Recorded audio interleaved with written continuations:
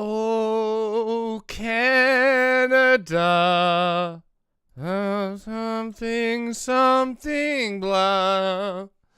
Oh, Canada, I don't know any of this song, and I never will. Hello, Sovereign Floate, Thandria, Fancy Shrimp, Aska, Jazz Dog, Amphi, Evie, the Purple, Susie Clemens BLM, Carbon Cole, Mellow Anarchist, Jessica Metal, Luxander Baphomet, Artemis, Jaunty Horror, Nuts, Arcane Sunset, Zygote, Ellen Degenerate, Mochi Ice Cream, Vox Humana, Intentions Nasty, Hattie Likes Horses, Louis Boy, Chair, 3 Places at Once, Canoon, Tronsler, Sound Judgment, Roomy Red, Tongue Wastrel, Tungsten Wastrel, System of Stells, Nizzy. Hello, Nizzy, and congratulations. Congratulations to you and Jazz Dog. 10-letter name, Cheeto. Bisou, Steely McWheely, Holly Fox, and from the YouTube chat, we got Project 6 AM, Bree, Eddie Spencer, Aneeya, Marcelo Flamingo, Furcifer, A Good Dog, Brittles Queen D, Mr. Al the Killer, Kimber Wolf, Desert Fox 599, Azazel Bedazzle, Ferris Jinch, Willy Bubba, and BCR04. Welcome, welcome, welcome, my lovely, lovely imps. If you are here and you have not liked the stream, please consider smacking that motherfucking like button. My focus seems a little off, doesn't it? Hold on, we're gonna fix that. Zoom in just, whoa, whoa, whoa, too much, too much. There we go. Hey, no. No. No.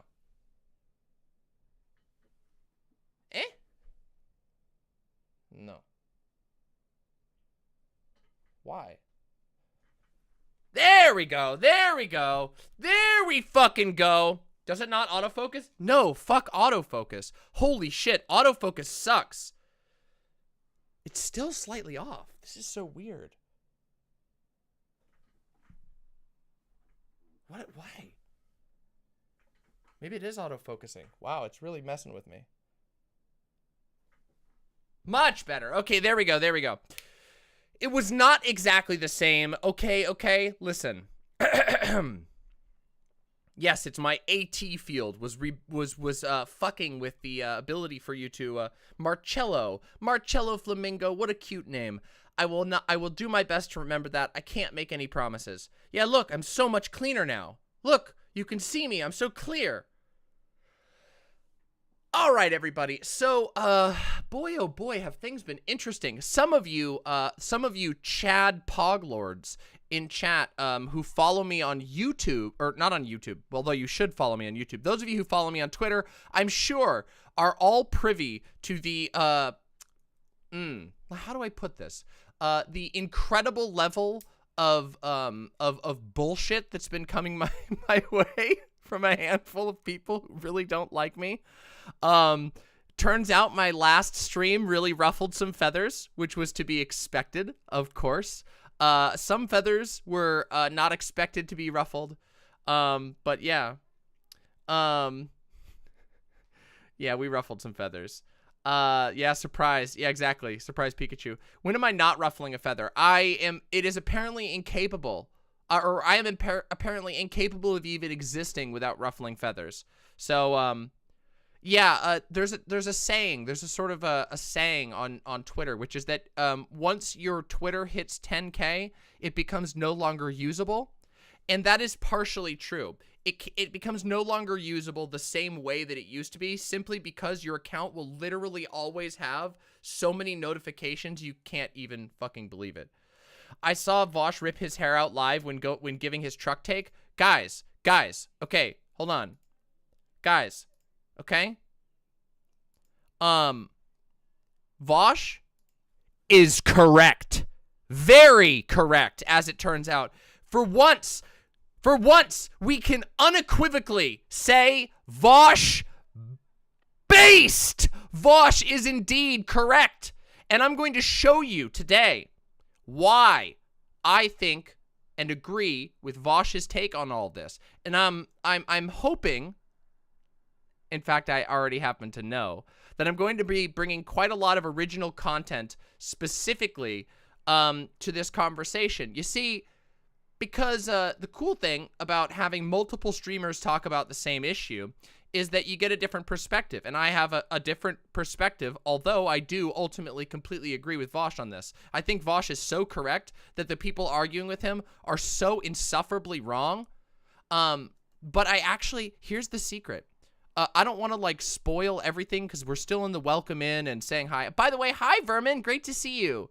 I didn't know if I agreed with him on this just from Twitter, but when he explained on stream, I realized, oh shit, he's spot on. Yes, I'm going to explain. Vaush was very angry in his stream, and I get it, okay? I really, really do. I actually totally get why he was really annoyed with his followers on this particular take. Like, okay, so how do I start this? We're already jumping straight into it. But do you see that in and of itself is somewhat illustrative, is it not? The fact that this trucker convoy in Canada, of all places, has caused Americans to, for once, talk about something other than themselves is actually somewhat miraculous. But it's very funny because there's just a lot of it's very complicated, okay? The subject, the topic, the argument is not complicated. However, the response is complicated, and we're going to be talking about both. So, what you all can expect from me today is 3 things. 1, the complete and utter obliteration of liberalism once and for all in the form of a YouTube stream from the first demon-type streamer, DramaMama, me. That's me. And then you can expect an absolutely banger DramaMama. And I want to let you know, that we've put in a lot of work on this particular episode of DramaMama, of the DramaMama show. Not only did I make my own research document, which I will be publishing afterwards for this topic because I feel very strongly about it.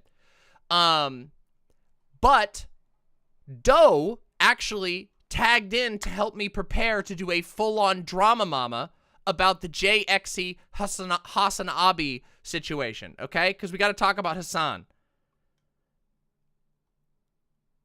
Okay, I find DM obnoxious, so I'm going to dip. See ya, loser. You sound like a real cuck. You know? That's cucked position. See ya. It's really funny. I mean, I guess they got what they got what they wanted, right? They got noticed.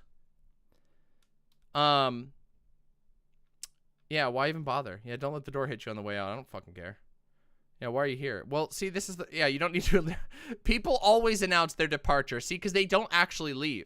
Do you guys remember the other day when, like, You know how many times? Wait, how many times? Do you guys remember this? Hold on. Can I just show you something? This is emblematic of exactly.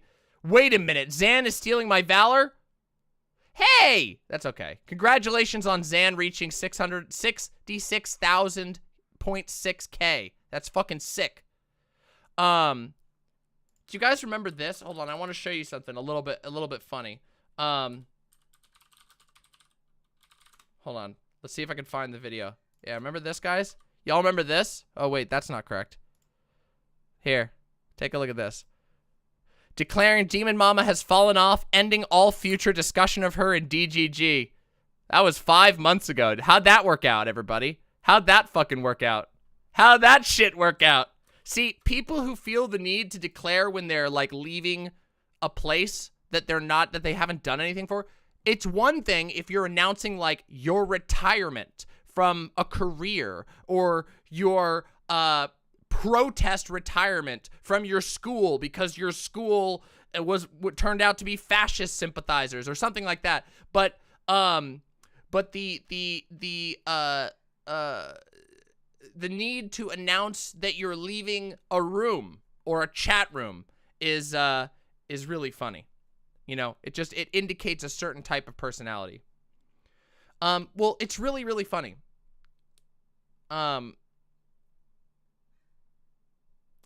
Hey, Ellen Degenerate, I'm gonna tell you this one time.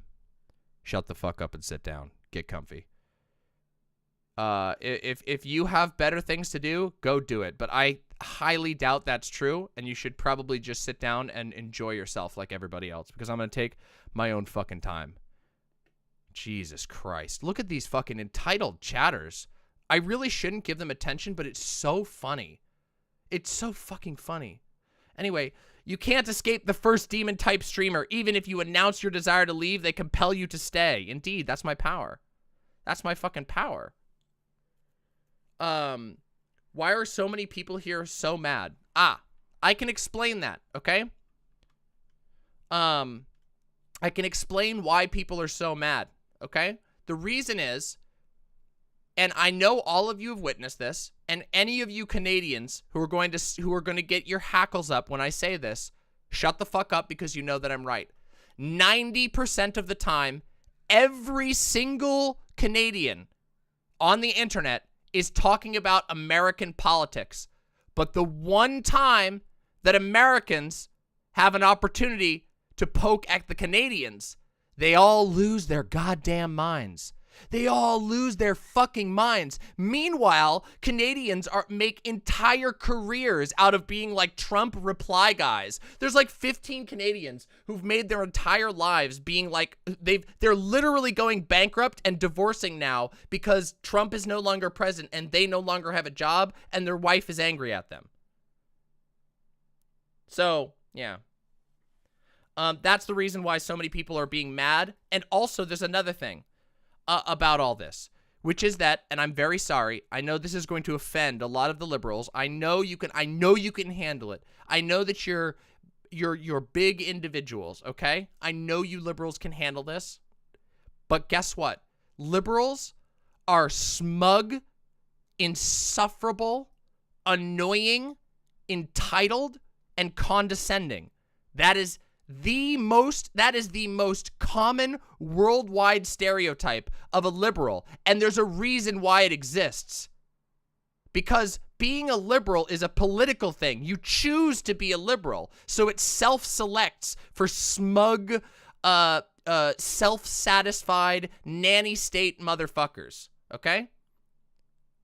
They love the smuckling, yeah. And when you combine liberalism with Canadian fragility, when you combine liberal smugness with Canadian fragility, you get smugility. Okay? The Bachelor is a liberal, Rumi Red. The Bachelor is a liberal. Yes. That's actually a big part of, well, it's not explicit, but yes, he is literally a liberal.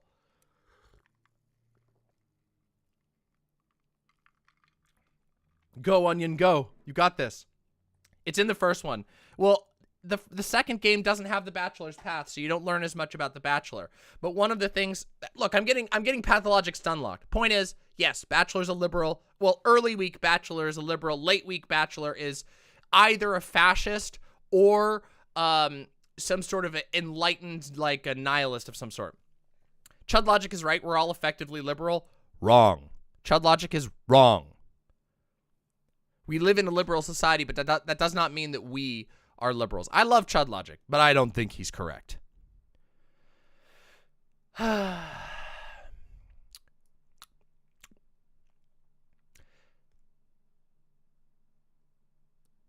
was I gonna say? I don't remember. I wanted to just chill for a few minutes, but the truth is that, like, we've welcomed in this stream with a fucking whopping 360 viewers. All of you should like the stream. It's totally free to like the stream, and liking the stream is the, like, #1 guarantee that my stream is going to keep going. Also, liking streams on YouTube right now is incredibly valuable. In fact, some say that if you like the stream, it will actually, apparently it actually counts as basically a double view. That's how heavily YouTube is incentivizing likes. So smack that motherfucking like. Now, normally when I do my streams, for those of you who are new, because I'm sure I have a lot of new viewers, which is really exciting and fun. Love having new viewers, love having new imps. Usually I open my stream with something cozy. We talk about my life a little bit. It's like it's for the hardcore imps who are super interested in the DramaMama lore. I go stuff like, hey, yesterday I was playing playing Metal Gear Solid 5, which I have been playing a fuckload of. Metal Gear Solid 5. I know I'm like a billion years late to the game, but boy oh boy am I having a great time with it. And then I usually say, like, tell stories about my dog, or if something funny happened to me. Sometimes there's some really funny stuff. Sometimes it's just chill, boring life stuff, because believe it or not, I have a life outside of stream. Thankfully, thank fucking goodness. How's Yoda? Yoda's doing great. By the way, Yoda's stomach problems literally completely solved. Changing Yoda's food to a non-American brand has completely solved Yoda's stomach problems. No more problems. So awesome. It makes me really happy because it was sad. It was sad to see her, like, struggling with it, and we didn't know what was wrong. We even had her we even got medication from the vet to stop it, and it didn't help. Oh yeah, we got to reverse to the oh yeah, true, Gayfesh. I got to revert to the non-Impmas ones. We fucked that up because of everything went so wrong. Next Christmas we have a whole suite of Impmas emotes, and we'll have them all ready to go for next year. We kind of bungled a lot this year for a couple of issues. The website emote thing was broken for a couple of days, and then we forgot to put all the Impmases up. Whatever. Yeah, American pet food laws are trash. Oh my God, that's great, Luxander. Yeah, Yoda is my dog, Hanubia. Yoda is my dog, and we love her, and she's great. Hey, thank you so much, Nathan Harrell. Happy to have you. Oh yeah, something I wanted to talk about. I want to talk about something positive. Oh, the brand that we use is, hold on, I sent it to Luxander. Hold on, let me see. Hold on, I'll tell you the brand. It's called, hold on, I can look it up for you. I keep forgetting the name. No, it's not Neutro. Neutro is not the one. It is called First Mate. Yes, thank you. First Mate. It's called First Mate. It's a Canadian, believe it or not, it's a Canadian brand. And they have pretty strict, it is a little bit pricier than most of the American brands, but the product quality is so much higher. I can't even believe it. And literally switching to we tried multiple American food brands before switching over to this one, and they all made Yoda sick. So, yeah. Is it expensive? No, it's pricier. It is slightly pricier than American food, but it is not expensive. It's not exorbitant. It's not any of these stupid bougie like crazy expensive pet foods. It's just good. It's really good. It's very good. Hey, welcome session. America just can't make anything good anymore. Well, especially there's a couple of reasons for that, but we talk about that pretty regularly. Yes, I do believe they do make cat food. So yes, they have it on Chewy. Yeah. Oh yeah, I wanted to say something really positive real quick. Which is the comments that I've been receiving on my inscription stream are amazing. And very soon I'm going to be launching a second channel on YouTube, probably in the next couple of days, which I will be pushing at every stream to get people to go sub to. It's going to be called GamingMama. And it's going to be all of my gaming content will be the repository for all of my gaming VODs. We're still going to stream them here on my live streams as usual. That is not going to change. But the playlists for the gaming is all going to go on the gaming channel. All of the game reviews are going to go over on the gaming channel, and I'll be telling you guys when that's the case. Yes, we will be doing Death Stranding tonight, provided that there isn't like a fuckload of debates I need to do. But yeah. So yeah, I want to have a gaming channel that like lets people go over there, because by the way, the inscription streams, they had much lower views than all of my other stuff. However, the comments on those videos have been so inspiring. I can't even tell you. The inscription stream comments mean that, like, I want to keep doing streams like that, even if they don't get the same amount of views. I have felt it is the first time in, like, a year that I feel I have ever had a video that's, like, overwhelming support. It feels so fucking good that people liked my characters, that people had fun with the narrative, that people were laughing at the jokes that I was making, because I put a lot of love into those streams. And yeah, very, very happy about that. And so the gaming channel is going to be coming soon, and I will be, once the gaming channel goes up, we'll be uploading in order all of my Death Stranding playthrough. Just so you all know, Death Stranding is going to take a long time, okay? So I encourage you to stick around, because Death Stranding is an amazing game that many people are sleeping on. A lot of people do not know how awesome Death Stranding actually is. There are people who played MGS5 and loved MGS5, but haven't played Death Stranding because they don't know that basically everything that you can do in MGS5, you can do in Death Stranding, but they've only played the intro, so they don't know that yet.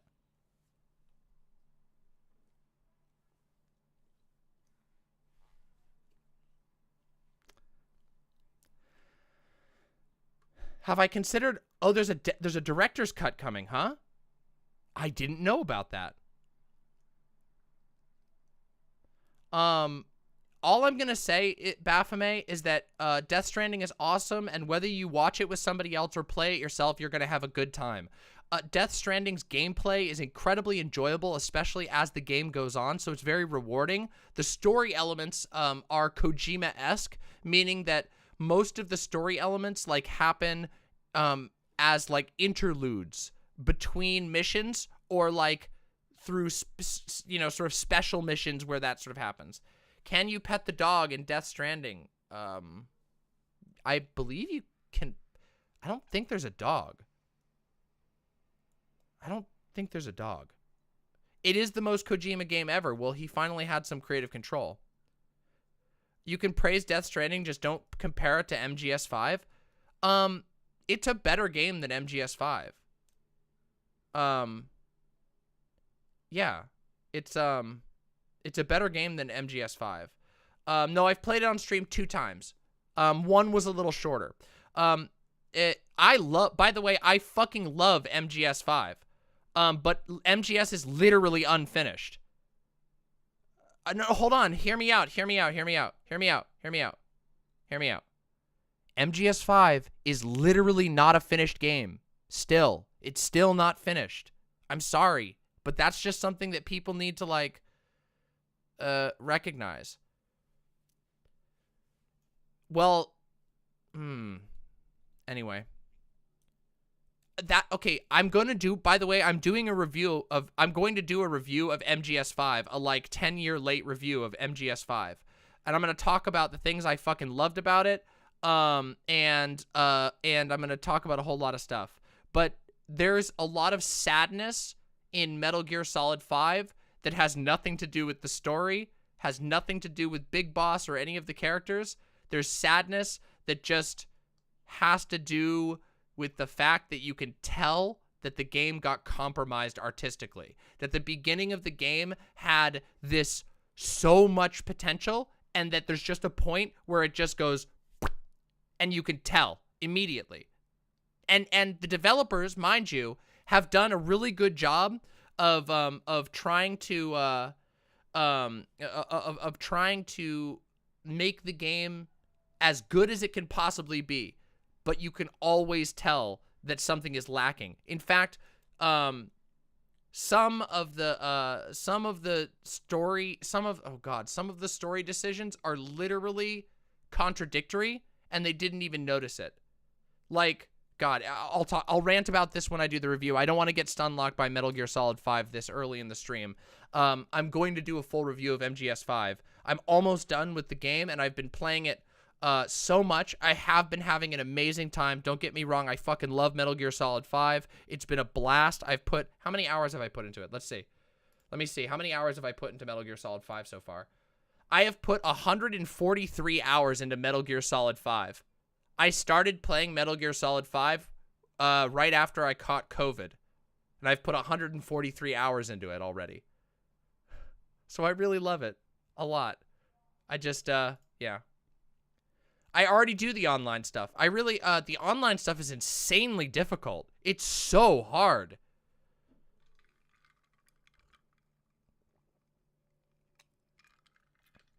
The online shit is really hard because the only people who play it are like hardcore players.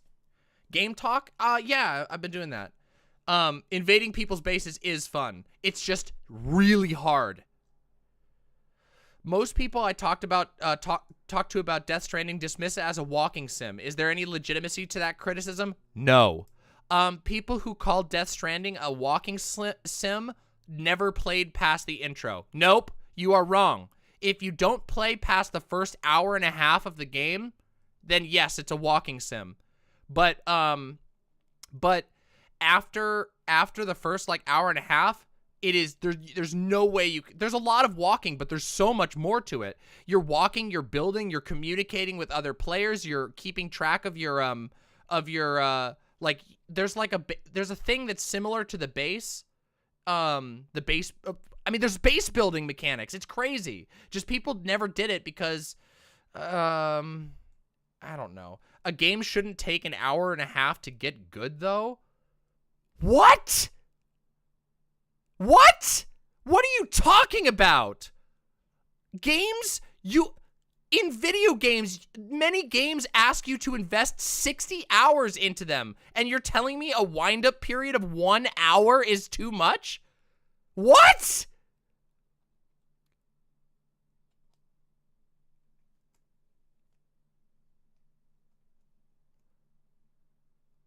By the way, this is coming from me as somebody who has a really high tolerance for games with really high learning curves.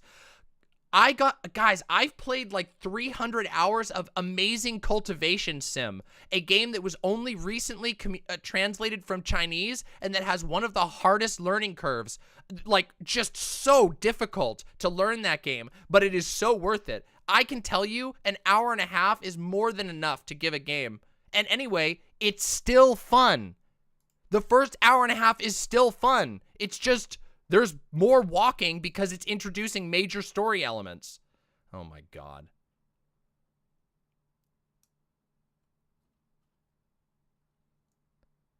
Would I ever do an online show akin to an Eric Andre web series? I would if I could ever pull that sort of shit off.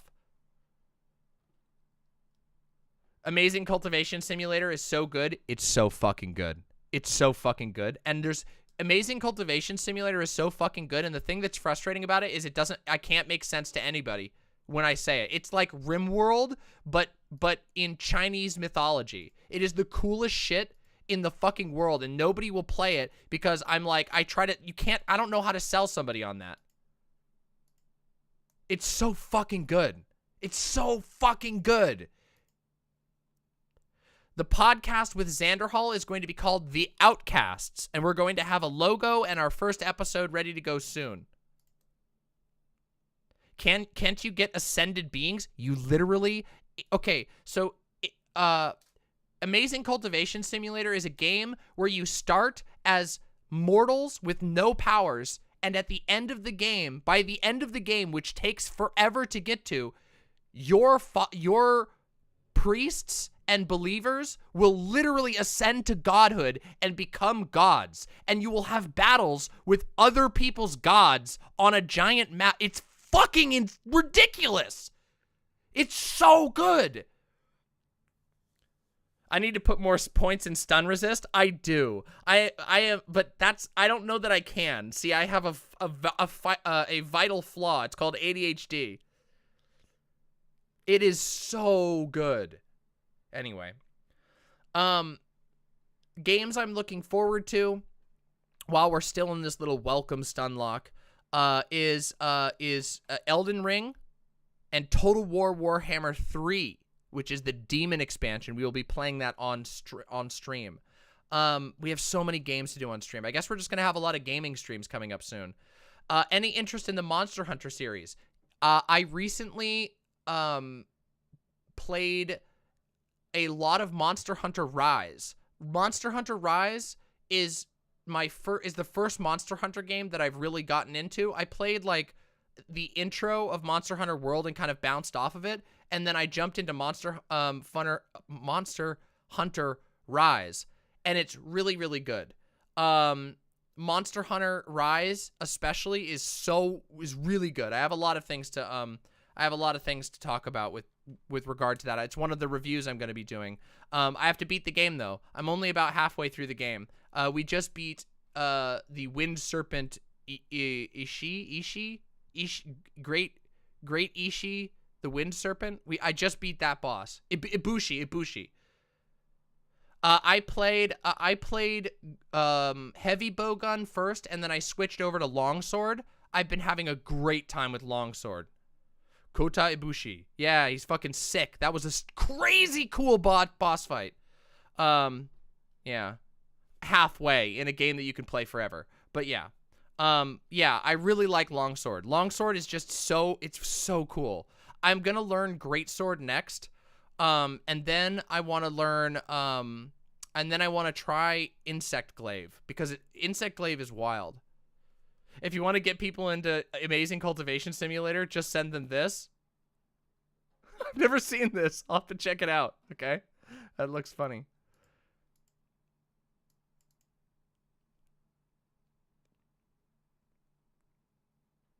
One Piece gets good in episode 400, bro. Give it a chance. Literally, DramaMama. All right.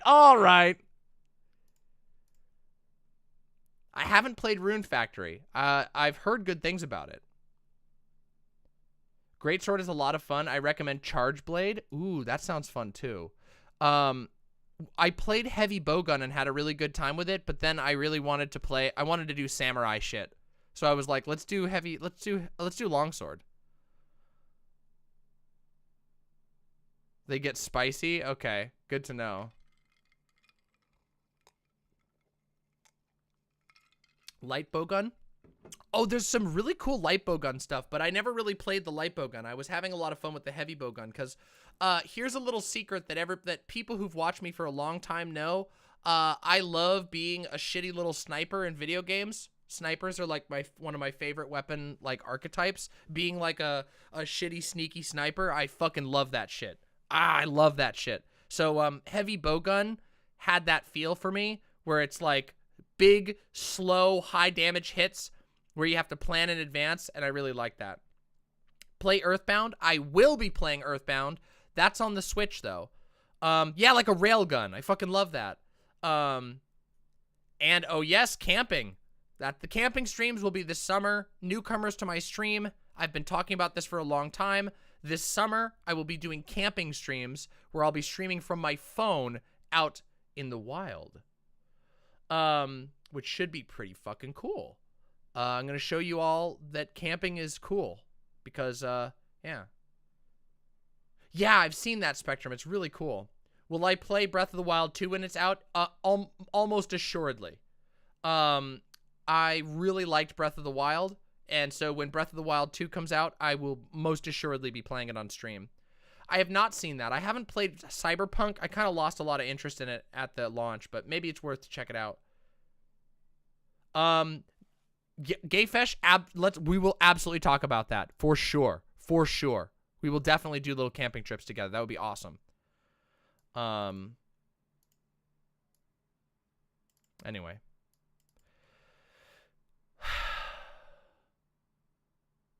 I've never played any of the Dying Light games, so I'd have to check that out. I've got so many games that I want to play. God, so many fucking games.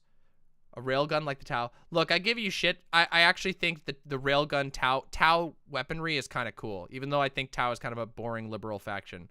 But I do think their weaponry is pretty cool. Railguns are sick. Railguns are just cool, okay? Maybe it's because I'm a OG gamer, you know, playing lots of fucking old fucking FPSs where railguns were like a popular weapon type. Yeah. It's OG. You know, I played all those old game.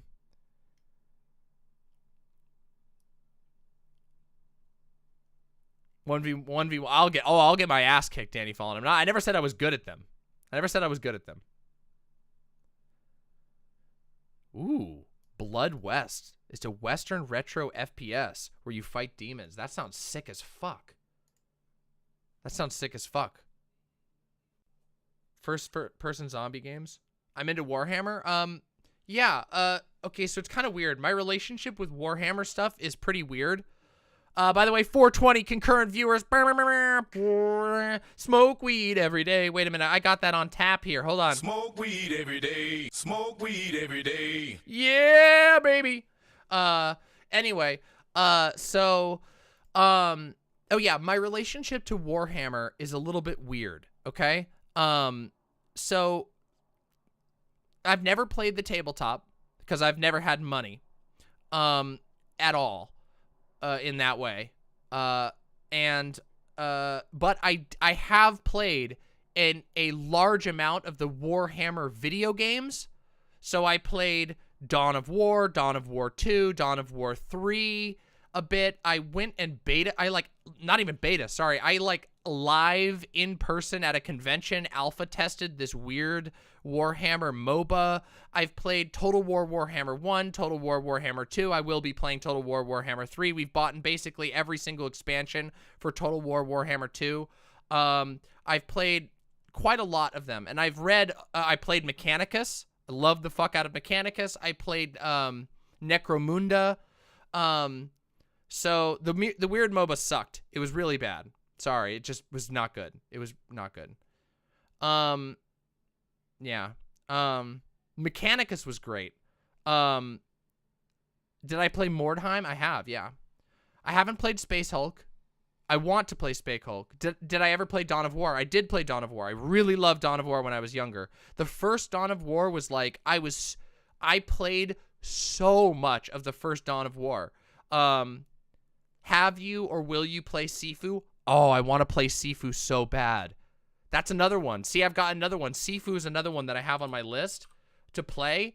And I'm like, oh my God, that's another game I want to play. Oh, I played Vermintide 2. Yeah. If I had an army, I would probably be Slaneshi. I'm sure that comes as no surprise. But the alternative would be Tyranids, because I think Nids are really cool.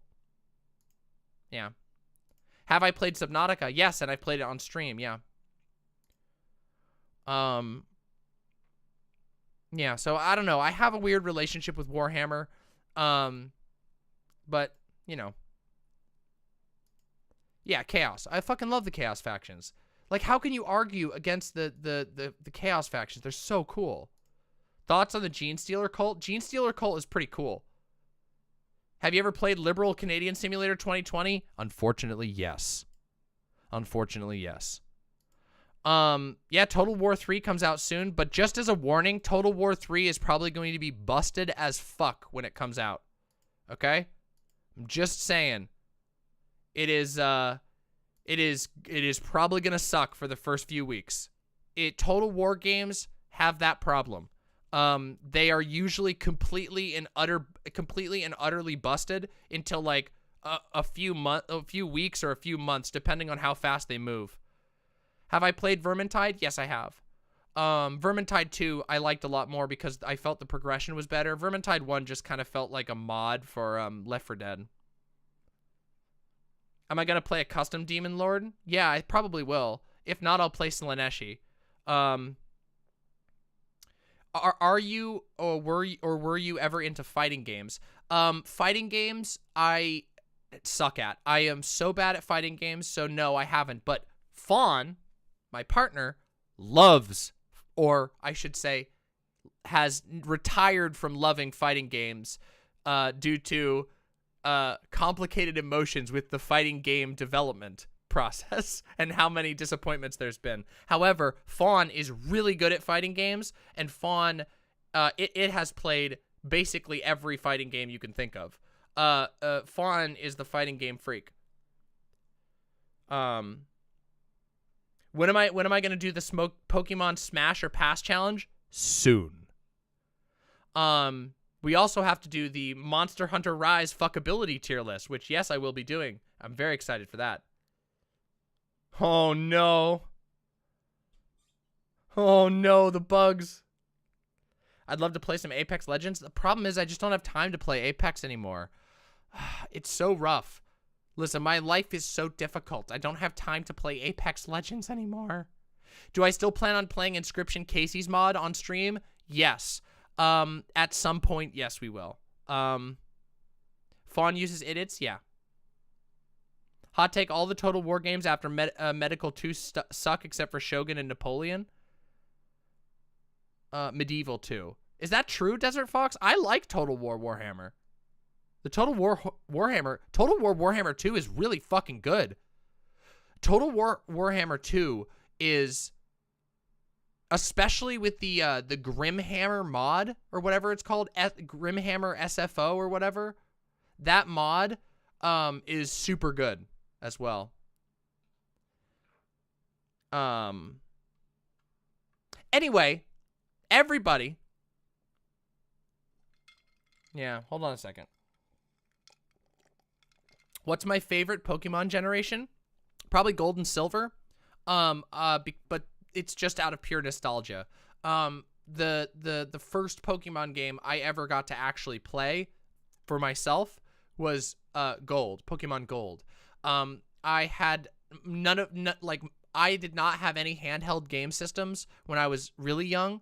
My cousins had those, so I never got to play Red, never got to play Blue, never got to play Yellow. The first one I ever got to play was Gold, and it was very exciting for me, so I have a lot of nostalgia around that game. I haven't really... I also really, really like Ruby and Sapphire, and I played Leaf Green and Fire Red at one point. Really liked those. Obviously, I really enjoyed Colosseum. Yeah. But yeah. Arceus, I've heard really mixed things about Pokemon Legends Arceus. I've heard very mixed things. Some people say it's really good, some people say it's really bad, but I don't know. It's so good? Well, they kind of are, Uncle Gumbald, but that's just part of growing up. Red, Blue, and Yellow are kind of the ancient times.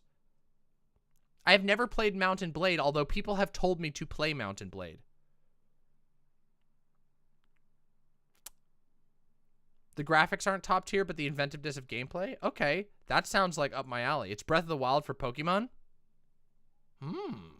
That sounds intriguing.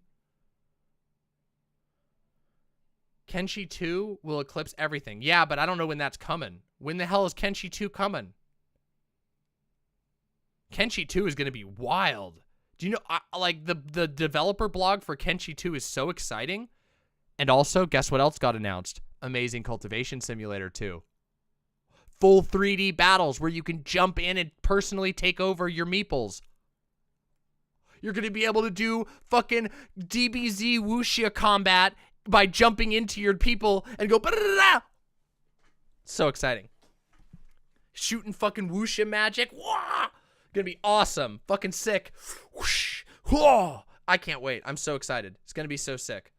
I can't wait. I can't wait to have my prophet that has an enchanted poop defeat a bunch of enemies. It's gonna be amazing. It's gonna be totally cool.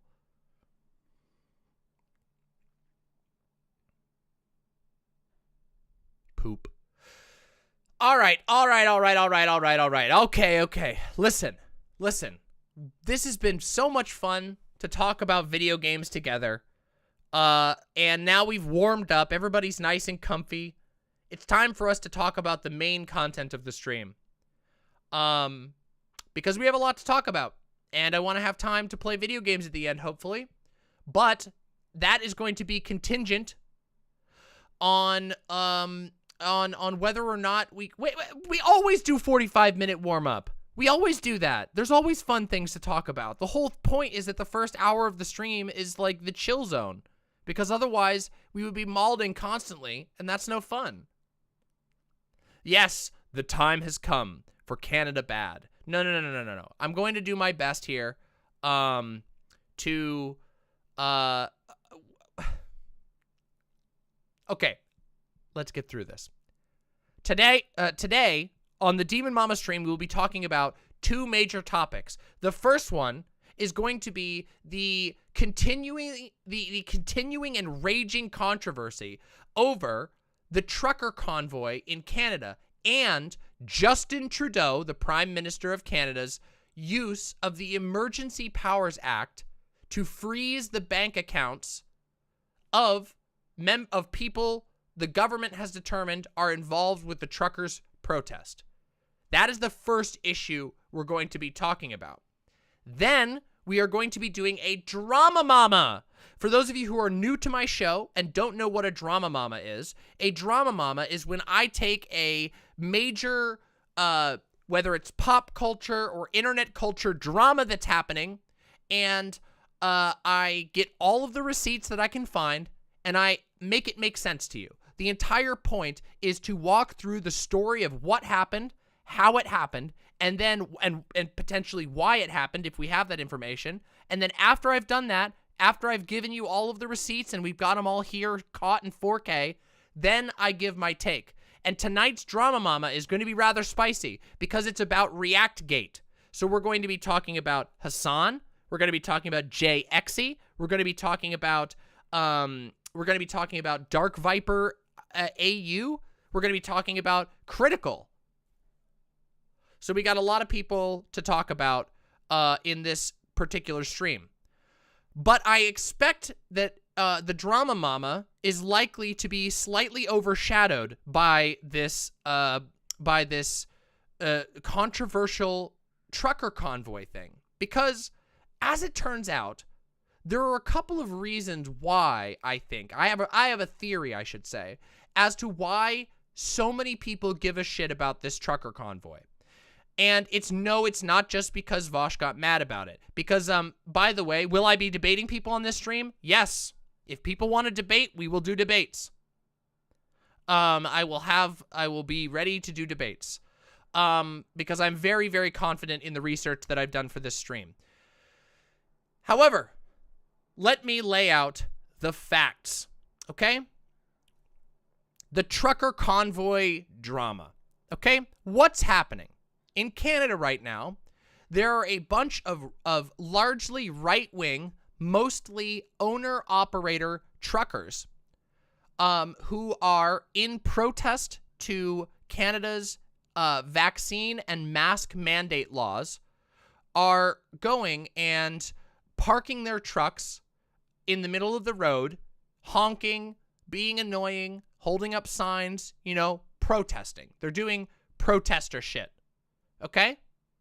And in response, so there's a couple of things that have been happening, which is, first off, the cops are the Canadian police seem to be very motivated to actually participate in and be lenient towards these protests, which is painful for Canada because, as it turns out, if you park a bunch of 18-wheelers in the middle of the road, no one else can use that road. And if you happen to park them in an important road, well, then nobody can use the important road, okay? So that's the trucker convoy, okay?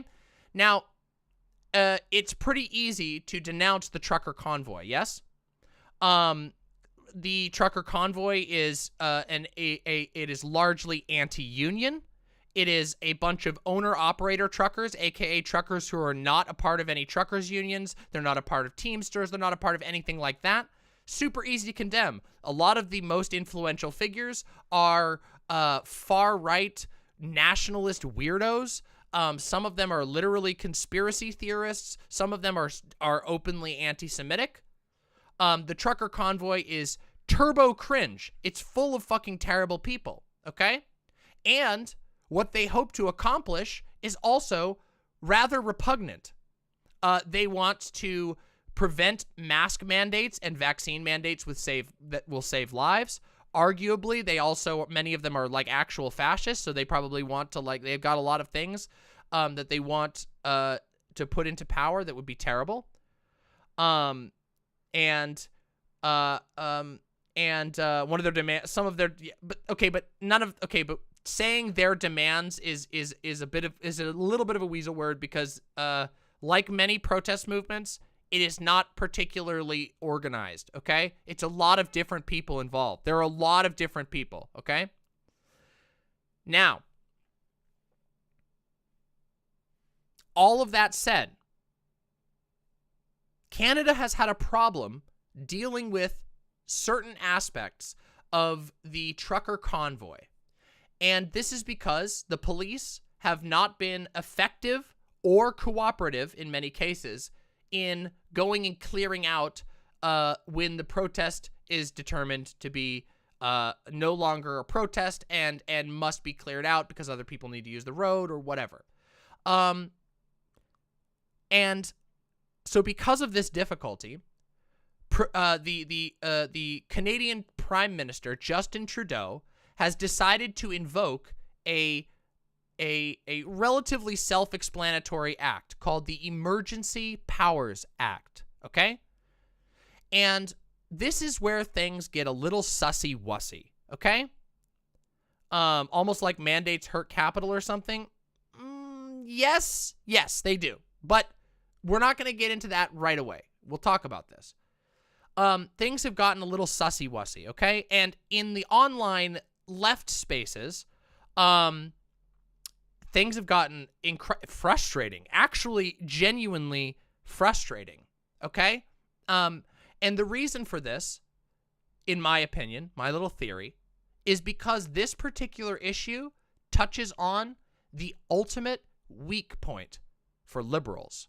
And Canadians, being dyed-in-the-wool liberals, are getting hit directly in their weak point. And I'm going to explain what I mean by this. So a lot of people see this right-wing protest movement, and they go, wow, damn, these motherfuckers suck. I don't give a shit what happens to them. Which, frankly, by and large, is a totally acceptable position most of the time.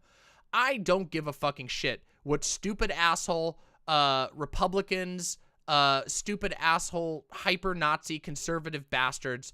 I don't give a shit what things happen to them. However, that has limits, you know? Like, that has some limits, okay? That has some very serious limits. It especially has limits when the entity that is doing a bad thing to those protesters is doing it in a way that could also hurt lots and lots of other people. And it's even worse if it has already been used to hurt lots and lots of other people.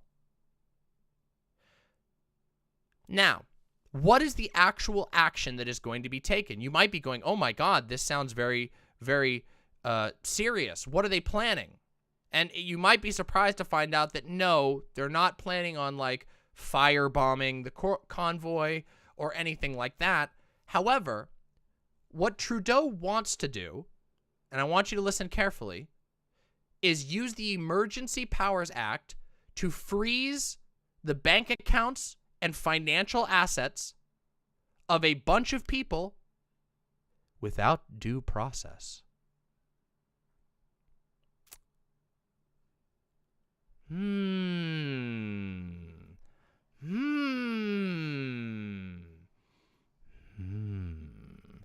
And once again, things get very sussy. Now, I look at that and I go, guys, that's really bad.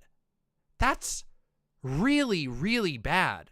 And let me explain why it's bad, okay? And why I think it's a bad thing. And then I'm going to deal with the arguments that I've seen. We're going to look at some of the reactions I've seen. We're going to look at some of the memes. And I'm likely going to get very angry at Canadians because inevitably, after I explain this, many of the Canadian liberals in chat are simply not going to listen to a single word that I said and continue to make the same stupid arguments, and you will all get to have your fun, okay? But let's explain this. It's bad, yeah, but if the cops aren't going to do their jobs to process that group, then how do you handle that besides calling in a National Guard type group? We will answer that question. I will answer that question as this goes on. Hold on, let me get my little questions area set up here. Boop, boop, boop, boop, boop, boop. Okay. What is due process? Okay, due process refers to essentially the right to a fair trial. Okay? Due process is a fundamental aspect of what we understand to be democracy or even a remotely free society. Now, I would say, being, you know, based lib-left type, I would say it's all the idea of your civil rights have always been an illusion. And while certain civil rights legislation might save your butt in certain circumstances, it turns out the state often just ignores those laws anyway. However, due process is fundamentally necessary to the legitimacy of a democracy or of a free society, okay? And I want you to think about this. What is the difference? What is one of the core differences between a kingdom and a democracy? Well, in a kingdom, the king can do whatever the fuck he wants, and basically no one, except for another king or a baron with a big enough army, can say anything about it. Or if you want to say something about it, well, then you have the French Revolution and the guillotines come out, right? Or maybe the church. Let's not be too ridiculous, okay? And in a democracy, there isn't a king to fuck you up. There might be a president, but that president usually is not given the power. He doesn't have the ability to fuck you up if he doesn't like you outside of, you know, saying something horrible about you on a giant thing. He doesn't have direct, explicit power to fuck you up. Nor does any senator or individual judge. The point is that there is a constitution, a set of rights that you are always guaranteed no matter what. That is a fundamental part of a democracy, and arguably, for those who are fans of democracy as a way, a fundamental part of a free society. Having guaranteed rights that everyone gets, even bad people, is the only way that you can even have the presumption of a fair society. If you are willing to bend those rules, well then, those rules may as well not exist because they're just not true. Okay? Now you're starting to see why due process is so important. Okay? Due process refers to your right to a fair trial, your right to a lawyer, your right to not be imprisoned before you've been charged of a crime, your right to demand evidence. That is due process. It is saying, yes, we will accept. Now, I have my own disagreements with this, but let's put our liberal hats on for just a minute. Due process is what allows you to say, yes, we can arrest you, but we have to have a reason for it. And if we don't have evidence for it, we can't hold you in a prison cell because we have to evidence why you're being arrested. Okay? So, while many Canadians and many liberals are going, well, why do you care about the bank accounts of Nazis? Why do you give a shit about the bank accounts of Nazis? This is the reason why. I don't really give a shit about their bank accounts. What I give a shit about is the fact that the president is bypassing the constitutional rights provided to people to punish them with no need to provide evidence, with no need to do a fair trial, with no need to provide witnesses, with no need to even prove that anybody has done anything wrong in the first place. Ooh, that gets a little scary. Hey, let me pitch you real quick. Let me just pitch you a little, you know, a little thing. Imagine that you are a popular political streamer, right? Okay? Maybe you're like Hasan sized. Let's keep it relevant. Imagine you're a popular political streamer and you make a very public, very popular critique of the current president. Let's say it's Donald Trump. Let's pretend that Donald Trump wins again in 2024. And Hasan says, fuck you, Donald Trump. I think you're a piece of shit. And it just so happens that a very nasty protest occurs. Yes? Let's say, let's say that protest is, let's say it's a BLM protest that goes real bad. Maybe one faction of the BLM protest gets real bad, okay? And Hasan had said, I support BLM in the past. And then Donald Trump decides to suspend due process. And he says, all right, FBI, CIA, get me a list and arrest these individuals. Okay? And he says, and you know what? Arrest that Hasan guy too. He's been involved with these protests. And they go, yes, sir, yes, sir. And he goes, and you know what? Arrest this other guy. He's been favorable to that. And then somebody goes, hey, wait, whoa, where'd Hasan go? Where'd Hasan go? And then the answer is, fuck you. You don't get to know because they didn't collect evidence. There was never a court case. Hasan just disappeared one day. Little bit sussy, isn't it? That one guy or one guy and a couple of agency heads can essentially make a hit list behind closed doors and just delete those people's bank accounts or, in worst cases, imprison them. Isn't that kind of fucked up? Isn't that really fucked up, actually? Well, the answer is yes. It's extremely fucked up. Okay?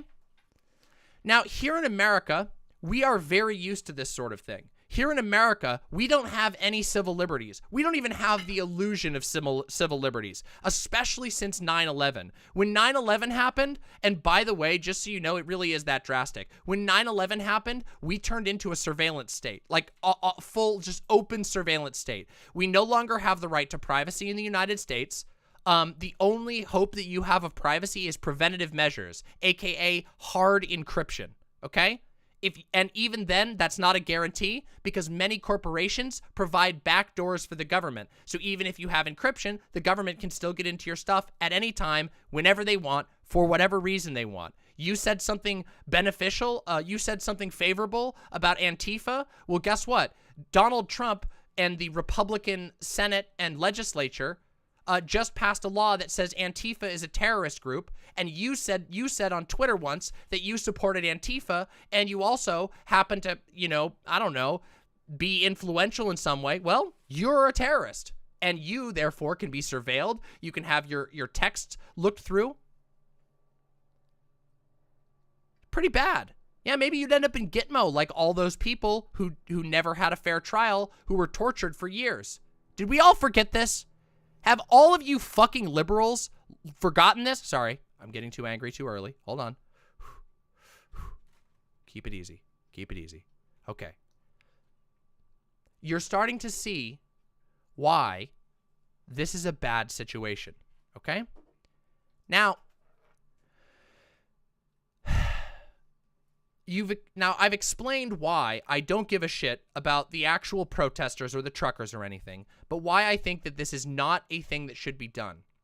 Now, some people go, well, it's a part of the Emergency Powers Act, everybody. It's only for emergencies. It's so that you can handle the emergency. But there's a problem with that, which is that what determines an emergency? How do you draw the line for what is an emergency? And this is where I get to tell you a very interesting story. It's not a story the Canadians would tell you. Okay? It's not. I do a terrible Palpatine impersonation. I realized that I got stuck somewhere between like a Qui-Gon. But yeah. Can we get the Star Wars bum bum ba-da-dum bum bum ba-da-dum bum bum ba-da-dum bum bum ba-da-dum? Okay? Dun dun da da dun dun dun dun dun. Bum bum bum bum bum bum bum bum bum. Okay, all right. So yeah, let me tell you a story, okay? This is a fun one. And guess what? It's gonna be a Canadian story. Yes, that's right. Can I get some fucking Canadian national anthem up on here? Let's get this fucking music going. We gotta feel in the mood, okay? I'm gonna tell you a little story. We need the Canadian anthem for it, okay? Okay? Hold on. Here we go. Here we go. National Anthems channel. Let's do it.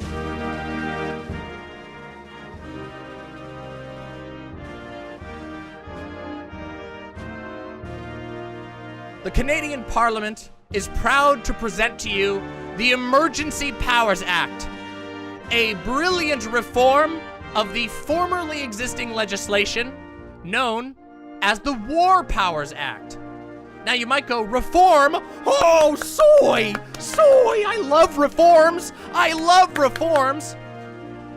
But it's very interesting, see, because the reforms really, they mostly just remove the most sussiest and loudest parts of the War Powers Act and then change the name, okay? I gotta turn this anthem down, it's too fucking loud. And then they change the name to the Emergency Powers Act. Now, it's really funny because lots of Canadians will tell you, oh, the Emergency Powers Act has never been used before. What do you mean this is a bad precedent? Soy! And the answer is, that's true. Because the Emergency Power Act was only recently fucking created, and it directly replaced the War Powers Act. And let me tell you,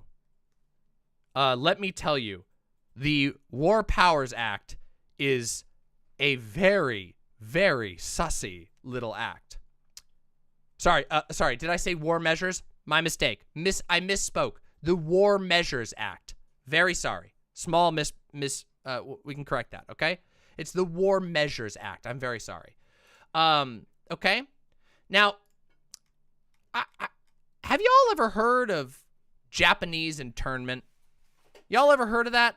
Y'all ever heard of this time in history where a bunch of North American nations put a bunch of innocent Japanese citizens into concentration camps, made them live in horrible, horrible conditions, and traumatized their children? Do you all remember that? And their grandchildren often? Yeah. Turns out, guys, it wasn't just America that did Japanese internment. It was actually both Canada and United States. And do you want to know what law they used to allow Japanese internment to happen? I'll give you a second to guess. Was it the War Measures Act? It was the War Measures Act. In fact, the War Measures Act was used 3 times until it became the Emergencies Act, also known as the Emergency Powers Act, that some people refer to it differently. It was used 3 times. The first time was in World War I, okay? In the First World War, it allowed for internment of enemies of the state, people who were suspected of being German spies, people who were suspected of being allied with the German powers. This is in World War I. And then it was used in World War II to create Japanese internment camps, which, by the way, Japanese people would be interned into a concentration camp. No trial, no need to prove that they had any disloyalties. These were citizens and immigrants to Canada. And guess what? There's a more recent one, okay? Which is called the October Crisis. Okay? Now, this happened in 1970 under a guy some of you might know the name of, but most Americans aren't going to know the name of. Trudeau. Have you ever heard of the name Trudeau? And you might be thinking, well, wait a minute. Trudeau, he might have been doing blackface a couple years ago, but he's young. He couldn't have been in charge of anything in 1970. And you're right, because it was his dad, Pierre Trudeau. Trudeau Sr., who was in power at that time. A little bit of political dynasty making going on there. Yeah, Granddaddy Trudeau. Yeah. And, you know, hold on.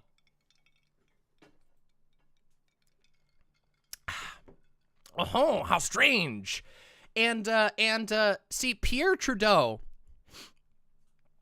well, Pierre Trudeau did not like protesters, okay? Let's just put it that way. He didn't like protesters. In fact, I have a little funny picture I want to share with you that was shared to me by a Canadian friend, okay? Let me just show you this, okay? Ready? We ready? Thanks, Keffels, by the way. Thanks, Keffels. This is an artistic rendition of the time that Pierre Trudeau flipped off protesters outside of his train while drinking a beer. This is like a famous painting in Canada of Pierre Trudeau flipping off protesters while he was prime minister. Yeah, Pierre Trudeau fucking blows. Just so you know, he sucks. And it gets even more interesting if you decide to actually look into what happened in the October crisis, which I did. See, Canadians are used to being able to say any old thing about Canada. Hi, Keffels. You have a link? Give me the link. Give me the link, Keffels. Let's see it. We're about to talk about some interesting shit. Good to see you, Keffels, by the way. Much love. Much, much love. By the way, in this little lull, if you're here and you're having fun or are shocked by the gall of the liberals, consider smacking the like button. If you're watching on the website, all you got to do is click on the screen, then press the like button. Likes are free and really help the stream. Smack that motherfucking like button. Smack it. All right, Keffels, thank you for this. A British Columbia museum says that it has preserved the rail car from which Pierre Trudeau gave the middle finger to protesters. In 1982, Trudeau had just finished repatriating the Constitution when he decided to borrow the Governor's General train car for a summertime trip to the Rockies. There's the car. There's the train car itself where it happened. We renovated the interior by putting in a new carpet, paint, and adding the display items, bedding, and dishes. Oh, how nice. How quaint. Hey, look, there she is replicating it. Him flipping him off. Damn. This is some... Pierre says, we're number one. Oh, boy. This looks... Why does this look racist? Why does this look so racist? I don't know. I don't think I want to show that anymore. Pierre Trudeau is idolized here? Yeah, because he's a giant neoliberal, and he's also a ghoul, okay? Let me explain something, okay? So, I was very frustrated seeing the Canadian response. Yes, we're about to talk about that, Keffels. He suspended the Constitution, and 600 people were arrested without charges. Yeah, we're about to talk about that. Whew! It's about to get real spicy and very, very, very inconvenient for the Canadians who've been... filling my ears with nonsense on Twitter for the last couple of days. And also, I've seen you all. I've seen you all posting on the Reddits and everywhere else. Your smugness radiating outwards as you pretend that Americans don't have the ability to look into your own history. Well, here's the secret, bitch. I'm not an American. I just happen to be born here. Oh, shit! You thought you were dealing with something else. You thought you were dealing with the Burger King. But no, I'm built different, okay? And I decided to go find out for myself whether the Canadians were telling the truth. And as it turns out, the Canadian liberals have been lying A lot. They've been lying, and I don't like being lied to. And I'm going to tell you how they've been lying and why they've been lying, and then I will have defeated liberalism entirely. Okay? So the first thing that the Canadians like to lie about me about was to say, oh, it's the Emergency Act. The Emergency Act isn't the same thing as the War Powers Act. And they're right, but only on a technicality. It is technically not the same thing as the War Powers Act or the War Measures Act. However, it is literally the legislation that replaced and reformed the War Measures Act, and it didn't really reform it that much. That's because they abolished it and replaced it immediately with the Emergencies Act. I read about it. Yeah, see? Thank you. Happy to have a couple of based Canadians coming in. Okay? But it gets a little sussier, okay? Because we got to talk about the October crisis and why it is very, very illustrative of what we're talking about here, okay? So, what happened during the October crisis? Well, the October crisis was a bunch of things that happened in this strange, magical part of Canada called Quebec. Now, for those of you who don't know, please don't be shocked. Quebec is French Canada. I know, it can be a little scary sometimes, realizing that not everyone speaks English. This is an Anglo, you know? Quebec is a part of it's French Canada, okay? And they feel very strongly about their own identity. In fact, there are quite a lot of Quebec nationalists, okay? It's like a big thing, okay? It is real. No matter what the critter in the background says. Quebec is a real place, and it can't hurt you most likely, unless you go there and you insult their food, and then they scream at you in bastardized French. Sorry. Let's not get distracted here. Anyway, let's talk about the October crisis, okay? This happened in October of 1970 under Pierre Trudeau, Daddy Trudeau, not the blackface one, the flipping off protesters one. So not the dad, okay? A group called the FLQ, the Front de Libération du Québec, or something like that, kidnapped a deputy premier named Pierre Laporte, okay? So there was a kidnapping by a part of a Quebec liberation, nationalist liberation movement, okay? And a lot of shit happened, okay, building up to this. So this group, the Front de Libération du Québec, had for the last 7 years been involved in a number of incidents, okay? So there was a lot of things that happened. They were a infamous group. There was bombings, there was shootings, there was all kinds of wild shit. It was a rather large group. And here's the thing. They were only one part of the groups that were protesting at the time, that were disagreeing with the Canadian government at the time. They were only one, okay? Yeah, a little bit like IRA kind of stuff. Think something along those lines, okay? Shadow Angel with the $5. Dated a French girl once. Apparently they teach Quebec as a separate language. Yeah, Quebecois.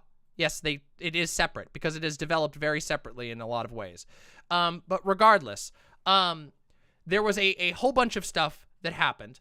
And over the course of a decade, essentially. So about a decade. From the early 60s into the 70s, there was a lot of tension. Now, I'm not talking about, this isn't like an ISIS group. We're talking about let's see, I'm looking here for a couple of examples. One of the bombings was of a stock exchange, which didn't kill anybody, but did a lot of damage and injured some people, and injured 27 people. Okay, a lot of property damage. Nobody died, but okay, that's pretty scary. That's the sort of traditional propaganda of the act. Okay, and then also later on there were some people who were convicted of murder, but it gets a little iffy how tied into the actual politics these things were. Anyway, what ended up happening in October is that tensions were raising, and the FLQ broadcasted a manifesto that resulted in a whole bunch of groups going, this is the moment. This is a revolutionary moment. We are going to say, fuck this, fuck the Canadian federal government. We've got our own things we want to do. We're going to go out and protest. Some of them were protesters. Some of them were extremists. Some of them were the FLQ. Okay? And what ended up happening was fuckloads of troops were sent into Quebec.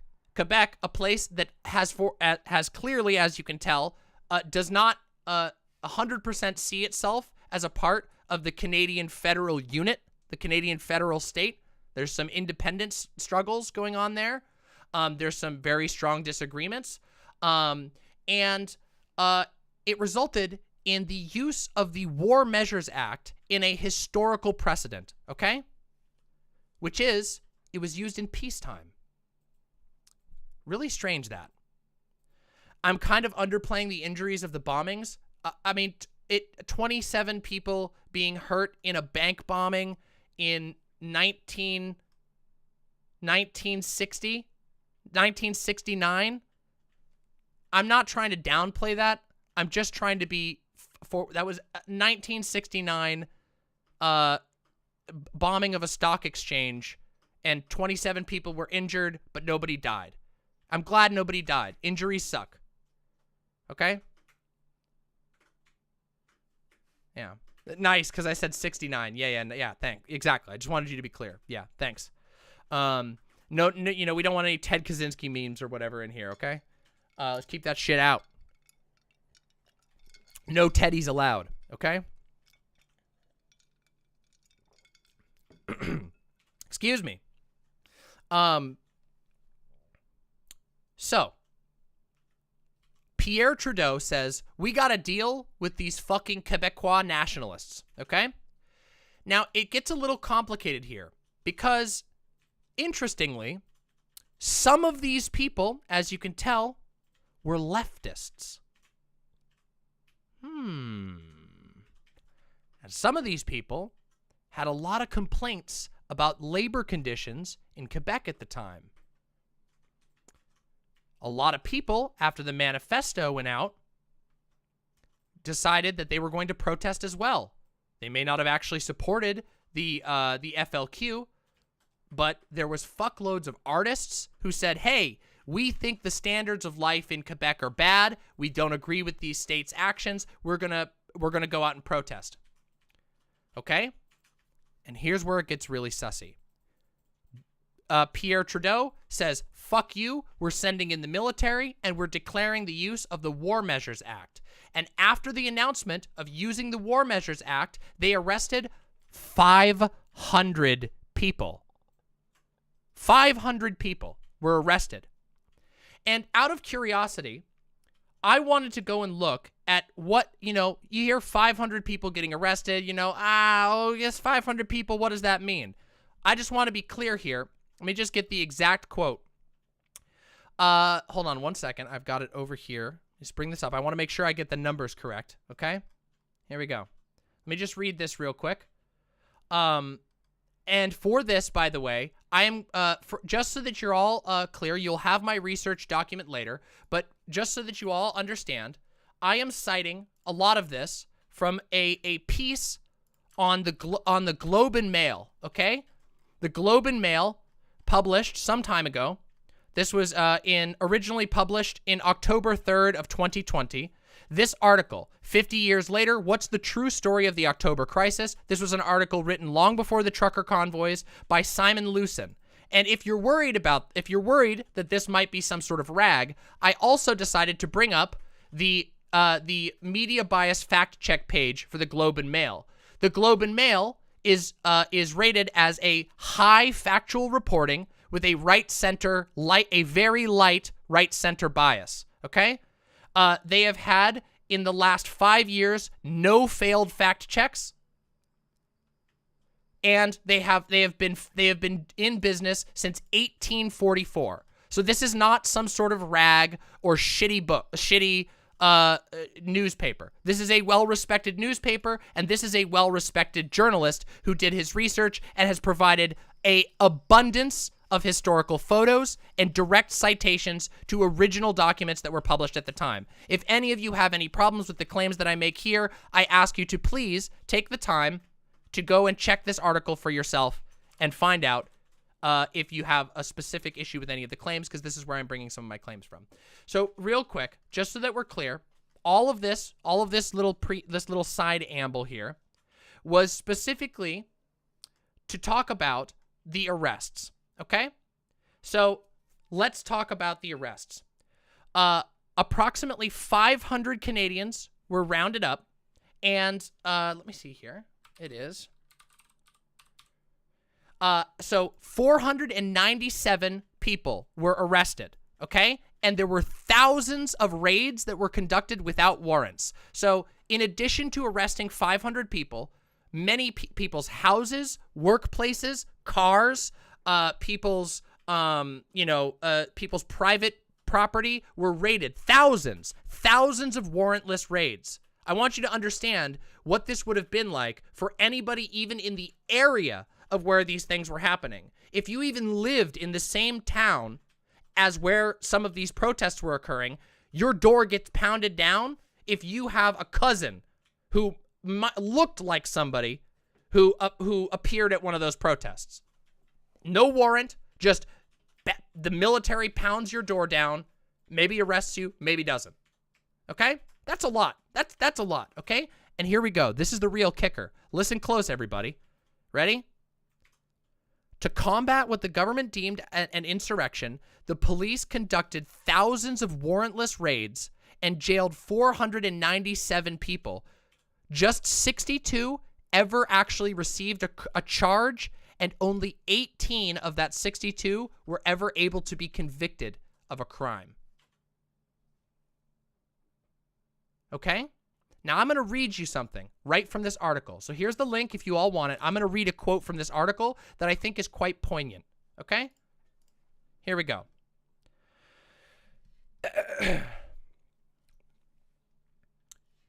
Here we go. Critics argue that surely a crisis could have been handled using normal constitutional means. One expects the government to investigate and prosecute crimes. One doesn't expect it to suspend civil liberties to do so. Do you mind closing the windows so that honk is? One moment. Pardon the honking. Somebody set off their car alarm out there. Let me start that again. One expects the government to investigate and prosecute crimes. One does not expect it to suspend civil liberties to do so. In addition to arresting known FLQ operatives, that's the group that was involved in some, what you could argue is some form of terrorism, blowing up buildings, etc., etc. In addition to arresting the some known FLQ operatives, the police rounded up poets, musicians, journalists, academics, students, left-wing activists under McCarthyite pretexts that anyone who had once even had or shown FLQ sympathies or had spent any time with anyone who did was a potential collaborator. They arrested a teenager whose only offense was that his parents were politically outspoken. A teenager was arrested because his parents were political. Let's continue. Due process was put on hold. For the first week behind bars, detainees were not allowed to consult lawyers, seek bail, request information as to why they'd been confined, or challenge their confinement in any court. Many were denied contact with the outside world and to their loved ones. It was simply as if they had disappeared. Hear that? The average detainee spent 7 days combined. So the average out of 500 people, only 18 of whom were ever convicted of any crimes, and only 66 of whom ever even had charges brought against them, the average person was in jail for 7 days. By the way, some of you are artists. Some of you have tweeted on Twitter or on Facebook or posted on Facebook that you support BLM, that you support Antifa. What if you had to spend 7 days in fucking jail with no access to a lawyer, with none of your loved ones there? Maybe you don't have your medication. Maybe you don't got any fucking clothes. You want to sit in fucking jail just for being an artist who said support? A little fucked up, isn't it? I just want you to think about that. That's 7 days. That's if you're lucky. That was the average across 500 people. A lot of those people spent way longer in jail and were not allowed to tell anybody that they were in jail because they'd been functionally disappeared. You'd lose your job if you had a 9-to-5. Your family members might be really mad at you. You might miss all kinds of important things. You might have other fucking legal responsibilities. It's pretty fucked. Not done though. The average detainee spent 7 days confined, but others were jailed for more than 3 months. And according to sociologist Christopher Hewitt, some reported being physically abused or beaten during their arrests and interrogations. The War Measures Act did not explicitly give police the right to abuse prisoners, but it did hugely increase the discretionary powers at the hands of police. Abuse was an obvious, predictable outcome. Perhaps the most lasting outcome of the War Measures Act, though, was the peacetime norms it helped to establish. Previously, Prime Ministers Robert Borden and Mackenzie King had authorized brutal internment campaigns during the First and Second World Wars. But by invoking the War Measures Act in 1970, Mr. Trudeau, Pierre Trudeau, asserted that even in an era of peace, prosperity, and rising liberalism, mass arrests were still acceptable.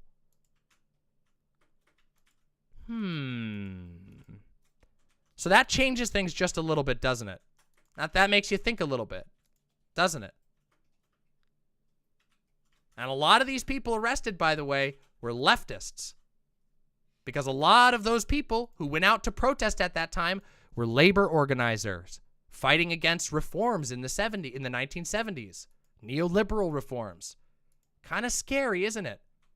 Kind of weird how when you get rid of due process, anybody could be put on that list.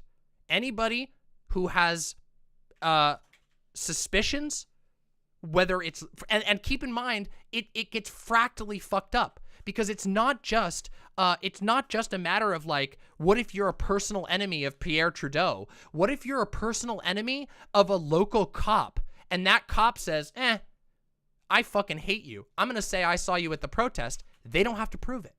There's no due process. They can just say, I fucking hate my neighbor, Ned Flanders. What a piece of shit. You know what? I'm going to write down to my supervisor that he was spotted at an FLQ protest. Boom. Ned Flanders fucking gone.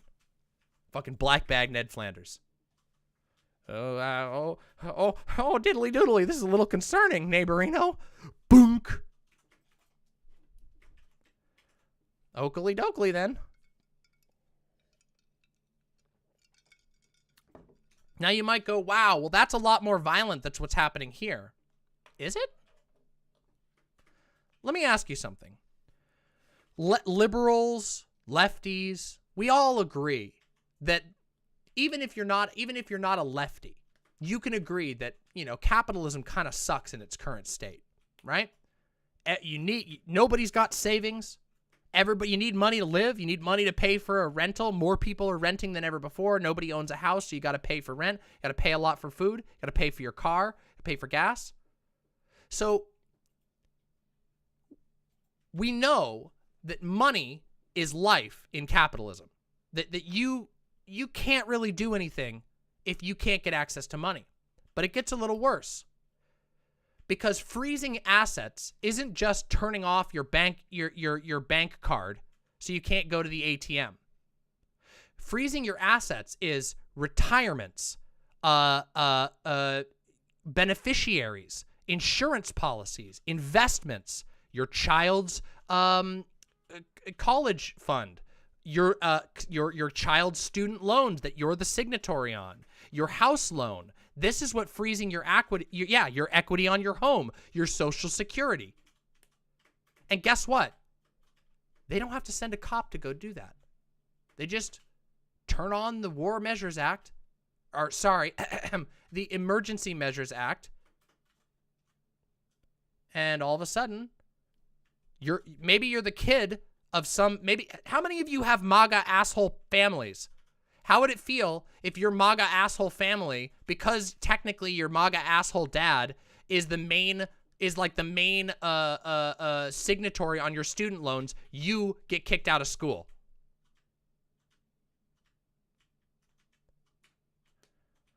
Yeah, I'm noticing in chat there's a lot of quiet from the Canadian faction now. It's interesting. A lot of these insufferable Canadian liberals on Twitter have been talking out their ass for days, expecting that the Americans aren't well read or informed on the issues. But guess what?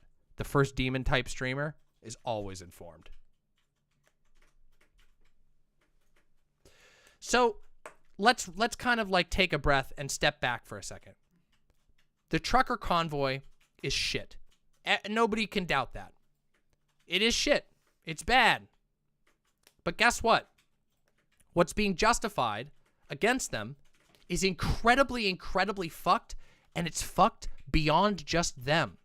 It would be fucked if it was only hitting them, but we know it won't. We know it doesn't. Okay?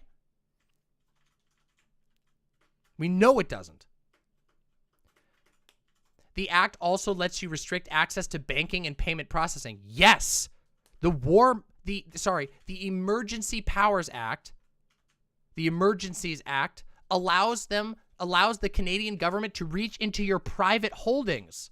Again, this is shit that fucks over an entire family, not just one person. So maybe your dad is an aggressive piece of shit, but your mom's really hardworking and loving, but your dad, has the mortgage in his name. Suddenly, you're fucking out on the street. You and your mom are out on your street because your dad went and fucking got drunk at what he thought was a tailgating party, but instead was a bunch of MAGA idiots blocking a road.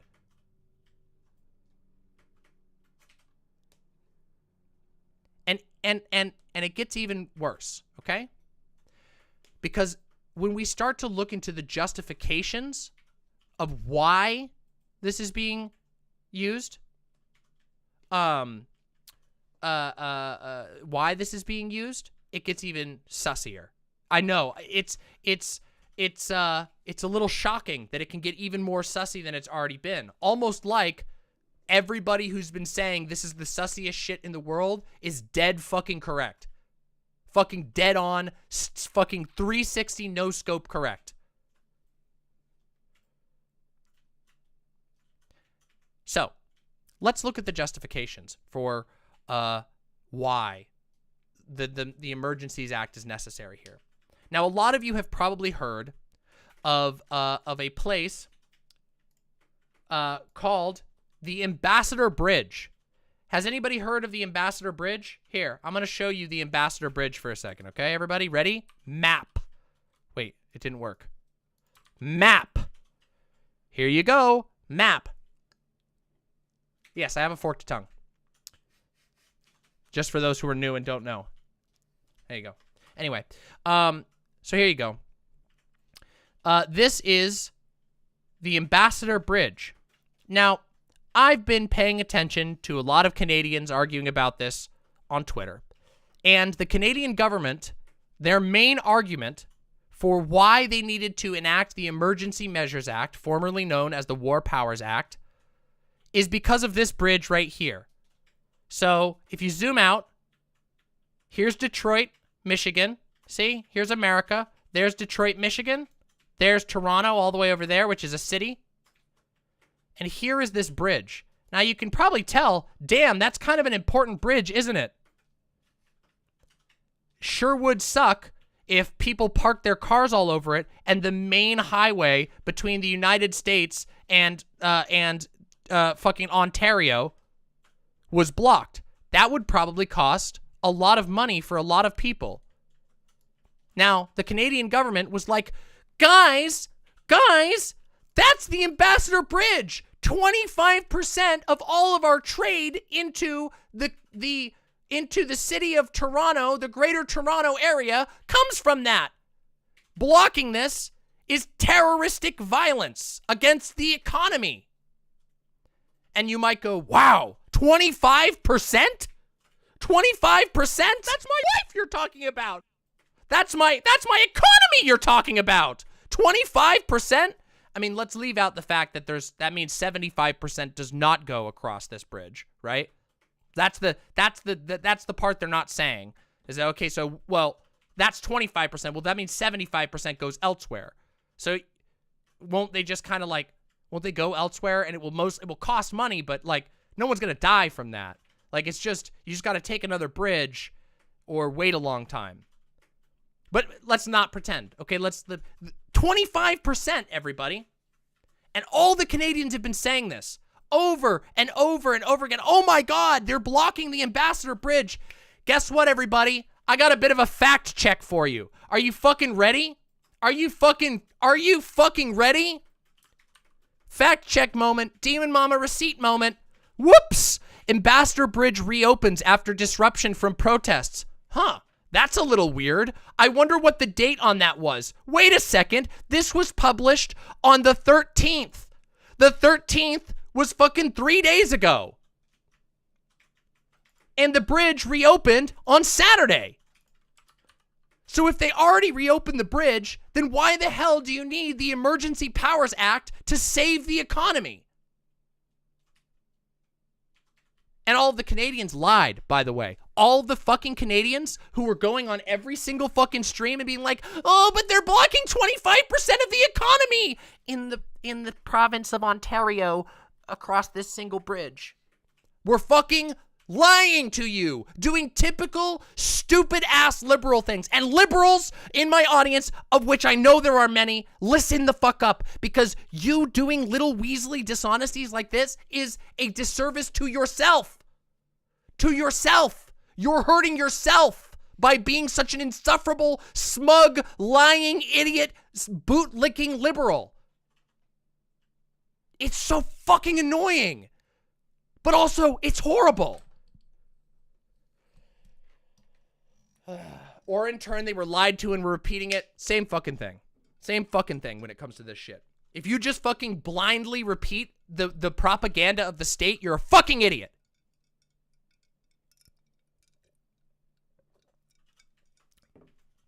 I don't care who you are. That's fucking stupid. All right? That's all I gotta say, okay? Now, I know. You're all sitting there and you're going, DramaMama, it can't get sus here. I can't handle any more Amogus. There are Amoguses coming out of my ears at this point. I'm so sussed. But guess what? It gets even sussier, okay? And this one is really, honestly, quite frankly, this is the real fucking dunk. This is the dunk of dunks that you all have been waiting for, okay? And this is where we get to be so fucking insufferable back to the Canadians who've been so fucking annoying all over Twitter for the last 3 days. This is our moment, everybody. So get ready to, get ready to taste the delicious, delicious fucking own. Watch, okay? This is from, this was posted this morning. I believe this was from yesterday. This is, everybody knows Mr. Blackface himself, Justin Trudeau, all right? Let's take a listen in. Let's hear what Justin Trudeau has to say about the use of the Emergency Powers Act. Ready? Here we go. Plush unicycle. I'm not a liberal, DramaMama, but the War Measures Act isn't the same as the War Measures Act. Whoops! A little bit of a Freudian slip there! Whoopsies! Little bit of a fucking Freudian slip there, my friend. Yes, it is. Yes.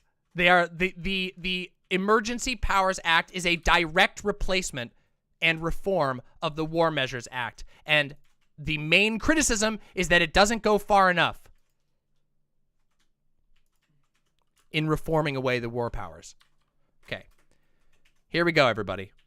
Let's listen to Justin Trudeau in his own words. The Emergencies Act will be used to strengthen... Hold on, we got to boost up this audio because he's so fucking... He's such a soft-spoken, nice boy Canadian who does blackface on the weekends. Let's see. The Emergencies Act will be used to strengthen... Why is this audio so goddamn low? Jesus fucking Christ. Can we crank you up, you soft-spoken fuck? The Emergencies Act will be used to strengthen and support law enforcement agencies at all levels across the country. This is about keeping Canadians safe, protecting people's jobs, and restoring confidence in our institutions. Ooh, damn. Let's wind that back again. The Emergencies Act, this is verbatim. The Emergencies Act will be used to strengthen and support law enforcement agencies at all levels across the country. This is about keeping Canadians safe, protecting people's jobs, and restoring confidence in our institutions. I don't think you can get more literal. It's just, I mean, guys, it's just literally. Oh my God, he admitted. He fucking admitted it. He fucking admitted it right there. He just fucking came right out with it. Straight up. He fucking admitted. He just said, we are in doing this to keep you safe and restore your faith in the institutions. Don't worry. There is nothing to be concerned about. Ignore the man getting his head caved in by a baton outside your window. Ignore the friends who went missing. They were traitors. And remember, all these fucking idiot liberal Canadians who've been all over Twitter lately have been saying, the cops just weren't doing their job. This is the cops' fault. It's those dirty MAGA cops. It's those right-wing cops. And yet, turns out they're going to use the I keep getting the mixed up. The Emergency Powers Act. They're going to use the Emergency Powers Act to empower the guys who supposedly caused the problem.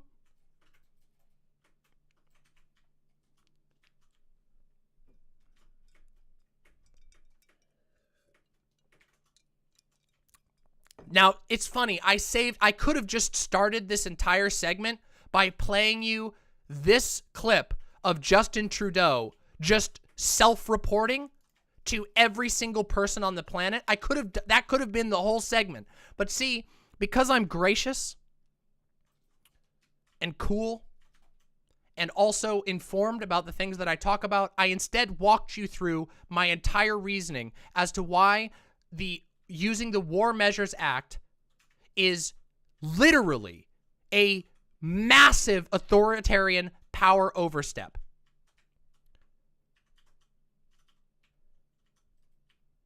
%30 of all trade between U.S. and Canada. Okay, two things to say to that. One, it wouldn't matter what the number was. If there were 8 bridges, they would have said, that was only one of our, they blocked 3 of our 8. 3 out of 8. And then liberals would have gone, 3? That's a lot of bridges. And it wouldn't have mattered what it is. You could make up any number. They could have said 10%, and the liberals would have gone, 10%? And they don't even know what it means. They never ask. They just go, oh, the state says it's bad. We better be, ooh, let's go with it. Fuck the MAGA people, right? And also fuck every single other protester that has ever existed. And you want to know something really offensive and stupid that a lot of fucking dumbass, liberal, moron Canadians came and said to me? They were like, what the fuck is wrong with leftists? Did you see how the Canadian government treated those the Wet'suwet'en people and the land defenders? And you're gonna cry over these poor conservatives? And I go, you stupid fucking idiot. This means they'll treat them worse in the future. And it's infuriating to me and offensive. Offensive, and it should be considered the insult to all of your intelligence that it actually is. Because that's what it is. It is a bunch of dupes, a bunch of bootlicking, state-loving, moron liberals. And this is where we get to the real crux of all of this. And the reason why I decided to make a segment out of it. Because this issue touches on one of the critical flaws of liberalism. Okay? The critical, as in the kill shot, the Achilles heel. Okay? The Achilles heel of liberalism is that they're social fascists, okay? And people have heard this term bouncing around and usually roll their eyes at it. But what it actually means, if you think about it, they are people who, when the moral panic strikes correctly, they are totally willing to jump on board with fascistic laws so long as it restores order, which is a magical, completely nebulous term that nobody ever knows what it means. Just restore order. Restore order could mean A bridge that isn't blocked anymore desperately needs to be cleared, which is why you need to be able to suspend due process, right, everybody? For that bridge that got cleared out 5 days before the declaration, or 3 days before the declaration was even being discussed. Or order could be, remember what Trump, do you guys remember what Trump said about the BLM protests? Do you guys remember that? Remember that? You guys remember that shit? Oh, good times. Good times, everybody. You remember what he said about Antifa? Do you remember what he said about BLM? Yeah. Damn, looks like it doesn't take much to say without any evidence that somebody's bad, especially if they're a political enemy. And if you have the power to suspend their entire their civil liberties, their most basic civil liberties, that's a bad power to have. A really, really bad power to have in the hands of the state. Now,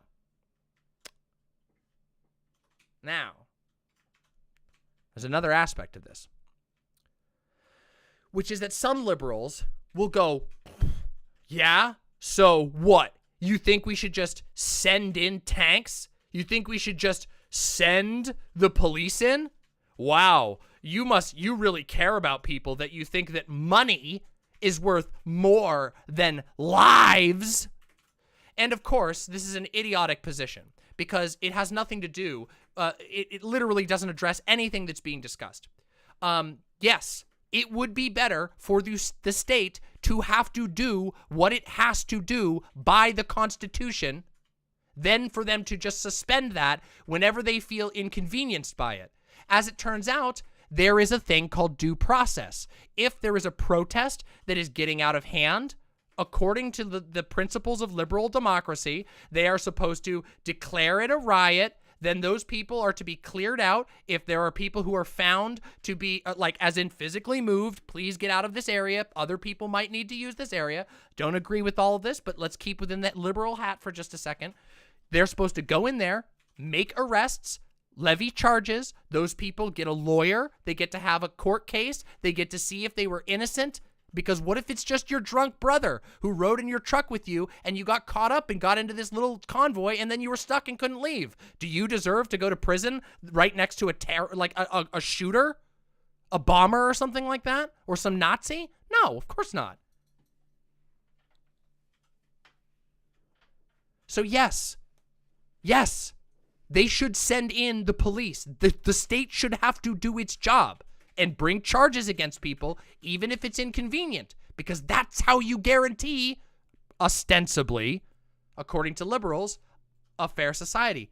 But like I said, if we can remember the social fascist thing, whenever liberals get offended, usually over the economy, all of a sudden, it's free game. They don't want you to have those nice benefits of a liberal democracy. All of a sudden, they want an autocrat who can fucking locker you and stuff your head in the toilet and give you a swirly. What happens when the police won't do that? Well, guess what?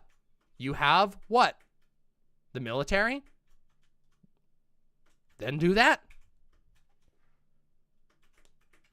You fire cops who don't do their job. Or that! You fire the cops and hire new cops. That's literally what you do in every other case. Yeah, Fire the cops. Exactly. You fire the fucking cops. Thank you. That was actually the perfect thing because I was thinking too fucking big. You can't just send the military into a metro area. Yes, you can. Okay, people, please get out of, please. Does Canada not have a National Guard? Hold on. I know, hold on. You need to be careful. These people are video gamers. They only think about things like, oh, the military, that's when I have a tank unit in Civilization 6 and I move it 3 hexes to the left. That's their brain. That is the liberal mind prison, is truly being stuck in Civilization fucking 6 brain. Guys, the military has police that are like less armed than the normal police and better at their jobs. I don't know if you know this. They're called MPs.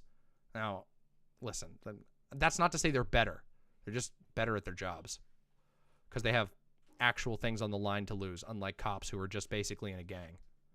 Okay? Yeah, fuck you. I played Call of Duty. I know everything about the military. The military people only drive tanks. They don't have any other vehicles. If you're in the military, have you been in the military? Are you a veteran? Don't you know every single veteran just drives around an M1 Abrams tank, tearing up the fucking tar from here to the grocery store, because that's how it works. If you are a soldier, you can only drive a tank. You forget how to drive every other vehicle. Every single bullet is a micro nuke.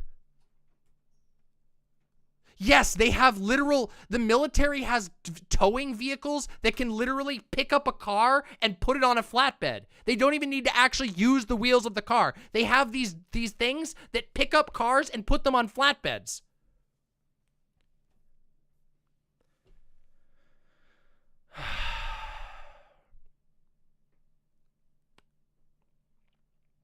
Do you see why this is so frustrating to me?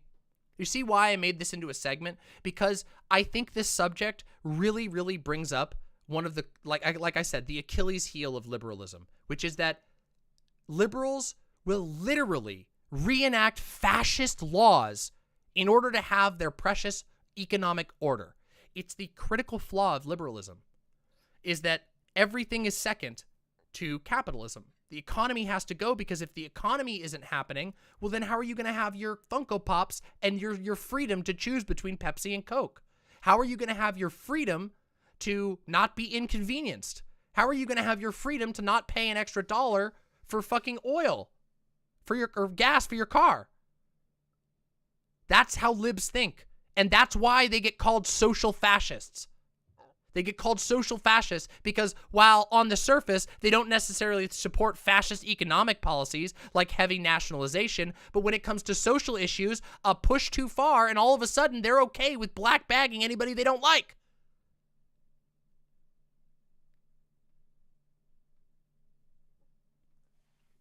And the average lib doesn't even do this like knowingly. They're just uninformed dupes that bootlick. And Canadians are the worst about this, by the way. And this is the funny thing, again. Canadians are so used to being able to make fun of America's insanity that when it's their turn, they don't know how to take it on the chin. They don't know how to fucking deal with it and just go, yeah, actually, our country sucks ass. Thanks, America.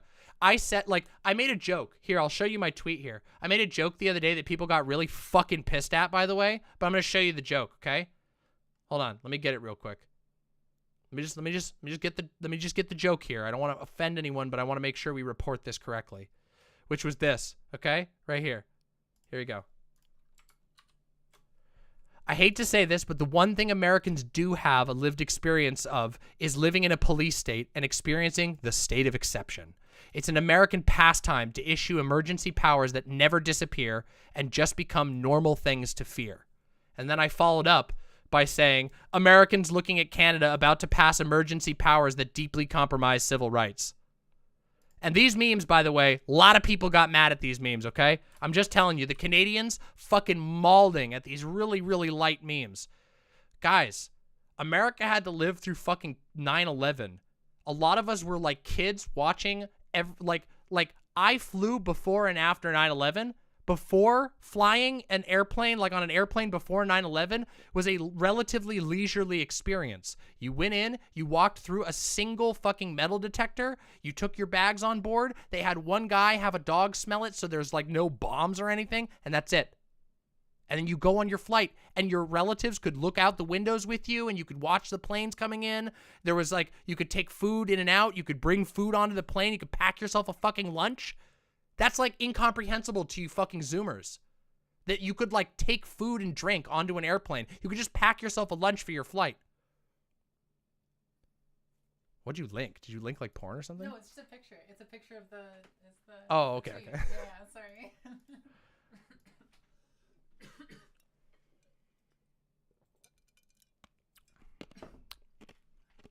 Now.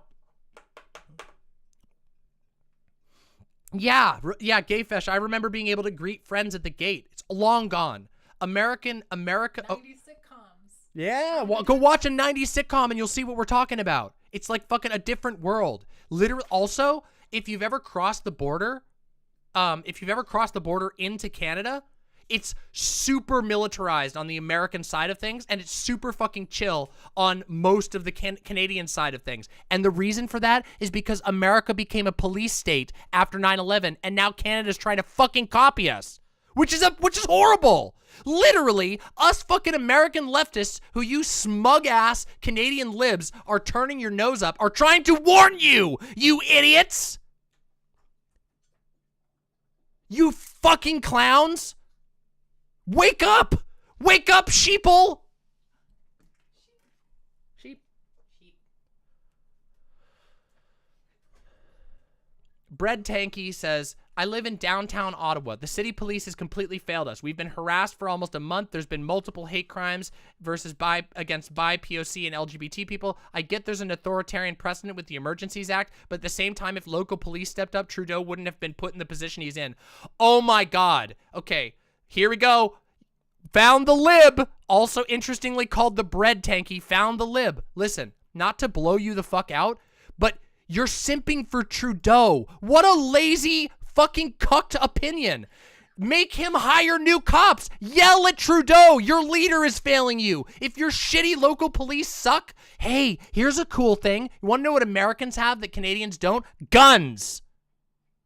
Those guys fucking harassing you, fucking flash your fucking revolver. Just be like, hey, buddy, you mad at me for being gay? How about you get mad at me for having fucking hot lead in your face?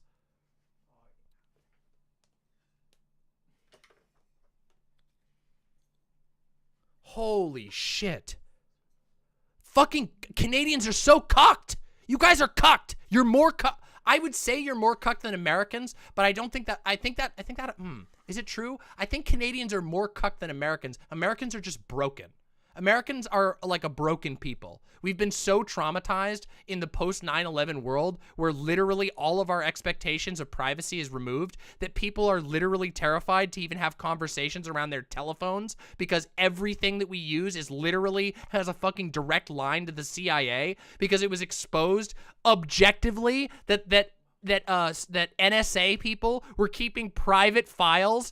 They were stealing nudes from civilians and fucking keeping files as a part of anti-terrorism measures. Thanks, Snowden. Thanks, buddy.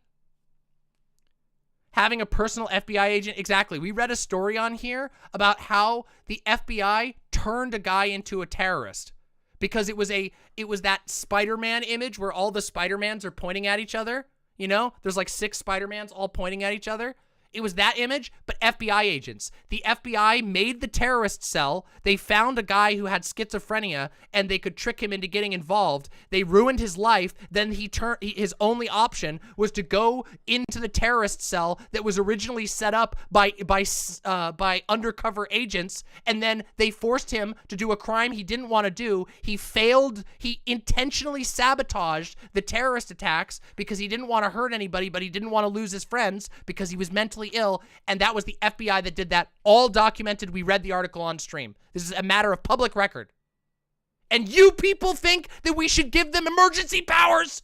You fucking idiots.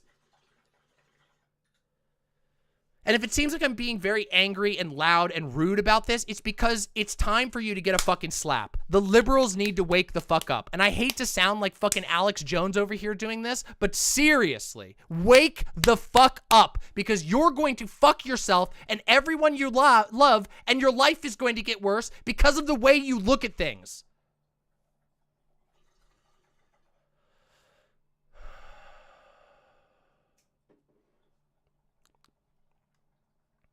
I'm involved in multiple local left-wing orgs. Well, they don't seem to be doing anything. If they can't even deal with a bunch of fat fucking truckers who don't do anything but drink beer and shoot their guns into the air and go, well, hey there, bub. Hey, bub. Hey, bub. Hey, buddy. Hey there, buddy.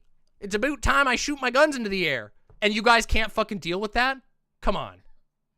Step it up, Tankie. You want the fucking revolution? Step it the fuck up, bro. What the fuck are you talking about? At least, you know what? I'm going to go there. I'm going there. That's right. I don't care. When you broke your arm, I didn't care. I'm going there. I'm fucking going there. Okay? America does have more of a spine than Canada because we got rid of all of our civil liberties over a bombing that killed 3,000 people and blew up two two of the most iconic buildings of our culture on national television, live for everyone to watch. People literally were at school watching people jump out of a burning building on live TV, and then we freaked out and got rid of our civil liberties. And you motherfuckers, a bunch of fucking beer dads and idiot QAnon morons, block a bridge and you fucking shit yourselves and enact fucking Japanese internment again.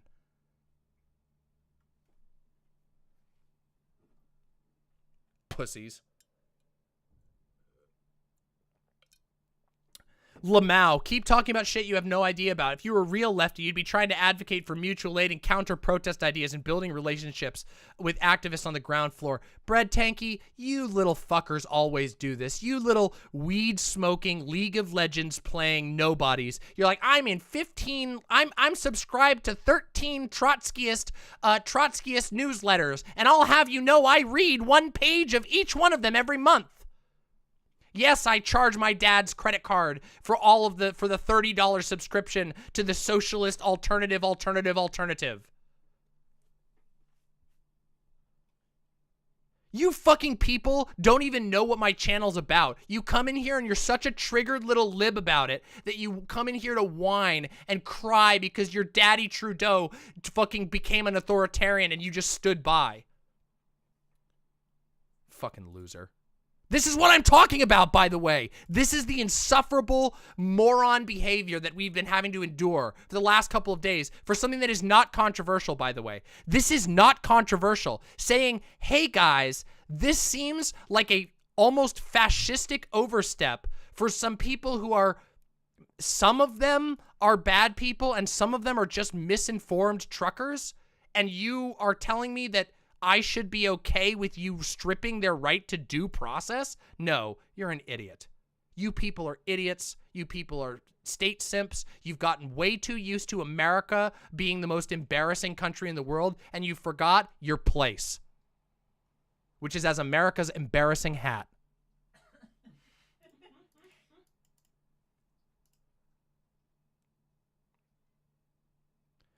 Babinska says, Demon Mama, what is the correct solution? I feel like the Ram Ranchers are kind of hilarious, but may represent the right kind of social response. Here's some response. Counter protest. Hey guys, have you ever considered hey, guess what? If those truckers are doing property damage, have you ever considered going and like fucking popping their tires or robbing their fucking truck? I do not advocate for this, but hey, guess what? I do not condone any of this, but hey, is that not better than removing due process? Why don't a bunch of tow truck people go and tow their cars away?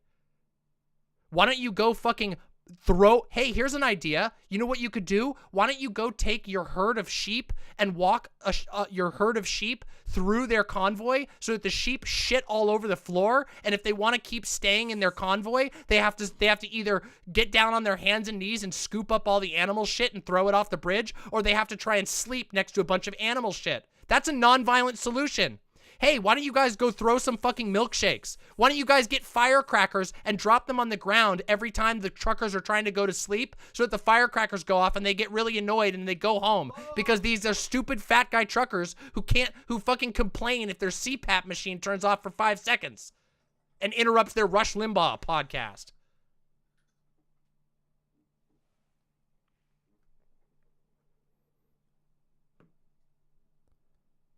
Nuts. Shut the fuck up. I'm like literally an open fat bitch. I'm fucking literally, people call me fat every day. I get to call them fat guy truckers once in a while. You fucking fragile little dick.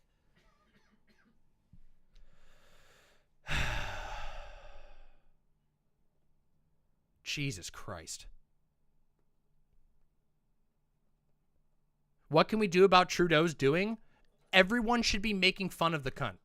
But it's impossible. It's too late now. What we've seen now is that Canadian liberals are too far gone to even recognize when literally the guy is just straight up admitting to what he's doing. I'm not kidding you. You guys, some of the Canadians were laughing about the prequel memes and stuff, but the prequel memes are literally accurate. Justin Trudeau is like, we must stop these people at anything. I must have emergency powers. They're literally pulling the you could have replaced what he said with the script of the prequel trilogy and it wouldn't have changed a thing. It wouldn't have changed anything.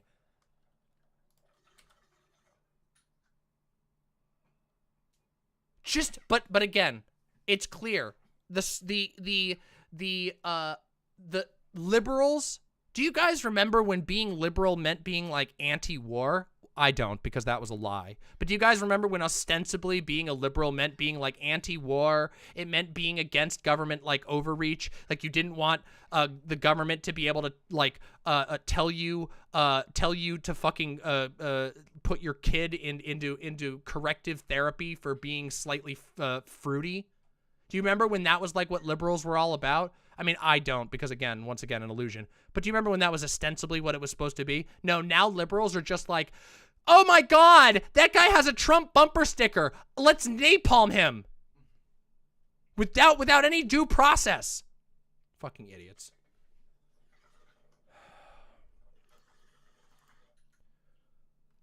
Oh my God, it makes me so angry. I'm so angry right now.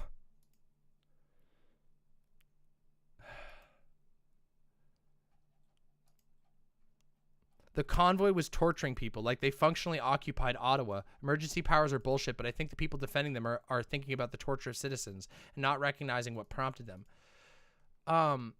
This is the other thing that we haven't even talked about yet, okay? Ready? This is the part where I think the last defenses of liberalism will be blown to shreds. Okay? Here's what we go. How do you determine what an emergency is? Okay? And keep in mind that in this case, the determination of an emergency is almost entirely justified on economic damage. Do you want to know what else causes economic damage? You thought I was going to say general strike, but I'm not.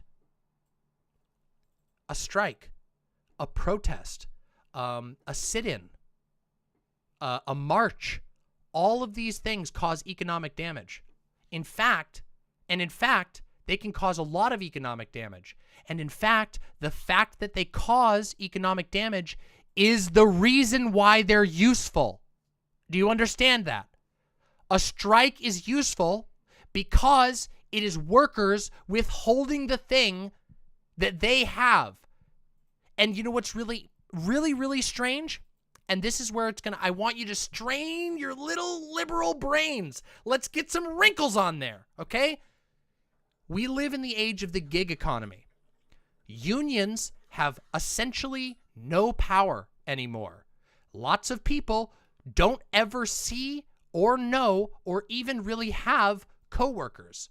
You have no collective bargaining. How do you make a name for yourself when you have no power? Do you want to know how you could do that?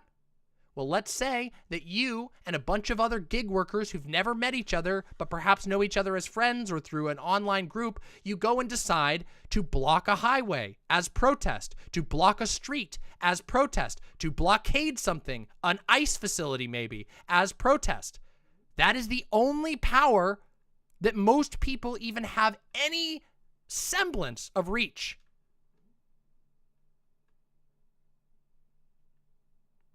And yes, let's not forget that Justin Trudeau, no thank you, later, that Justin Trudeau passed a bill that would force postal workers to go back to work when they were striking.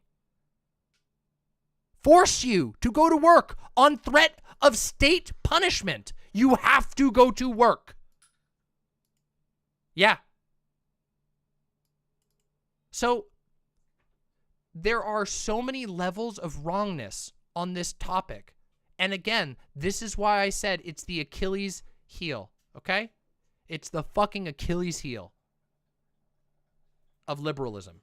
And it seems like such a small issue. Truck convoy, protests, but it's the Achilles heel of liberalism.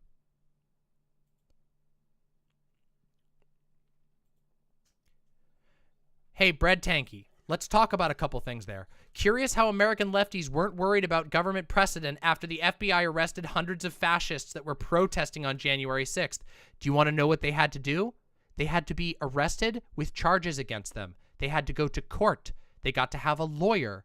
Yes, there are still problems, but they had due process. Are you stupid? Yes, is the answer. BreadTankie, I think that you should take a break from making political arguments until you learn to think a little harder.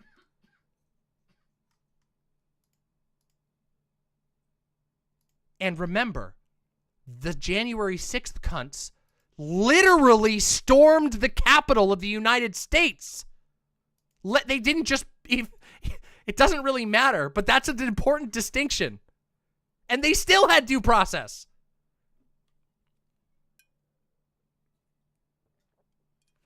Yeah, you know what?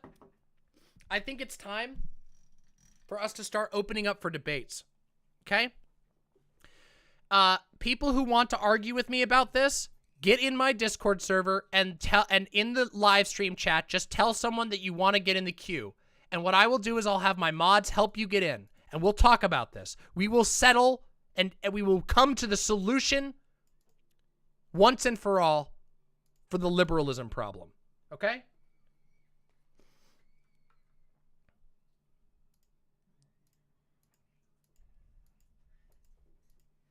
Unfortunately, I know that being Canadians, none of them are going to show up because they're too afraid. They're too afraid of confrontation. That's just how it goes.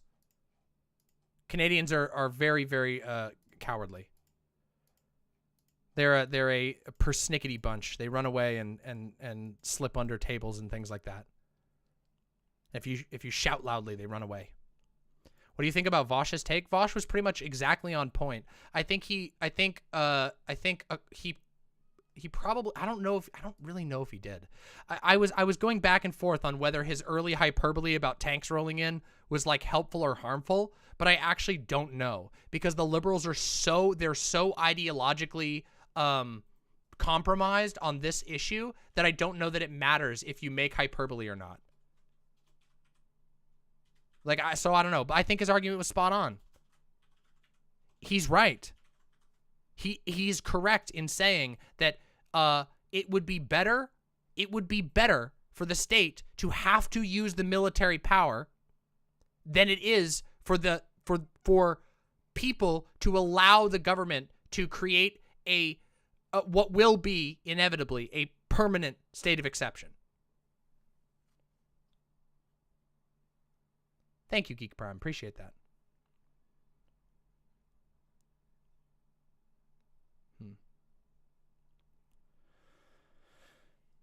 I understand why Vaush is fucking pissed off about it too, because I went on his subreddit because I heard from people that his subreddit was really mad, and I went on his subreddit and it was just the same idiot bullshit that I just had to go over, but even more annoying and even more smug.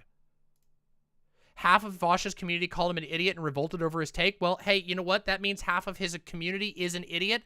And unlike what they should be doing in real life, which is revolting against their government, fucking using fascistic power, instead they're fucking, in typical Canadian fashion, getting mad in a chat room. Fucking idiots. And you fucking smug pieces of shit. People are angry about this take because they're social fascists. Somebody get BreadTankie the link to the Discord. It's discord.gg/DemonMama.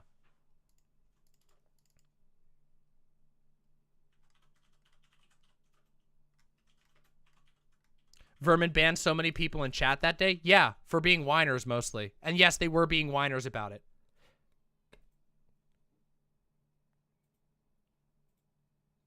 So you hate Ottawa.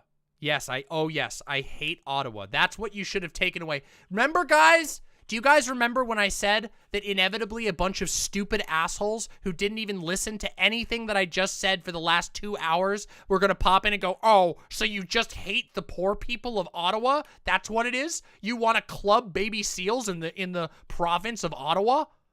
I mean, the city of Ottawa in the province of Ontario? Yes, correct. I am here. DemonMama, am coming to club all of your baby seals. Fucking idiot.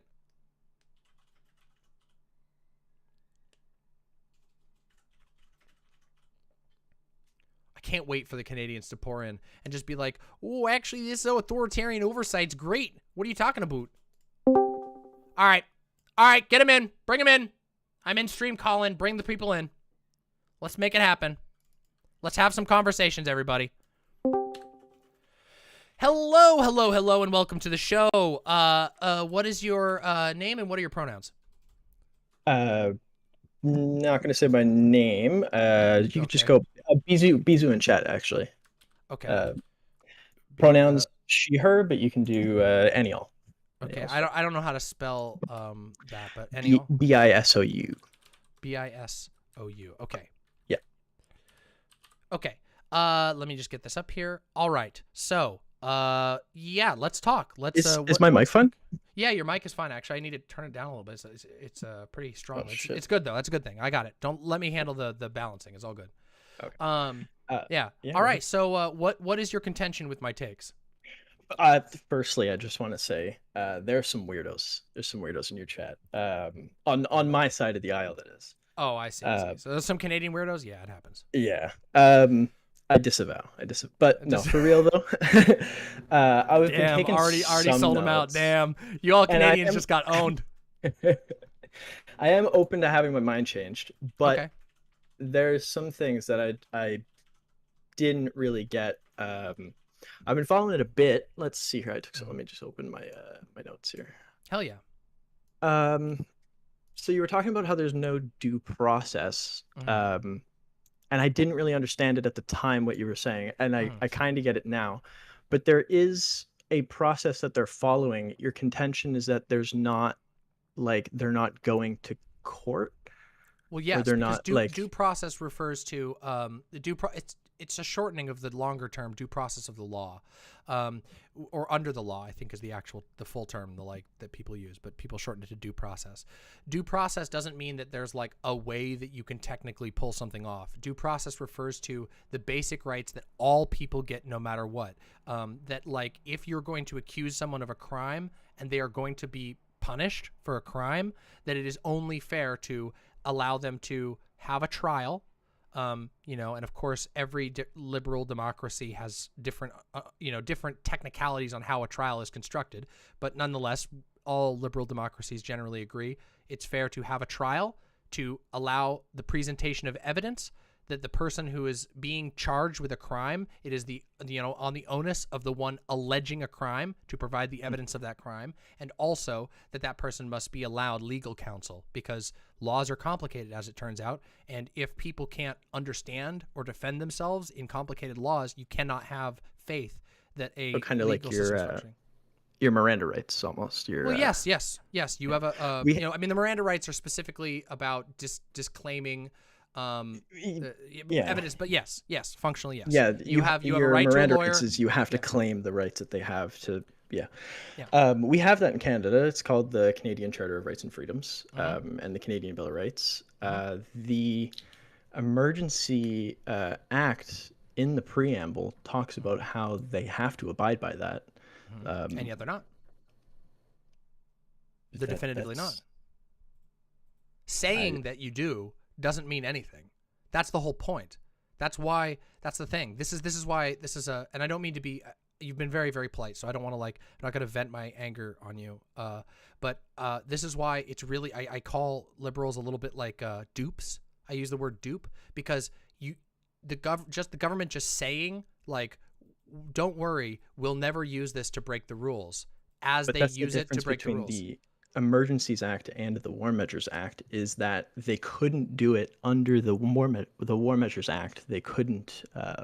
Where is it here?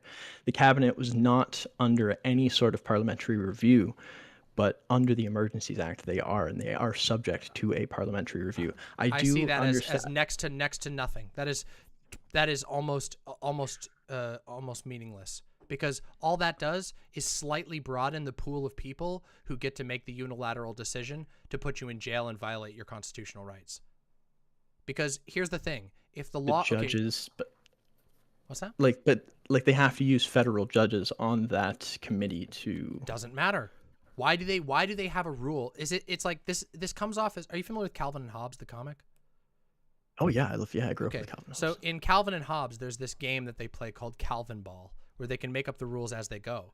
And if you make a rule that says that, provided you shout out loud that it's an emergency, then you can break whatever rules you want. But then at some point in the future, some judges have to look at it. But ultimately, you can still break the rules how you want. And even though the judges look at it, those people aren't necessarily going to be getting a fair trial anyway. They've still suspended your right to a fair trial. They just added an extra step. This is why I made at the beginning of the conversation a distinction between the Emergency Powers and the War Measures Act, or the Emergencies Act and the War Measures Act. The reason I made that distinction is because, yes, one is a reform, but it doesn't change the fundamental problems that are at hand, which is that this is a law that allows the government a get-out-of-rules-free card. They say, oh, there's an emergency, which who knows how exactly that's determined. There's probably a lot of controversy in that. Doesn't matter. In the emergency, they can overstep the rules that are in place. The entire reason we have the rules, again, ostensibly, of course, I have very, very large critiques of liberal democracy, but ostensibly the entire reason we have the rules in the first place is so that the rules can't be just overruled. Yeah, maybe it makes things slower, but that's intentional. It should have to be slow. It should be hard for the state, which already holds the monopoly on violence. The state already has the right to, I don't know actually if the death penalty is legal in Canada, but here to literally kill you. Yeah. The state has the right to put you in a concrete prison, or put you in a solitary confinement, or torture you in some cases, which I would argue that prison already is a form of torture.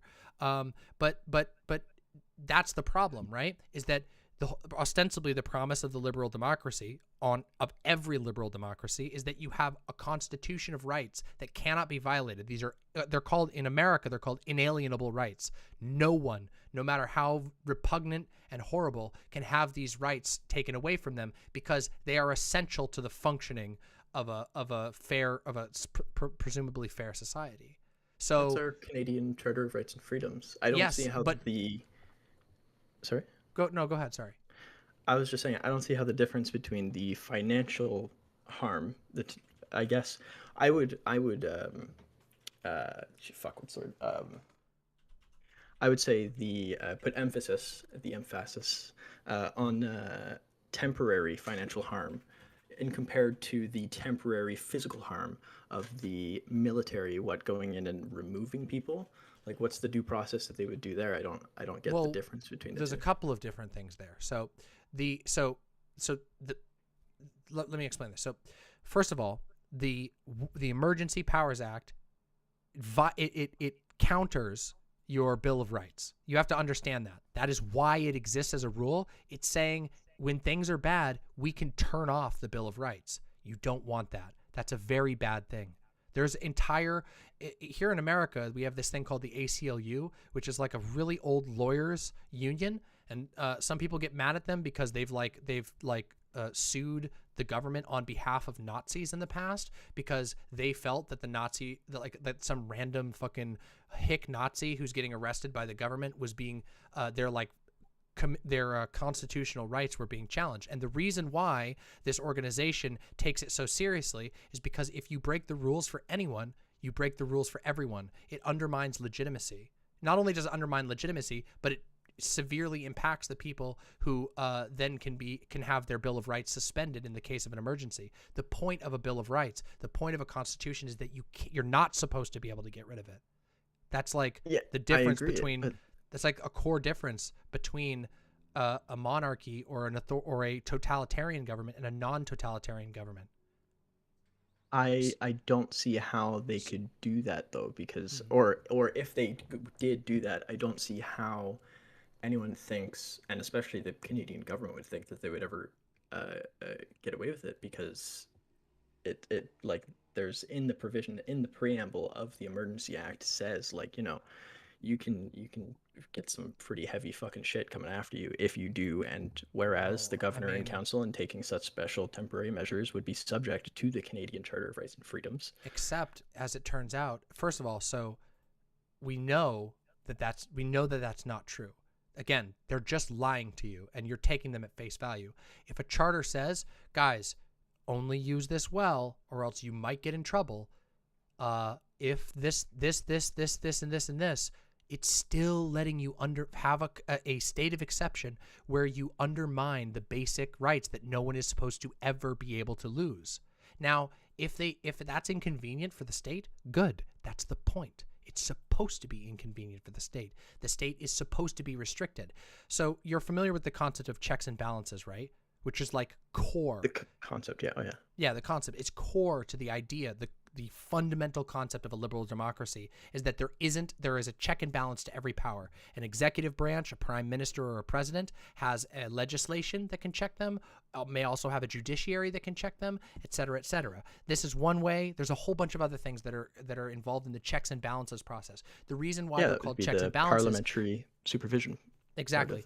But parliamentary supervision is a post hoc addition that they're talking about here. They're suspending your constitutional rights, which your constitutional rights are one of the most essential checks and balances. A state is given. Now, I'm an anti-statist. I have a lot more critiques that go beyond this, but just stepping within the liberal framework for just a bit, for the convenience of this conversation, when a state is given, presumably by the people, by a democratic vote, the right to the monopoly on violence. They're allowed to keep a military. They're allowed to have police. They're allowed to arrest you, put you in jail if you do things wrong. And so therefore, a check to that level of power, that is an incredible amount of power. That is the power of a king. It is the power to dictate what happens to one or many people. One of the checks to that is a Bill of Rights, which are rights that cannot be taken away from you, that you are always guaranteed no matter what. That's supposedly one of the checks. But you realize that what's happening here is that even if the Emergency Measures Act, the Emergency Act allows for some level of like legislative oversight, that is at best a consolation prize, because the state is getting to get a get out of check and balance free card. They get to play as a king, but they might have some different, less severe inconveniences. And there's another problem, which is that having oversight doesn't actually mean anything if it's not meaningful or effective oversight, which I don't think it can be. Legislators, even judges, are not in a position to be able to make easy calls about the behaviors of militaries or police when arrests are going out at a rapid pace. How are they supposed to oversee evidence collection? As to borrow from the word of the article that I read earlier, there was a really, really wonderful little bit here. Hold on, I want to bring this up and I want to read this back, which is that they said, here we go. One moment.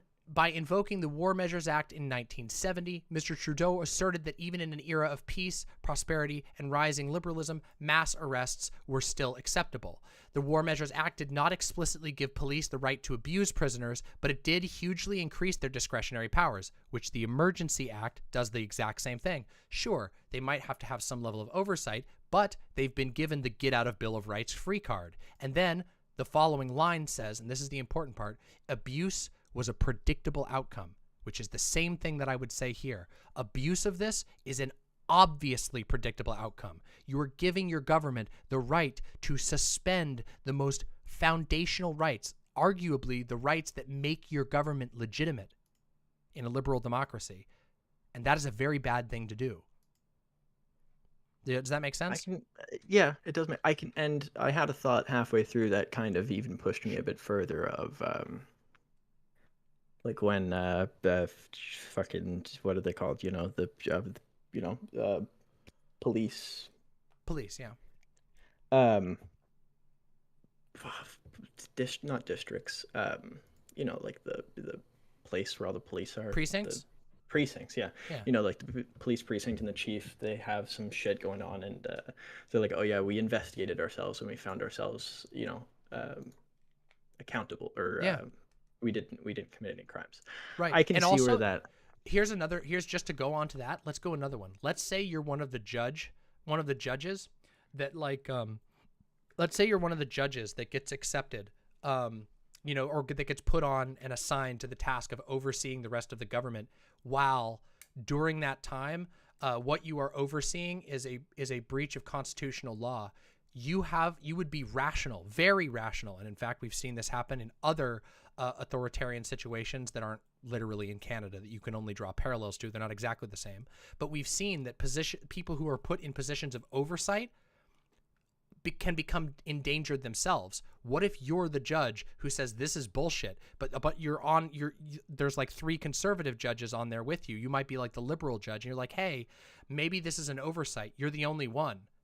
Then you suddenly are the guy who's speaking out against the state that is currently arresting, imprisoning, freezing the assets of. What are you, a sympathizer? Yeah, by some definitions you are. So in a lot of cases, this is made fun of a lot of times by like people parodying the Soviet Union, how all of Stalin's advisors would be really scared and they wouldn't tell him anything, because if you're the one who stands up to him, you might be accused, and often they were accused, of being secretly sympathizing for them, and then all of a sudden you end up with an ice pick in your head.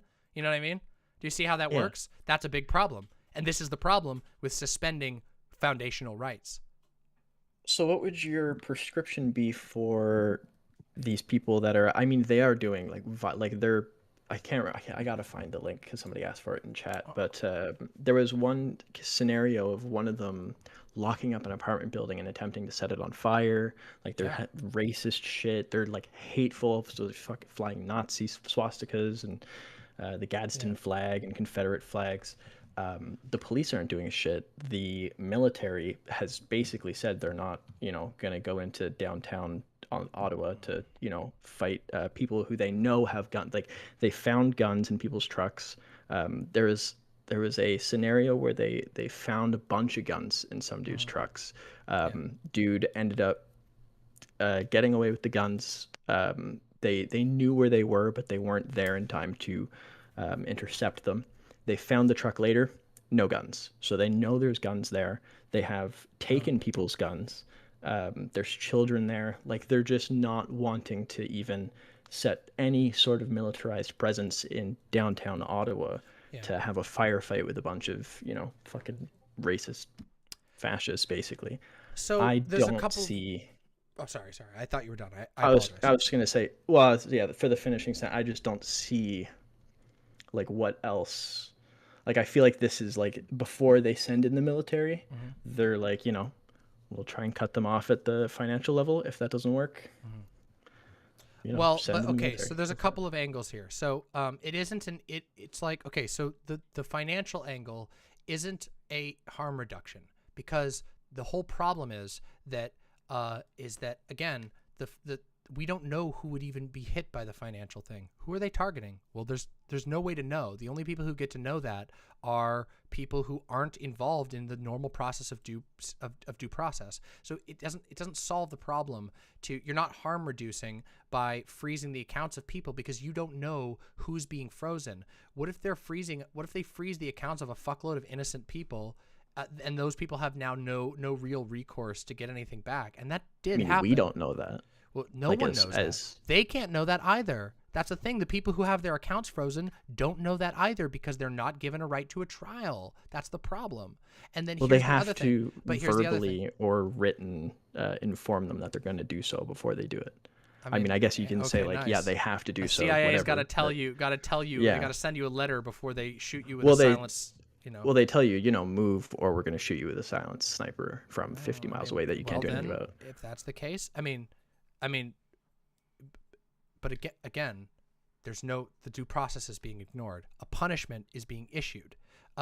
When the police or military goes in to crack down on a protest or to break up a protest, there is inevitably violations, perhaps we know, God knows, with regard to protest, that cops fucking go ham, and some of them are going to get away with it. Some of them are going to be brutal or engage in police brutality. However, those police aren't there to issue a punishment. They are there to, again, putting on the liberal hat, ostensibly, reasonably restore order by means of making arrests, which then just deliver you to the court process.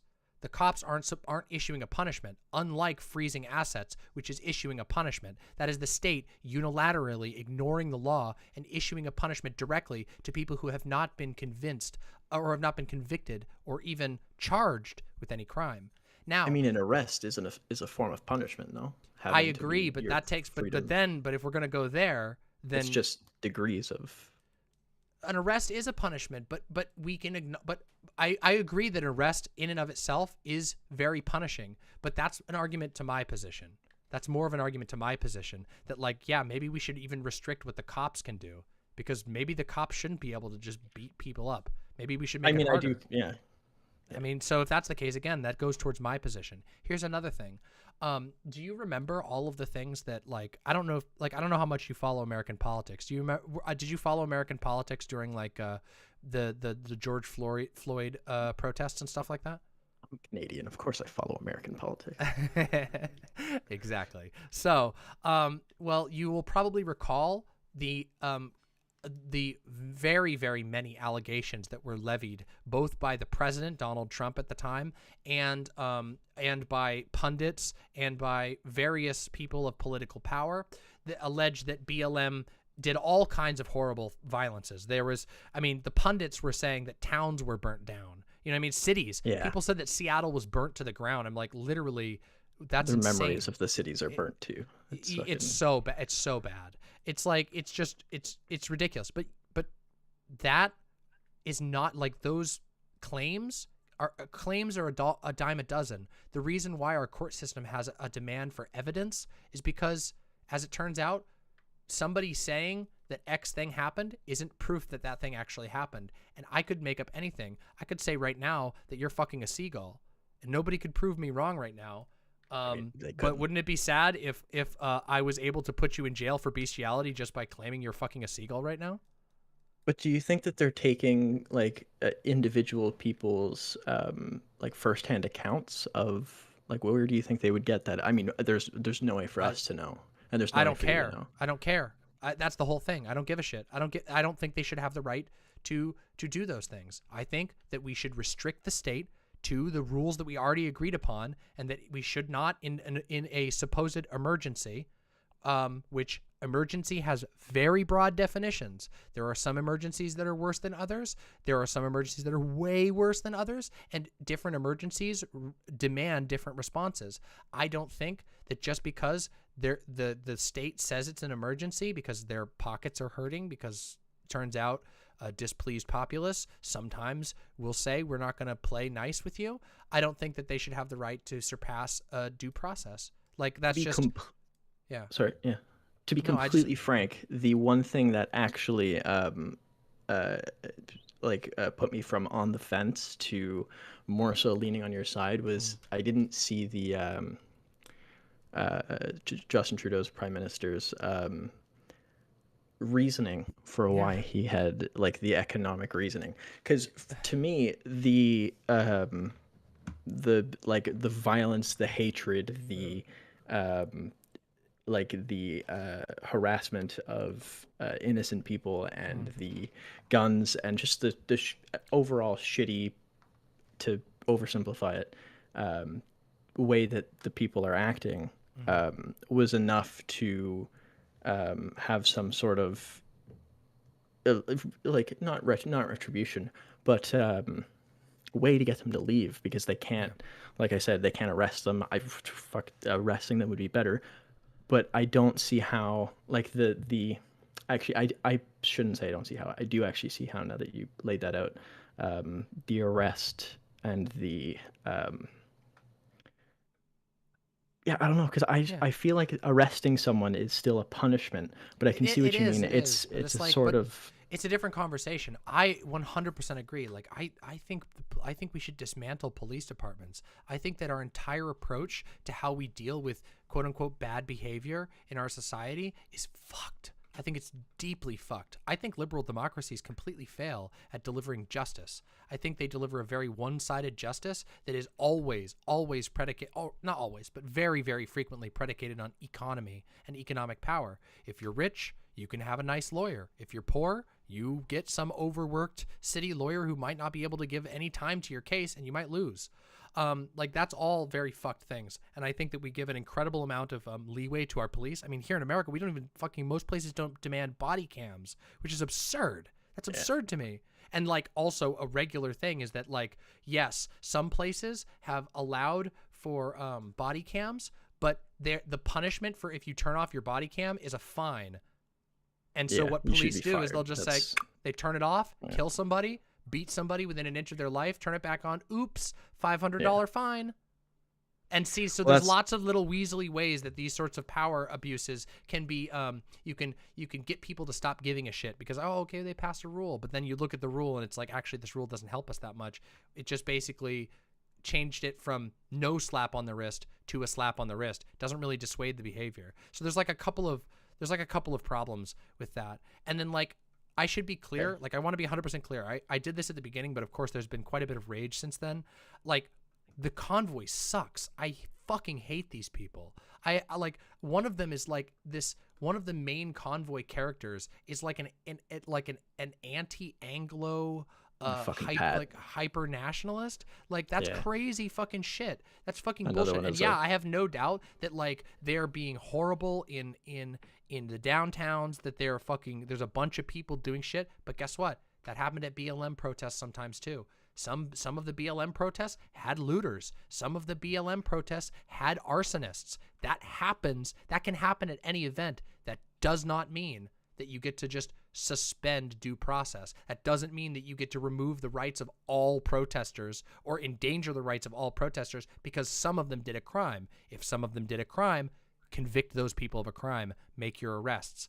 And so that's the problem. And the other side of it, of course, and this is the far lefty position that Vaush focused a lot more on, and I haven't to this point yet. But I think given the quality of the conversation we've had so far, I'm sure you'd probably find this perspective interesting, which is that I think it's essential to as a leftist, as somebody who wants to go further than liberal democracy, because I think liberal democracy is not an acceptable state of affairs. I think that we should do everything in our power to shine the light on all of the actions of the state. That means I want it as transparent as possible. I want it as difficult as possible for states to put people in prison. I want them to have to do things publicly and not in the shadows. And again, some people are going to hear this echoing a lot of what Vaush was focusing on, which I appreciate him focusing on. But I feel like maybe that was going over a lot of liberals' heads. But for people who are more lefty-leaning, I think you can understand why that might be the case.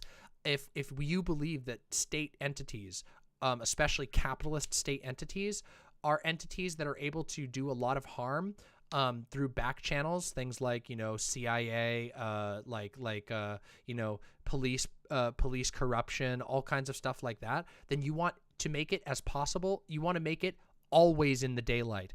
They don't get to have no-knock warrants. They have to knock loudly. The neighbors have to hear when they go into a place. You have to. Police need to wear body cams. You need to have like third-party medics on site as a rule. There has to be. These sorts of things are the things that force the state's behavior. Which, given that in liberal democracy we give the state the right to violence, I think that's important. So I think that we should say, hey, state, you're having trouble keeping your cops in line? Damn, that sucks. We've been talking about that being a problem for a long time, how your cops are full of white nationalists. Maybe you should deal with that problem and not suspend fucking right to a trial, just because because this time your cops didn't listen to you. They were more than happy to crack down on the BLM guys, but they're not on this. That's a state problem. The state should be criticized, and they should have to be exposed for their complete incompetence. Oh, yeah, 100% agree. And so I guess the last 3 points, really quick. I'll just try and fire through them. Yeah, sure. And then I'm gonna bring in this BreadTankie individual who, It's just okay, 4 points. Sorry. All right, hit me with it. What if the October? Oh shit. Okay, let's go. Let's put that back down to 3 points because we already talked about this. Okay. If the October crisis happened again, we'd have a much bigger problem because then our government would be working against the Charter of Rights. But like you said, Yeah. Well, I mean, that was part of the issue with the October. I mean, the October crisis is like a disaster. Like I look at that and I go, holy fuck, that's bad. That's But again, reprehensible and shit. and I didn't read this portion of the article, but just so we know, the writer of that article provided polling data from the time, because there was newspaper polls that were done, just like a lot of people were talking about. Oh, a lot of people supported this. Well, it didn't matter. A lot of Canadians supported using the War Powers Act, and 500 people got arrested. 66 were only 66 out of that 500 were charged, and only 16 I don't think we were have polling data on the on this emergency act yet. We have polling data on whether or not Canadians would what was that? The 2/3. It just came out like a day ago. 2/3 of Canadians agree to military intervention for the protesters. Military, so it's not, in my opinion, military intervention will also be a terrible over response. But I would much prefer it to the state being able to get away scot-free and do everything in the shadows. If they want, if it's such a problem, if they're struggling, if they can't get their cops in line, fine, make them bring the military in. Militaries are loud. We all have to see the shit that they have to do, how bad their fucking situation is. Because if they can't keep their own cops in line, that's a really bad sign. We should have to. They shouldn't be able to hide that shit under the rug. Anyway. And that actually goes into my last point. Okay. But one of them, don't let anyone tell you that we have polling data, at least so far, on the Emergencies Act yet. We have basically every Canadian could be against it. We have no idea yet. So second last, economy. I don't think the economy is the issue, and Trudeau is basically a moron for saying such. Yeah. But today in Parliament, he got up and was talking, because they have to, as soon as they announce that the Emergency Act is coming through, the next sit-in, or if they're on leave, they have to bring in the entire Parliament to do a sit-in. They have to talk about it. And so they did today. And today he basically said, not that it was for the economy, which is why I was so surprised when I saw that. He said all the Emergency Act does is give the police and the legislative body and banks. So I guess I could, I see where now that I say it, private companies. A lot of it's funny how that leaks in.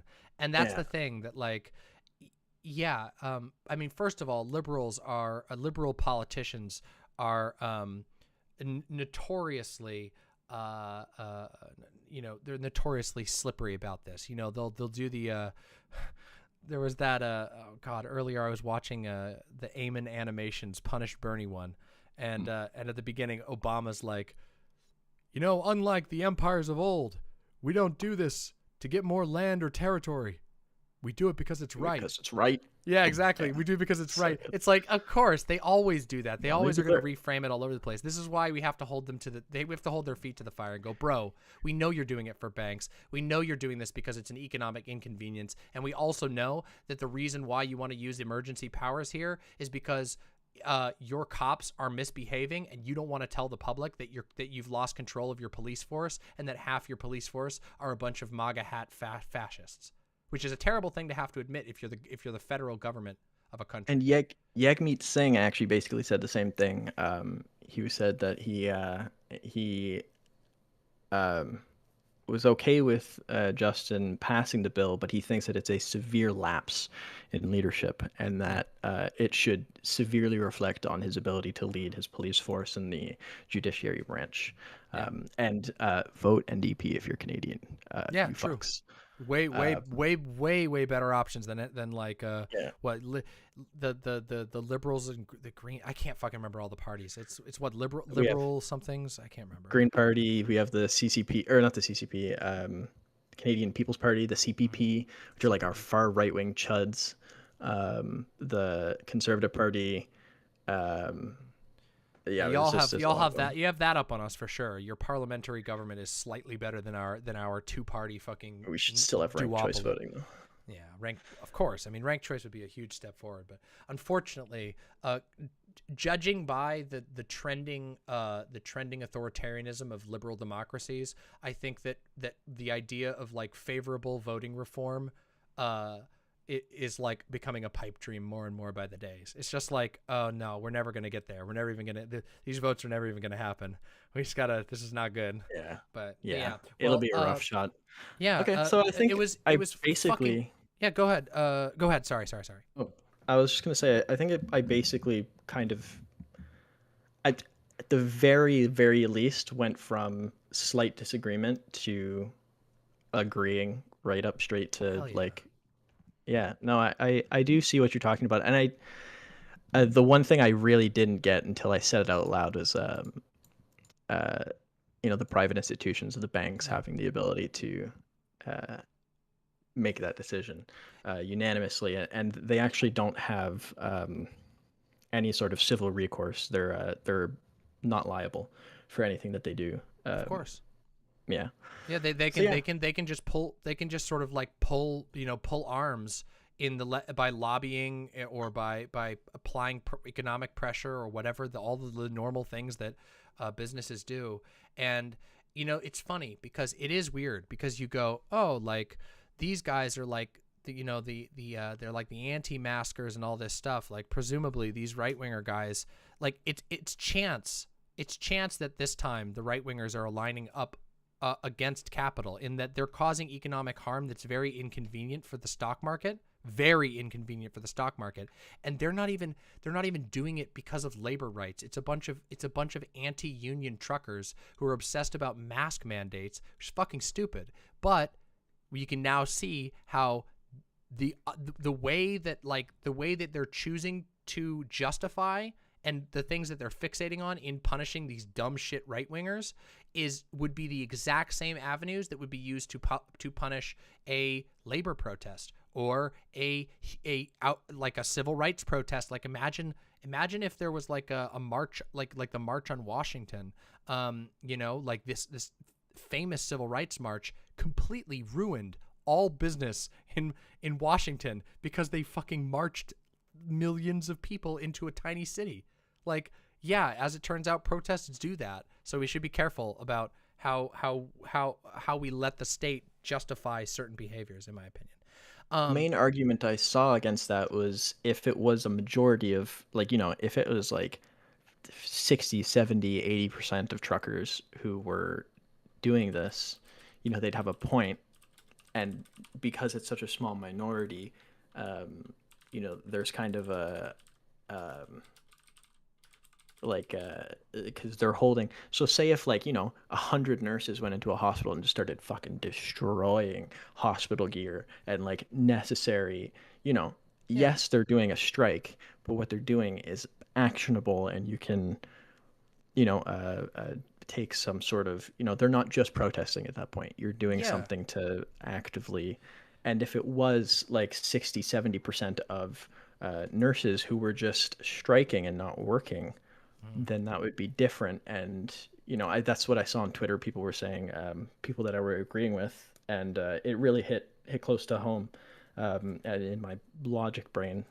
Yeah, I mean, also something interesting about that is that so there are it's funny. I actually when I was working at a hospital in the IT department while nurses went on a strike, and it's really interesting because nurses unions actually intentionally give up some of their own bargaining power, and what they will do is basically they will take scheduling into their own hands. The way that a nurses strike goes is they basically instead of not working, because that will literally kill patients, what they do is instead they just ignore all scheduling by the hospital, and they make their own schedules, and they go in and they coordinate amongst themselves the care of patients and ignore the hospital. And of course, there's all kinds of issues with that because it makes people go, what the hell's going on at this hospital? Oh, and then they put their people outside and whatever. But it's just interesting to see that there are different tactics, and that different types of tactics, there's tons of room to have conversations about the tactics, but I think that it's important that we unequivocally denounce the suspension of civil liberties in all cases like this. You cannot. In that parallel, would you you would still be against, and I think I see your rationale there. Those nurses who are destroying those, 20, 100 nurses who are destroying those supplies. Yeah. Yeah. Okay. No, I can see what you mean. Yeah. Here's another alternative. There are creative ways to counter stuff like that. So let's say that there's like a terrorist nurses strike. The nurses are going in and destroying medical equipment or whatever. So, provided that the nurses aren't literally like barring the doors, putting up sandbags and machine gun posts, I'm pretty sure that what you could just do is you could just say, hey, hospital owners, do you give the Canadian Royal Police the right to go in and take all of the equipment and put it into a temporary facility where we can set up an emergency medical hospital? By the way, the military is literally, they have specific divisions designed to creating field hospitals overnight, because in war zones you need to set up field hospitals like this. So then go in, go in there, ignore the nurses, take all the equipment that you can, put it into a field hospital. Sure, is that expensive? Yes, but that's okay. We pay taxes to the government anyway. They should the least they can do is give us solutions that don't involve blowing people up, throwing people into a fucking pit, or secretly, depersoning them financially so that them and their families suffer forever for daring to disagree with the state. So anyway, yeah, that's all I'm saying. I just wanted to say this has been a fantastic conversation. I really appreciate the good faith, and it was very soothing. Unfortunately, I feel Canadian, like the following it's got to be ones- good faith. Yeah. Hey, well, you know what? Listen, not all Canadians are always good faith. I say that, but I no, do appreciate. I'm I Albertan. appreciate I you. know. Well, I appreciate your unique Canadian good faith, and I appreciate that a lot. So, Can I thank say you so much. Oh yeah, go ahead. one final, not non-TOS thing before, or you can do your outro, and I'll just say one thing before I go. All I was saying was just thanks for coming on, and if you have any last memes, go ahead. Yeah, no probs.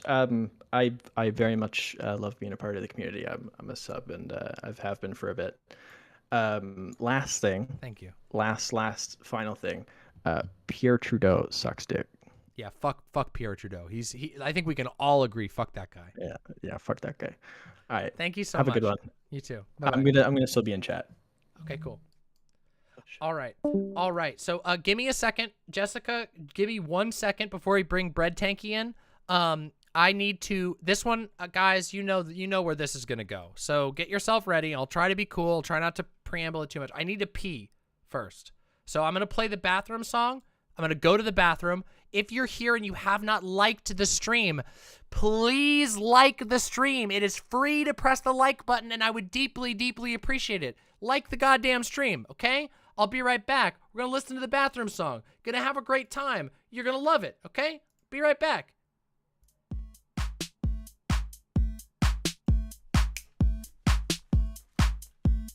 Hey chat, DramaMama has to go to the bathroom, so listen to the DramaMama bathroom song. She streams 20-hour days and 9 days a week, so let's give her and her bladder a little fucking break.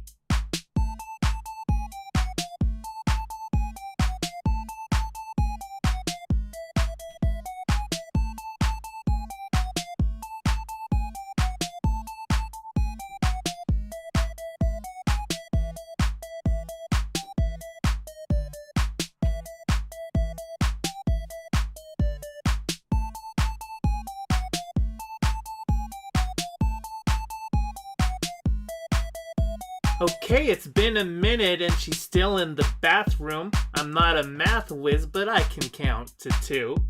Let's all calm down and spam emotes while we wait and chat. Maybe someone here also needs a bathroom break.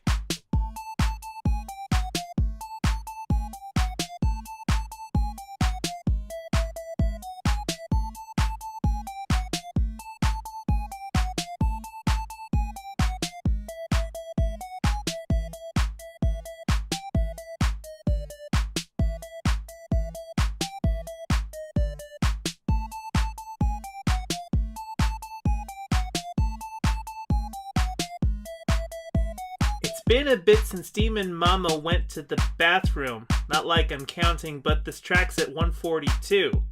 So don't you fret, my little lips, cause I wrote this track down to give you something boppin' while she's taking a break.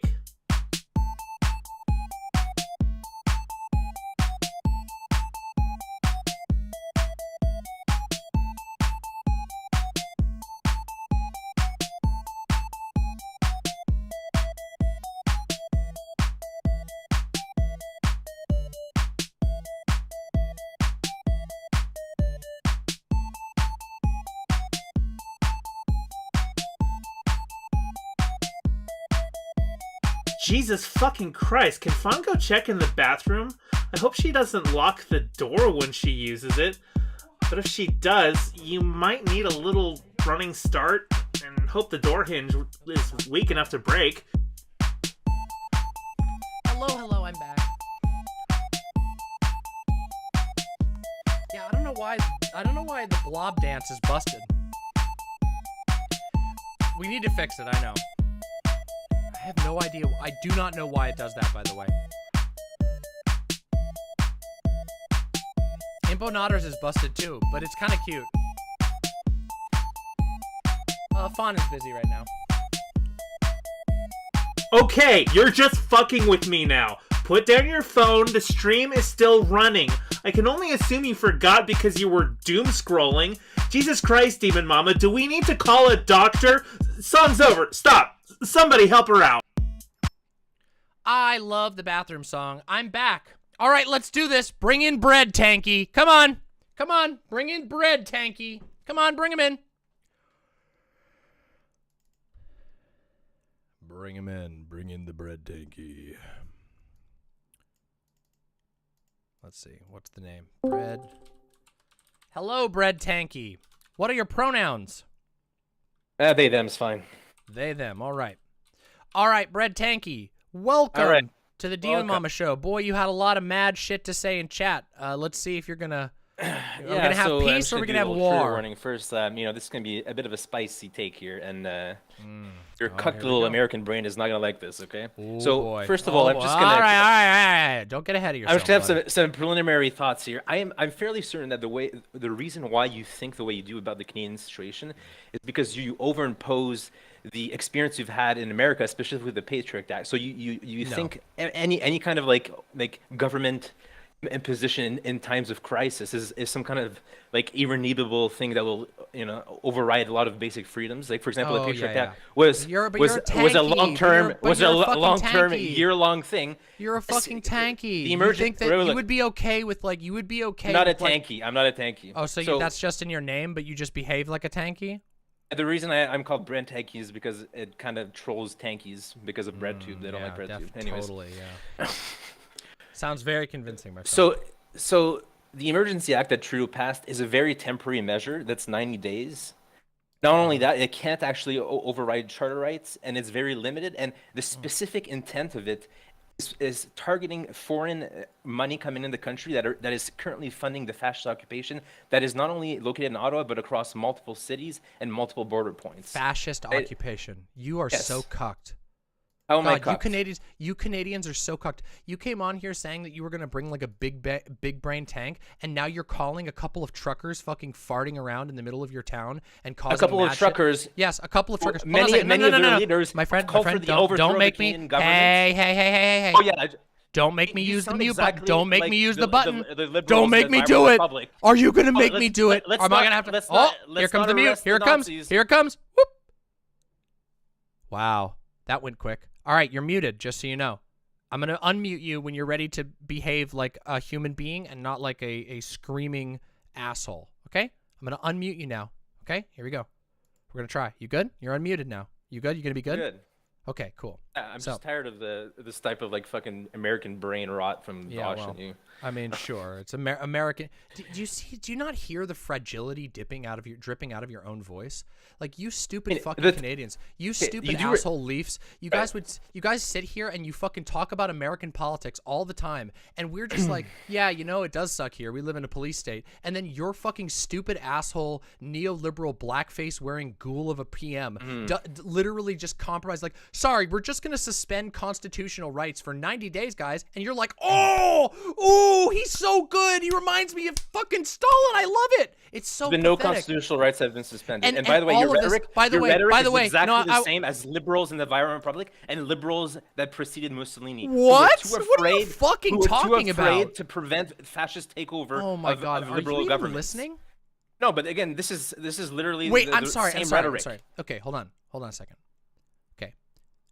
I'm gonna be really honest with you right here, okay? I think the stupid trucker convoy is fucking stupid. But let's be real. It's about as bad as a fucking Grateful Dead convoy rolling through your town. It's a bunch of dumb fucking independent truckers who've never done anything in their life besides complain on social media, and you call it a fascist occupation, and you're comparing it to the fall of the Weimar Republic. This is why I say you're a giant fucking cuck. And you are, Okay. because you're So whining it's like a clear baby. You have no idea about who's actually organizing this movement. I know who's organizing it. I just am Okay, not. so you're I'm not saying as much that of. they have I'm no not ties as. to I'm not as fascist much of a movements? bitch as you. All right, I'm okay, not so let's scared. I'm not scared exactly. of some Exactly. aging. The excuse me. Weimar liberals weren't scared either. They said, "Oh, that's fine. You know, the Nazis Yes, won't do too much damage. you literally do not understand Their protesting and their intimidation won't go too far. Don't worry, everyone. Let's not impose constitutional restrictions. Let's not do anything. Everything's Wait, gonna be okay." I'm sorry, This is I'm literally the same talking points. This is the dumbest. This is literally one of the dumbest things I've Oh ever heard say. The Weimar Republic literally involved multiple compromises on fucking civil liberties. Are you fucking kidding me? That was the justification was emergency power. You're so literally so like I don't. Okay, can I ask you something just before I go off on a rant and call you a bunch of names and be really mean? How old are you? Oh my God! You want to do some ageism and logical fallacy? Yes, a little bit of Right, ageism. okay. How old are you? Are you 16? I'm older than you, so. Okay, wow. How much older? Like dementia range or older, or like how much ageism should I engage in? So why don't we actually engage into the content of the arguments instead of just pretending that no, there is somehow no I'm content. young You and just because of you that, just you tried know, to tell me. you dunk You on just me. tried. Wait, you just tried to tell me that the problem with the Weimar Republic was that they weren't willing to be authoritarian enough. Yes, when it the was. Weim- when Yes, the Weimar exactly. Republic, when the Weimar Republic, the way the Nazis took power was by using the fucking Reichstag fire to justify emergency takeover. You are so like fractally wrong that there is no reason for me to try and engage in an argument with you. You're not bringing arguments. You don't even know the history you're citing, and you're citing it to the degree that it's literally the opposite of what actually happened. I can't engage with somebody the Reichstag fire was after the Hitler was appointed chancellor, right? So the liberal appointing Hitler the chancellor is not the be all and end all of everything. There were literally multiple compromises that the 10 dissolved years that democracy. preceded that, the Nazi And party guess was what? engaging You, in massive as a purported fascist activity that leftist, liberals a purported refused leftist, to prosecute in any sense. You, a Right? And this purported is what I'm talking leftist, about. are coming here coming here to my show to try and tell me that we should just let the liberals do the exact same things that they do every single time, which is tee the ball up for fascists to crack down on everyone else. Not only is it a matter of precedent, but it's a matter of legitimacy. Every single under what pretext? Stop. Wait, I was talking. okay. Hold on. Go ahead. Stop. Every single time that you undermine the promises, the so-called the basic promises of a liberal democracy by removing rights, you dissolve the legitimacy of that institution. And when that legitimacy dissolves, people can crack one of two ways usually. Well, there's really numerous, but broadly one of two ways. They can crack into the fascist angle where they go, liberal democracy is bullshit. We aren't getting anything from this. Let's bring back a strong man who can make things right, which I'm going to guess is your position, being that you have expressed basically hyper-authoritarian positions. But there's another way that people can go, which is that they can go, wow, guys, states are just fucking liars. They just bully us around, and none of the rights that we're supposed to have are actually guaranteed to us. So perhaps we should look at better solutions than liberal democracy. Like what? Give me one prescription that would be better for this situation. I'm all ears. I'm sorry, what? What's a policy prescription that you would suggest as a replacement for what Trudeau's doing, right? So like, how do you deal with this fascist movement, with these occupiers, with all the hate crimes that are happening, right? So what's your prescription? How do we deal with that? Is there arrest them? Arrest people? Yeah, sure. Oh. Yeah. Okay, so use the rules that you have to. You want to talk about? Oh wait. I'm sorry. Did you want me to jump into like if I was able to just detonate the structures of the ideological structures of liberalism? Yeah, sure. Do you know? The reason? Okay, it's just like the reason why Trudeau is going after the money is because he doesn't want to be authoritarian to the point where he's arresting people without cause, right? You're an idiot. Like, that is an idiotic Oh my God. position. Wait, that is an He absolute. wants to avoid huge that is a conflicts of violence on the streets. That This is a why he's targeting moronic the money. position. Moronic position. He's not. He just literally threatened. He threatened He's slowly not with just. the chief of He's police not in just Ottawa. targeting money. He's Oh my God. using the emergency powers to avoid ever having to put these people on trial, to avoid ever having to charge them with crimes, you fucking clod. This is why I said my I God, knew. dude. Again, I this knew. is not- I fucking knew you weren't going to listen. This is the categorical issue with stupid liberal morons like you. Fucking libero-tankies. They're all How the can same you call fucking yourself thing at the an end of the day. anarchist and you advocate for sending the fucking military to arrest people? Like how can you say that's not authoritarian? It's super easy. Watch this. Ready? Okay, I'm listening. Because suspending civil liberties would be worse than making arrests. Because if you make arrests, then people they get a trial. Okay. They get How can you arrest people for using their First Amendment right or their charter rights in Canada? That's authoritarianism. Are you saying that the federal government wait, should come in and oh, arrest people for interesting. their free speech? Oh, That's literally interesting. more authoritarian Wait, than freezing accounts related to foreign money. Hold on a second. Is a literal threat to our Here's security. Stinky. You just made a little mistake there. See, the funny go thing ahead. is, you just admitted that you want to convict people and punish them without ever even knowing if they were guilty. See, that's the thing. When I say they should make arrests, I'm talking about the people who they have evidence of doing crimes.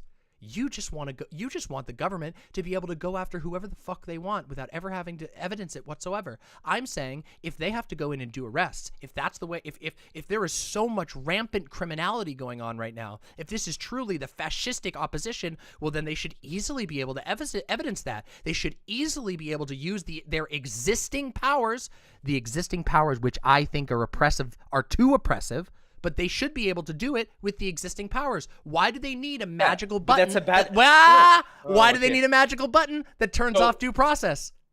So look, Trudeau currently has the power, and also the provincial and the Ottawa police, they have the power to actually arrest people for Backpedal, violence, Andy. for Here crimes. we go. Wait. Woo! Because they are violent. They are doing crimes. For example, there's massive bylaw violations by having vehicles on the roads where they're not allowed. So technically, the police, the federal government, everyone is those allowed damn to arrest misdemeanors. those people. Wait, no. But the Fish reason- concert. A fish concert would do more damage this is a than these political people. problem. Do you think? Do you think the the reason- government wait, should just let me wait? finish, Do you think let the me government? finish. No. Do you think the government should suspend due You're not process considering for a fish political optics concert? at all.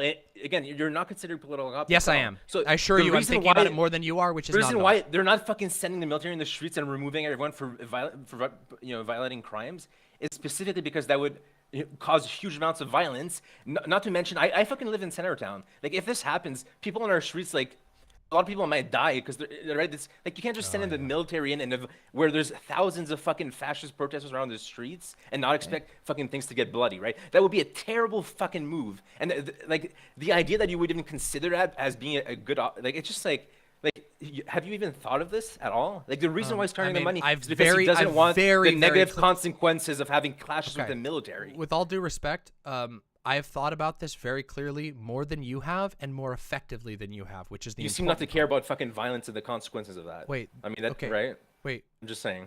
Violence takes many forms. One such form of violence is a state that has the monopoly on violence, not having any checks and balances, or having a live in a democracy. Excuse me, or having a magical button that they can press that turns off their need to actually provide a due process. That, as it turns out, is very bad and a form of violence. A form of very bad violence. A form of violence that easily spirals out of control and can literally, very, very easily be weaponized and has been already against people whose political opinions I don't think are even as bad as these. So Do you know? Okay, so the thing you're not understanding is the reason why they're removing those temporary measures. That so, for example, criminal crimes take months to no, the reason prosecute, why to they're charge. removing. Wait. Reason, So no, I it's do very understand this. No, important that see, we it's be funny. quick on You this. said You no, can't no, just we don't need spend to. months like prosecuting and charging shit like this. Right? Ah, Like, that's not gonna be interesting. effective. Yeah, no, it is Ah. interesting. That's why the government did it. That's literally Damn. why. 'Cause, So let me yeah, ask you something. You know what? There's I millions think, of fucking money wait a coming second, from the please, United please, States please funding shut the fascist fuck up. organizations. Please We're shut the gonna wait fuck up. months? Like, come on, Heretic! man. Heretic! Please shut the fuck up, heretic. I believe that if what were we supposed to do? Have a bunch of judges sitting around to decide whether or not you're a witch? The Pope has already decided that you're a heretic and that you're a witch, and you will be burned as such. Holy fuck. Do you realize? Do you realize no exactly what you're talking no about? concerns for pragmatism at all. Like this is No, what you expect no from concerns of totally pragmatism. online Wait, anarchist, hold on. like, Wait a fuck. second. Wait, let's just take a moment and let's talk about pragmatism.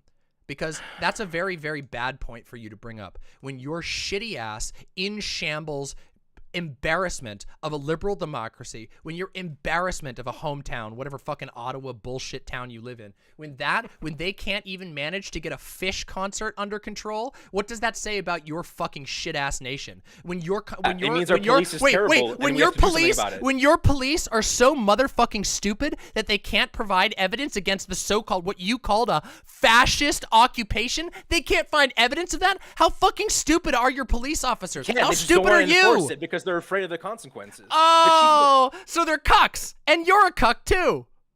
Yeah, you like this. It's not a smart move. Yeah! To fucking Oh my- send oh in my God. thousands Oh of my police God. officers in the Yeah, middle of a man. populated area where you're gonna expect massive my amounts of God. violence and riots. Yeah, Like, what kind of fucking calculation is that? You'd have to be fucking dumb to do that. You just admitted that you're a cuck, so thank you. I appreciate for the unequivocal win. But, like, I'm glad that you've Just admitted like that. you seem not to be concerned at all with any like kind of like utilitarian argument about consequences. Wait, like, what utilitarian argument are you talking about? Your fucking stupid nation has written itself into a corner because they don't know how to deal with fucking a bunch of hooting and hollering rednecks. Here's a funny thing. Here in America, everybody's Tell a me what hooting you and would do hollering- instead. You're just bitching without actually like saying I'm a not bitching. prescriptive policy. Wait, So you tell me what you wait, would do instead. you're- You're saying, oh, we're failures and we can't deal with our shit. Then what's your fucking solution? The leaf is getting sad. The maple syrup is pulling Again, from their eyes. You don't have a solution. I do have a I don't have a solution to your shit ass country because you guys voted yourself into a corner and decided Complain that all day, no excuse me, and decided that the only thing that you can do is have your blackface PM fucking literally just unilaterally suspend rights to a free trial. And you're supposed to think that I'm the one who looks bad here. That is like an embarrassment of I mean, you, we're all your gonna lose nation, our rights everything. because like a couple billionaires in the United States won't be able to fucking send money to the fascist occupiers. We're gonna lose all our rights now. Sorry, which billionaires in the United States give money to the fascist occupiers? The fascist occupiers who are a bunch of I mean, look it up. truck His driving name was in the truck it was driving in the fat leaks. guys who are toting a couple of fucking semi-automatic weapons, and you're fucking pathetic. and committing cops who are arson and breaking down a coffee. You know what you shops that sound have like right pride now? Hey, flags, you want to know right? who else Oh who yeah, said that's that? nothing. Fucking Tucker Carlson right now. Fucking How full can of you some be Tucker like Carlson a shit. supporter of the LGBT and like not even care about like A supporter of the people, like, getting LGBT? fucking Bitch, harassed I by am the fascists? LGBT. Oh my god. I fucking am the LGBT, you little cuck. Don't you dare fucking talk to me about the LGBT. Right. You fucking piece of shit. This is Little getting tank- spicy. little- I like it. Yeah, well, I mean somebody's got to be funny. Hmm. Yeah. Just trying to boost your it's numbers. just kind of here on sad YouTube. and sad. What's that? What's that? Anyways, if you don't have any like solutions to the problem, you just want to bitch, that's fine. But I guess I mean, that's all the I have funny to say. thing is that like, if you had like more than the memory of a goldfish, like if you could remember for anything more than 5 minutes, you would have noticed that this stream has been going for 3.5 hours. The last 2.5 hours of which, before I started talking to the empty vessel that is known as BreadTankie, all the way winding up to that, I've been laying out exactly what I think would be better, a multitude of other options that could be the case. It's not my fucking fault that your stupid nation is so dysfunctional and your people are so cucked that you're willing to give up the rights that we lost over 9/11 Rights. over a motherfucking Again, truckers. you think like the fucking Emergency Act is like the Patriot Act? Like You are don't literally understand. It's not suspending even due process. comparable. You're downplaying it because you're an idiot. Oh my god. You're suspending due process. And guess what? The last time this happened, were you listening? 500 people got arrested, only 66 of which were ever even brought charges against, and only 16 of which were ever even convicted of those things. But 500 people paid, 500 innocent people paid the price so that you could have your convenience and speed, so that you could deal with a couple of rowdy Frenchmen. I'm curious about like your principles here. So do you think there's ever a situation where the government can limit any type of like civil liberties when there's an emergency or national crisis? Like I'm just curious. I think it happens functionally. I don't think that we should encourage it or allow it. I think that we should denounce it whenever it happens. Okay, so you're just an ideological like pundit. Wrong. You You asked me a question, you fucking idiot. There's no point in talking about this if you're just gonna say it's never allowed. Then hang up. Then hang up if there's no point. But like, why would you engage in an argument knowing full well that you would just, it doesn't matter the details of the bill or the Emergency Act, because you would always reject it as an authoritarian measure? I literally laid out, not only did I explain what my problem was with the use of the Emergency Act, but I also laid out doesn't matter, because you would say it's always bad. What is this argument? This is not an argument. This does not like you literally these just words. Said wait, I'm sorry. Your words are not coming together. Any suspension of civil liberties is always something that we should, shame the government for, and we should never allow. So what's the point in talking about the technicalities if you're never going to budge on the technicalities, right? There's no point. I don't know. I am still failing to understand what you're getting at here. Like, what are you asking? What are you actually asking? Can you provide me like an example of a situation? Like, because right now I honestly do not understand what you're asking. I'm just trying to test like your. Okay, please don't try to test me, because clearly you're the student here and not the teacher. So like, try not to do the tests, okay?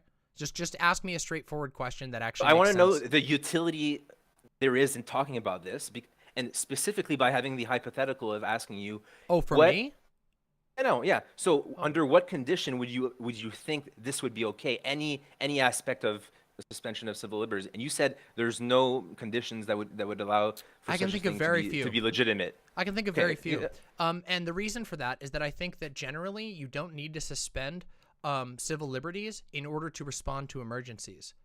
Like almost ever, if ever. You just don't have to do that. That is the sign of a government that is inept and incapable and desperately grasping for power.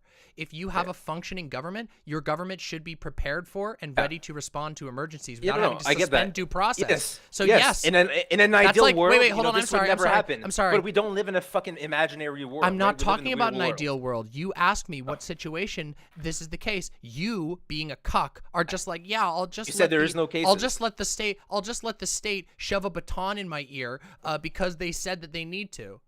I think we should be. I think that we should be very critical of the state. I think that if there's a situation, I think there should be transparency. No, you're not. Oh, don't even try, dude. You just sat here. You've just sat here simping, absolutely fucking simping for fucking PM blackface. You've been doing that this whole time. It's sad.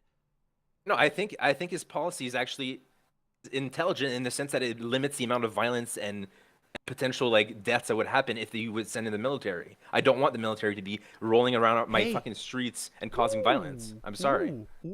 Then have you considered perhaps if that there you are have other processes? a hard on for or like are you just too in stupid to domestic actually and think for residential yourself? areas, like that's fine, but that's not what anarchists believe. Okay, I'm sorry.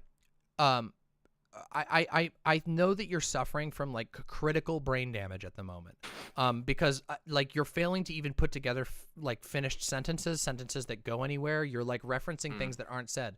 I don't think that sending in the military is what should be done. I think that would be better. Excuse me. I think it would be better than suspending due process.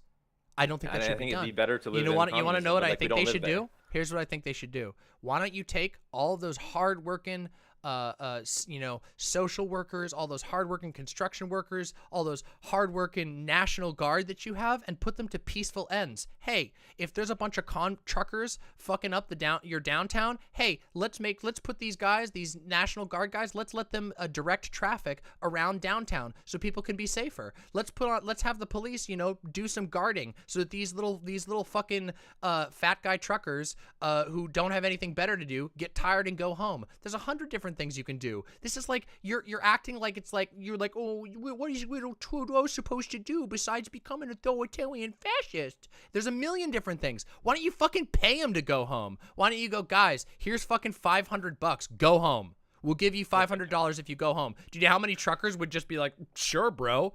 And that's perfectly legal. You could just be like, here's $500. Go home. Right. You could do that. You could go and GoFundMe right now. I would like to put together $10,000 to personally offer a $1,000 check to any of these people to go home. Nobody has to die, but you're just too much of a cuck to do it because you'd rather let Daddy Trudeau, Daddy Blackface save you because you're a cuck and a loser and you haven't thought through any of your positions. I know I haven't thought through, but your solution is to go around fucking giving $500 to fascists. Like my solutions are so multitudinous. Genius fucking take. Wait, my solutions are multitudinous and infinitely better than yours. The way that you've portrayed Canada here is that they would be shut down by a rowdy fucking football match. That like, oh no, a fucking hockey game goes bad, and a couple of fucking rowdy drunk frat boys can shut down your entire government and bring it to your knees, and you have yourself begging for fucking authoritarian, some authoritarian to patriot missile the like leader of some group, some random group. You're such a fucking idiot. It's insane. It's insane the level of just raw like ass spreading cuckoldry I've seen. Only the liberals like during the Weimar Republic just like gave fucking $500 to Hitler and all his friends. And just like convince him to go away back to Austria. Do you think that's? Do you think like? Do you solid think solution, dude? Do you think this is like a slick dunk that people think is funny? Because it's really fucking pathetic. It's literally what you just said. That's literally what I just said. Yeah, you literally said we should go around giving far right extremists that are causing mayhem in our cities $500 and tell them to go home nicely. I'm reaching the point where I'm about to conclude that you're actually too stupid to have a human conversation with, which is very unfortunate. Go on to the add-ons. No, that's not an ad hom. That's just an You're insult. attacking my character instead of actually like talking about the context of the argument. I'm making an insult. There's a difference. I know that you people memorize a couple terms, but you didn't actually memorize the definition of this. I've made plenty of arguments against your position. I just also happen to conclude that you're a fucking idiot. And you've been a fucking idiot, and you have been literally incapable of even engaging with the most basic arguments I bring to you, and your only thing is to go, oh yeah, give $500 to Hitler, that'll help. Meanwhile, ignoring the fact that you're getting cucked by what is like a slightly rowdier than a fucking a Super Bowl tailgating party where too many people got drunk and started shooting their shotguns up into the air. Like, and you're like, oh, we've been occupied by fascists, and it's a bunch of fucking truckers blocking a few roads. Dude, you would be, if there was a fucking general strike going on, I don't even want to think about what you'd be advocating. Would you be advocating for like boiling children or having mass graves because it would be cheaper than like letting the fascists occupy the fucking Piggly Wiggly? Just to have it on record. So, what do you consider the convoy protesters? Do you think they're center right, moderate, leftist? Are they? They sound like a bunch of stupid fucking cuck fascists. Yeah. Okay. So now they are fascists, but you just said it's wrong to say that it's a fascist movement. No. So you're really inconsistent here. Hold on. Oh, okay. Oh, so wait. You just said a little. You did a little stinky there. You did a little dishonesty. So you said fascist move. Wait. Stop. Yeah, go ahead. Oh, up. Stop. Stop it. Okay. You did this little sneaky weaky. You said fascist movement. No, I think it's a fascist. I think it's a very. I don't know if I would be willing to say it's a full fascist movement. I think there's a lot of fascist elements in the movement. Splitting hairs, are we? No, we're being very consistent because what you called it was a fascist occupation. You fucking moron. There's a big difference between a fascist occupation, fascist movement, fascist occupation. Yes, big actually, difference. Oh, yes, wow. yes, this is yes. There is a huge. There is a name. that is not semantic. Are you fucking kidding me? Recover any segment of your fucking respectability in this argument. Are you being real right now? Okay. Yeah, I'm being very real. If that's a level of like charitability and the good faith that you're engaging if you with, think holy fuck. that a fascist, that the word occupation and the word movement are just interchangeable, again, we are at the juncture where they've been I fucking would say that you are occupying my too city stupid. for a month. They've been in my streets fucking screaming freedom and like harassing people. What have you done about it? Hey, wait. Yeah, can I ask you, I've what have you done organized about 3 fucking counter protests. I've been at last week at Bank and Riverside. Damn. We blocked almost 40 truckers and we got national news media. Last Saturday, we had a 4,000 people show to a counter-protest march. Like, And you couldn't get him out? Damn, you guys mutual aid. suck. I've fucking helping You my guys neighbor suck. go to the. Yeah, my neighbor's a fucking fucking Chinese suck. immigrant, You and guys who suck. goes to the grocery store and has been harassed all day. I go with her Yeah. now because she's Well, that's very fucking nice of right, you. like Hey, traumatized. that's super yeah. nice of you. I'm really But happy to do that. the way you're describing this as like, oh, it's nothing. You're not I even never like said a it was fascist nothing. occupation. I just said like, that it's. I just said that it's about. that's listen, literally the rhetoric of liberals. Like you're saying, oh, it's not a problem. We don't have to worry about fascist occupations. We don't have to worry about harassment on the streets, What? like especially with minority populations. Like, why are you like downplaying the I severity? don't. I actually. I don't wait. understand. Hold on a second. I don't actually know what you're talking about because liberals were the ones who were screaming every single day for the last 4 or 5 Every liberal years. that I know in Ottawa Every- is saying this is nothing to worry about. And Okay, we well, shouldn't I mean, use... I'm sorry, but maybe Canadian liberals are just extra stupid, which is what I seem to be encountering is that American liberals might actually just be like on a basic level smarter than Canadians. I don't know, maybe it's something in the water, maybe it's something to do with I don't know. But like if you're liberals, if Canadian liberals, if it's actually true that Canadian liberals are like we don't care about racism and we should just ignore fascism, well, I mean, I don't know what to tell you, dude, because that just means that Canadian liberals are dumber than American liberals. Because even American liberals were constantly calling Trump a fascist. Like, they were screaming about every single thing that Trump did being fascist. They were screaming about Russia, the memes. They were freaking the fuck out about it. And guess what? They didn't do anything about it. They suck, just like they do in Canada, but apparently they suck even more in Canada.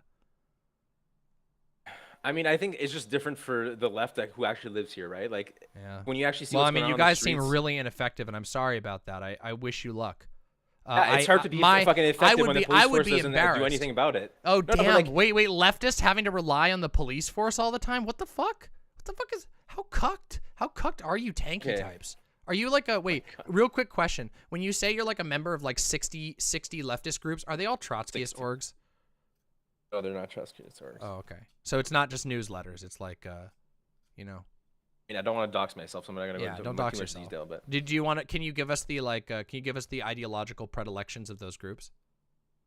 I mean, it's mostly like, you know, id pull left kind of stuff, like progressives. Id pull You know, a couple Ooh. leftists. So wait, like maybe your the leftist group was like the Young Democrats or something like that, or DSA or Again, something. I don't want to go in Yeah. details, but yeah. Yeah. It's just sounding, you know, your story's kind of it's popping at the seams here a little bit. And I've already said too many You went things from that I don't want you to... went from being like the member of you were like I am a trained member of 4 leftist vanguards. We have been standing right. here fighting against fascist If you want to occupation. pressure me to like dox myself, that's fine, but I'd rather Wait, I'm not so. pressuring you to dox yourself, you fucking pussy. Chill out. Relax, dude. I don't Alright. even know where the fuck you live. Did you say you were from fucking Toronto? I don't know.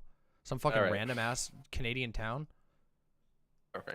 Like, I don't care about... I don't know who you are. Like, clearly you're too... that's like, fine. clearly you're too weak and uninfluential to even impact, like, I'm just the fucking saying that grilling... you are downplaying the severity of the situation. I guess I just disagree with your downplaying it. I don't think... I think I it don't know. plays I into guess- the I guess rhetoric Americans are of just built liberals. different. I guess we're just Liberals a little are stronger. You know, when Liberals we... When, are the when ones Americans, in history who classically downplay the threat of fascists, and it's leftists who don't downplay the threat of fascists. And right now, you're doing the classic liberal rhetoric. Very talking liberal, points. yes. I see. Yes, you've done a... You I'm disagree sure that liberals downplay I'm the sure risk of you've done... I'm fascism? sure so many people are going to walk away from this conversation concluding that I'm the liberal here, when you've literally... You've I'm bent, explaining you've to you bent why you over, are. You've bent over for You're the not actually liberal... refuting my you've point. bent over so far for the liberal prime minister that your head is literally buried into the sand. That's how you've just been sitting here simping for fucking Justin Trudeau of all people and whining about how the cops won't help me. The cops won't help me. I could have never seen this coming. Bruh, since the day I started my fucking channel, I have been dumping out content talking about how the cops don't Something help else we could do. people. It was You're saying- predictable as I know. fuck. I agree with you. Your that there's country limitations to the sucks, cops. and you suck. Okay, so that's your solution. That we just suck. Great. Canada Yes. bad. You want to move on? No, to the next talking point? Canadian liberals specifically bad, such as yourself. So we've organized many, counter protests. We've done many things. So what else could we do that would help even better without engaging? Get creative. The police? I don't know. This is not. That's Okay, you're so going again- out of my you're going out of my wheelhouse. I don't So know. it's fine, You can't. like, I don't even know if- which city you're in, bro. All I'm saying is All right. maybe you shouldn't be such a fucking cuck. And all I'm Maybe- saying is that if you're going to criticize leftist organizing strategy, you should have something. I'm not constructive to say, instead criticizing of just leftist bitching. organizing strategy. This is the problem with you. This is the problem. Your ears are fucking stuffed full of bullshit. You literally haven't listened to a single thing. I've never been talking in this entire conversation besides personally mocking you because you sound like a fucking loser. That I've been doing nothing talking about leftist organization. I've been encouraging leftists to not jump on board with a fucking gigantic state overreach and instead to support better solutions and denounce a move that will obviously be used against lefties if it hasn't already been. I mean, it already was. Pierre Trudeau used it against lefties. Obviously. 500 innocent artists, musicians, journalists arrested. I'm not sure about that. Like my Go look family at- was literally involved with the FLQ. Okay, so I mean, the FLQ, there was it was a leftist movement, but not only Damn, was it a man, leftist you're movement. doing your wait. you're doing your family let me, you're doing your family a disservice. You're cucking yourself out to the son of yeah, Trudeau. okay. Oh. So it's funny for someone who hates Trotskyists, who have no idea that the FLQ was infiltrated almost at every level by fucking Trotskyists and Marxist no! Here Leninists. we go. Here comes this. They were hardcore no, tankies. Here we they wanted go. a revolution. They wanted to overthrow democratic control. They were against any like secular. So what you're reform saying is that was they're- installed after the Quiet Revolution. Like the idea that you think like these were just like you run of the mill Vaushite lefties that wanted democracy. Like this is completely ahistorical. Wait, I don't. But wait, and I you're don't fucking like. talking but out I of your don't. depth. Wait, I don't. First of all, I don't know what you're talking about Vaushite lefties that just want Meant democracy. libertarian, socialists or anarchists, right? I mean, and you and what are libertarian you? socialists are And what are anarchists who you? are not And what- part of and- the FLQ. And what are you? A fucking The fact that you cuck. think that is A like fu- just means a you don't know anything fucking about the cuck. history of it. You can't handle. You can't handle the truckers grilling convention that Oh, thank involves a God. couple of fucking racist uncles saying bad things. Hey, guess what? Why don't you fucking get your spine up? Are you get out serious? there? Are you seriously going to argue that the government shouldn't do anything when a fucking terrorist organization like kidnaps democratically elected members of government? Like what the I'm fuck? sorry. What? Right? Yeah. I What are you mean, talking there's a about? reason why the military was sent in Montreal during the FLQ crisis in the October I crisis. just read 1970. about that on stream, and we just I'm talked glad about how. that you did Excuse because me, you should have read more about it. Excuse me, you moron. It's really, really funny. But we literally I knew you weren't going to Yeah, listen. I but look, watched can that you- part of can your you- stream. okay, The Globe stop, and Mail stop, is a center-right stop, cut. They wouldn't talk about stop. Trotskyists and the Stop. details of the You're leftist getting organizing very space at the time. angry. Why You're would they getting include that very in their angry. editorial, You're right? So getting you very- missed that Getting that very very critical triggered part. right now. You're getting very triggered right now. It's extremely funny. We just outlined why using the War Powers Act was incredibly stupid and resulted in them arresting fucking Yeah, 400 tankies. oh, excuse me, 450 innocent people. Innocent tankies who were innocent kidnapping fucking government officials. Oh, wait a minute. Yeah. So I think hold on a second. I think we've come around here. I think Okay. you're not a leftist. I don't Okay, think so you you're- think I don't you even think actually wait a leftists should second. be in the Hold on a business of sec- ooh, kidnapping ooh, democratically ooh. elected governments? I think yeah? we've Is sussed, that what I think we've leftism is sussed, to you? I think we've sussed you out here. I didn't know you were I trying think to you're a tanky supporter. conservative. Wow, that's crazy. I think you're a conservative. I'm a conservative. Yes. I'm the one Yes. who thinks we shouldn't kidnap. I actually think democratically elected you might be a government. conservative. Yes. Oh my Because God. it's very funny here. Hear yourself talking. The way that you talk about when it is a matter of history that the use of the War Powers Act resulted in the arrests of Hey, it did. of That was the excuse me, point. Excuse me. It resulted in the arrest of innocent people who did no crimes and were never charged of a crime. And you just laughed and said they were tankies. Who cares? Fascist moment. Right. Fucking what- fascist moment okay, right so there, buddy. what would Ooh, you so have you done So instead? you think McCarthyism is like really, really super good? Hey, Right. you want to know what I would be do instead? I wouldn't be a fucking cuck, and I would go arrest the people who actually did crimes. All right, that's Wow, it right, shouldn't that's be easy to hard. say. So Oh my okay, so God. the FLQ kidnaps the democratically elected member of parliament. They kill him afterwards, and so you're the government, and you say, okay, well, let's You not do arrest anything those drastic. idiots. Let's You arrest the go people and who did the charge crime. people. Oh my Let's- God! yeah, yeah, yeah. Arresting people who are guilty of a crime and not people who didn't do a crime. Oh my God. Holy shit! You have- unironically, this is I insane. hope that you end up in the gulag that you deserve. Because honestly, the society that you're talking about, where you just think it's funny, you're like, oh, it's DramaMama. super funny. Let's arrest 450 totally what innocent happened after people the because F50 we got the crisis? people who. What's that? I don't fucking care. What? Your shitty country doesn't matter to me. I don't fucking care what you're talking Did about. Canada, A lot of you know, things become happen. China? Did we revert to an authoritarian state where we all lost our fucking civil liberties? No. It was fucking Some people did. rescinded I don't know if because you. there was I a don't know short if you've amount of been. time I don't to know if deal you've with been an paying emergency attention fucking about this. crisis. But hey, guess what? I know. I can now tell Fuck. for sure. By the way, the fact that you think that like you've been living in some sort of like liberatory paradise in Canada for the last 50 years is an absurd statement. When knowing how your fucking shit ass country has treated indigenous people, those people, it has been like living in China. It turns out a lot of the indigenous people in your country can't even get fucking running water because of your government. So yeah, it's you funny. Have no it's idea you've about really indigenous issues in sussed Canada, so I yourself wouldn't out really here a go little there. bit. I really Well, wouldn't go there. I know more about Canada than you might think. You want to interestingly. know why indigenous people specifically like around the North Bay area don't have No. water? I don't. wanna I know. actually. I already know the. I already Because know the there's answer a very to these good questions, answer, and it has but I nothing don't to do care with to hear it the from you. oppression of the I don't- federal government. What did I tell you guys? Do you see this? Now do you see what we're engaging in? Oh, now all of a sudden Some it's like, oh, subtleties in fucking oh, indigenous not, issues. It's Oh, not we just as get simple that, as get that nose big tap. government Oh, bad. it's not the problem of the government that those Native Americans are living a bad life. Damn, bro, are you like an actual fascist? So do you, Like, are It's a you an very actual simple fascist? topic. I'm not You've a said fascist. here. Wait. In this conversation, These are wait. flying. They're Hold flying on, wait, communities wait, where let there's me- less than wait, 50 let me- people, let me and you're just- talking about installing just- a hold $3 on a second. million dollar Real like quick. filtration system. That's just A Tory- it's fucking not, Tory it's- moment over here. It's not seen at all. Fucking In Tory remote moment over here. communities that are not on reserves, right? It's really funny. It's really funny because you came into this conversation like presumably as some kind of like leftist, quote unquote, and what you've Yeah, now I mean, what you've leftist done. who actually Wait, hold knows on. about the Wait, hold policy on a second. points. Wait, hold on. I know you're very excited to seem smart and to make yourself feel better after the massive, embarrassing pie in the You're face just failure. interested in attacking my character instead of actually. I want to. I would actually like to finish a sentence, but see, you keep interrupting me, so instead I go for funny insults so that my audience doesn't fall asleep in their chairs. But I would actually like to lay out is the fact that you came into this conversation to engage in apologia for extreme government overreach, and then afterwards you attempted to blame the rise of Hitler on people not being willing to be authoritarian enough. Failed Which to is insane. prosecute Which is an clear insane, violations an of the law absolute, because they were an afraid absolute, of fascist excuse me, reprisal. an absolutely insane position. And then now you're starting to do little Pepe posting about what the real problems Native Americans have. It's not the state. Some little Pepe posting racism there. Really nice. Oh my God. So it's been very interesting talking to a person who is frightened by the scary right-wing truckers who can barely tie their shoes and whose government is so ineffective that the only way they can get anything done, the only way they can deal with even a minor threat like a trucker convoy is to shit their pants and go full auth. Yes, thank you.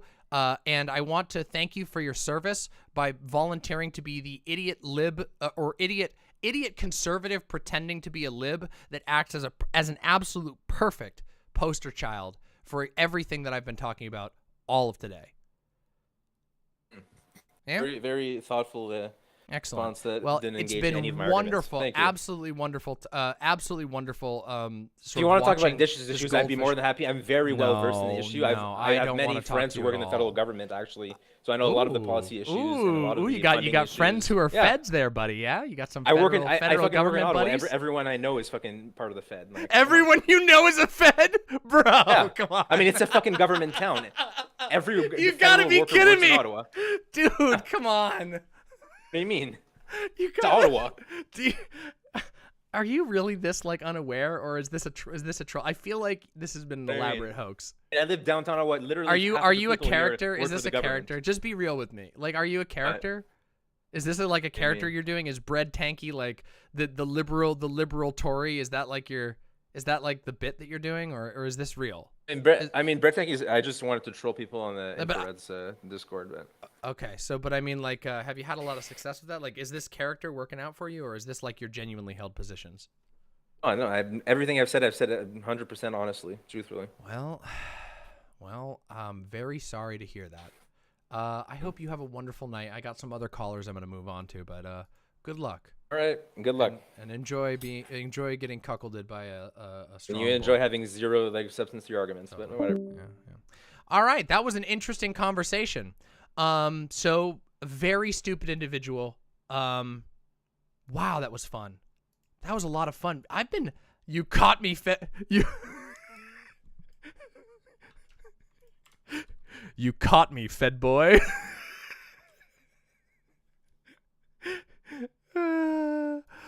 Oh my god, that was everyone I know is feds. Dude, my man. All right, let's move into the next one, okay? Life has many doors, Fed boy. This has been so much fun. All right, let's do it. Next one.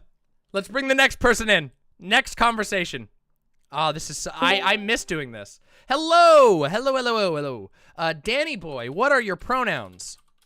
My pronouns are he, them. All right. By Danny. I am. I would consider myself to be kind of an authority on discussing international politics, security issues, and LGBT themes. So this is kind of right up my alley. Cool. One thing I have to say after the last, your last guest, one thing that we could probably all agree on is people like BreadTankie probably have more in common with the truckers than they might let on, right? Yeah, I mean completely. It's really funny. One is willing to the truckers are the types who are willing to suspend due process because they saw a black person walking down the road next to their house and they're like, oh my god, this is a crisis, we're being replaced. And then they're like, we need to open internment camps. And then there's the other type which are like, oh my god, some MAGA truckers broke some park benches and scared some people and maybe hurt a couple of people. We should completely suspend all assumptions of due process to stop them. I don't know. Yeah, they're about the same. I don't know. I think it's basically just a willingness to like, I'm mad and I want order to be restored faster. So yeah, I don't know. Anyway, sorry, that was a bit of a tangent. That was a frustrating conversation. Welcome to the show, by the way. Awesome. Thank you for having me. Yeah, I mean, I was watching Vaush's stream yesterday, and I was thinking to myself, "Hey, I wonder what," because he was suggesting that they call in the troops and call in the National Guard to crack down on them. Hey, and I was thinking to myself, "Hey, I wonder what the tankies think about this. Maybe they're in favor of that." But no. Well, you did point out that Canadian liberals are in fact dumber than American liberals. That might be true. I think that's one thing that we've learned from this. But at the same time, Canadian conservatives are probably smarter than American conservatives. We probably learned true, yes. from this whole ordeal, right? That's probably true. Yeah, I think that's true. I mean, they definitely have a little bit more of like they're definitely braver. That's for sure, and more tactically intelligent, right? Like blocking a bridge is a way better way to have yourself heard favorably than fucking storming the Capitol on national news and like having a bunch of dudes wearing MAGA hats, their pants falling down as they try to break into Nancy Pelosi's office. Like, yeah. So definitely, I think we can confirm that Canadian conservatives are just like they're built better, but the liberals might not be. Yeah. Well, the fact of like going directly at the jugular in terms of the choke points, that is not something American conservatives would do, from what I've seen here. So no, I don't think there's the American conservatives, and I'm getting the feeling, and I don't know, I'm not an expert on like Canadian history or Canadian political history, but I'm not like uninformed, and I took my time thinking about this and building up my principles on the issue as far as like why I think the way I do about this particular issue. But I would imagine, given certain portions of like Canadian history, that there are a lot more of like anti-state right-wing factions in Canada, whereas in America, most of the like anti-state right has like died off. And so like there was like a little flare up, at least in aesthetic and in their propaganda with like the Tea Party, where they were like, yeah, you know, no taxation or whatever. But like the anti-state right is like non-existent in America. They're all like super patriotic, super. They don't even have like anymore. They don't even have like the veneer of like you know, anti-state opinions. They just don't want to be taxed. That's the only thing. They're more than happy to like you know, worship the ground that every troop and every cop walks on. They're literally humping the American flag sort of shit. So yeah. I do know that I think JJ McCullough has a pretty good video on this. I do know that sort of the right wing in Canada has more attachment and ties to just like open public display of pro-America-ness, much more so than they would in other countries. And yeah, by contrast, the left there take pretty anti-American stances, which is pretty funny. I mean, it kind of makes sense to a certain degree. Like, after all, like America has been an incredibly, like American media specifically, I should say. American media has been incredibly effective at broadcasting right-wing solidarity and talking points via stuff like people like Rush Limbaugh, like where Rush Limbaugh had a reach far beyond just the United States, literally worldwide, the most listened to radio show. So like, you know, but his fixation on American politics kind of solidified America as like the cultural touch point for a lot of right-wing thinkers, which is like really unfortunate because I fucking hate Rush Limbaugh. And I think Rush Limbaugh is like one of the worst people. Like, I think, unfortunately, it's going to sound like a bit of an exaggeration, but I unironically think that he's probably caused more damage than many, like globally, than so many other historical figures that you would like not think of. And it's just because like he peddled, like he was the peddler of like anti-global warming, like anti-science. Like that shit fucked us up. Like he's been going since like the late 80s and just completely blasting every single truck in America with the most rotten disinformation, right-wing disinformation you can imagine. I don't know. It's shocking and horrible to look at, and his reach, I imagine, probably had a huge effect on Canada. I know it had a huge effect on the UK's politics. So yeah, if there's one good thing that could possibly come out of this, it would be the Canadian government litigating Rush Limbaugh and these other American conservatives for foreign investment and foreign funding of terrorist groups, basically. If they're willing to go like, that far. I mean, I think Probably that if you can establish, I mean, we'll see, right? I mean, it's one of those things where like it always feels like the liberals just forget. Like it's the back to brunch problem, right? Like, I mean, remember how drastically the liberals were responding to January 6th, and now it's just like totally petered out, and they don't care at all about finding who actually was responsible for that. They're just like, we're going to make a couple of symbolic arrests. We're going to arrest the QAnon poop shaman, the guy who's like literally not able to have like he can't keep a thread going in his mind of like, I don't know if you saw like the Channel 5 interview. They'll make a bunch of symbolic arrests of like, you know, like realistically somewhat mentally ill but prominent members of the protest, and they'll ignore the fact that like Charlie Kirk literally bussed people in. Like Charlie Kirk was openly posting, hey, we have 35 buses going to the Capitol in preparation for the rally on January 6th. And they're just never going to look at that. They're never going to go, oh, wait a minute.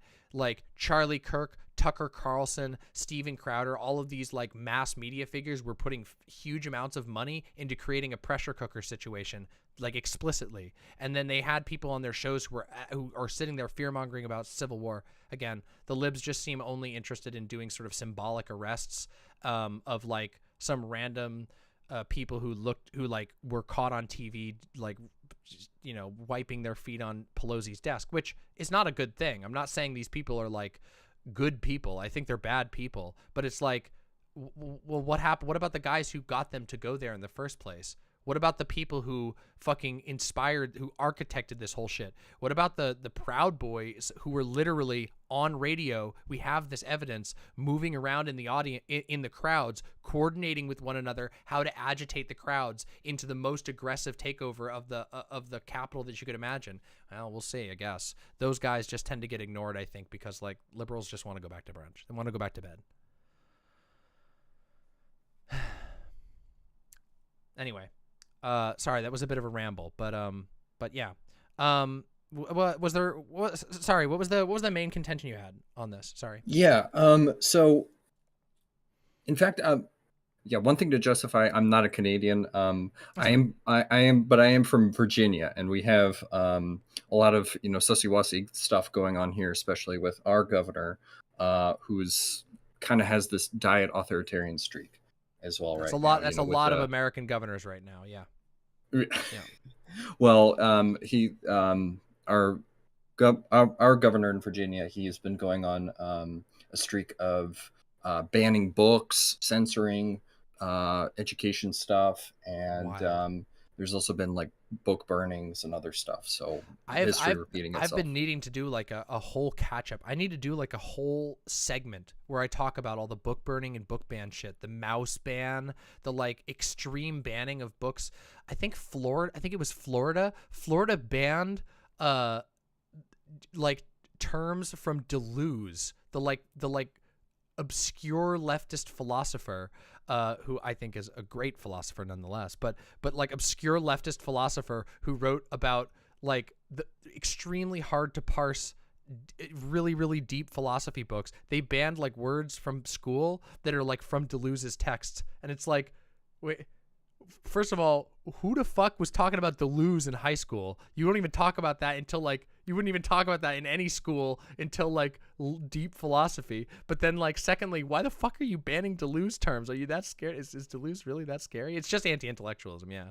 So, yeah. Yeah. Well, back to the Canada thing. We do have a lot of people here who, so I've been watching your stream. I watched Vaush's stream yesterday. I agree with the overall premise, especially on due process. Yep. We do have a lot of people here who are on the opposite side of the take for one reason or another. So we have Lee Carter, for instance, who was a delegate. He was a state representative. And you follow him. Oh, yeah. I know him in person. I've had beers with him. He's a really great guy. But he has come out of political retirement to go out these past 2 days and attack Vaush on Twitter on this issue. So I don't know if you want to go over some of his, quickly look at his tweets. And I could bring those up. Let's take a look here. I didn't know about that. I follow him, but I also follow it's been hilarious, but it's stupid. It's really, Lee, don't do this, man. Uh-oh. Wait a minute, I no longer follow him. Did I get soft blocked? Uh-oh. Did he do? I have. I'll put it in. I'll put his Twitter here in the chat, in the stream call. Yep. Okay, cool. Let's take a look. Let me look in the stream call in here. Oh boy. Oh yeah. So this is his account. Okay, cool. Let me see if I can find the Vaush tweet. I want to see him tweet. He's been posting just every VDS meme, and you're gonna have to go Lefty back. podcast. So his main argument is that people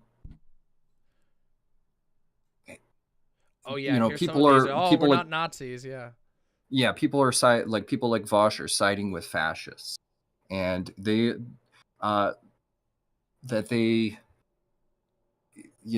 folks who are libertarian leftists are arguing that like Vaush, that they're arguing he should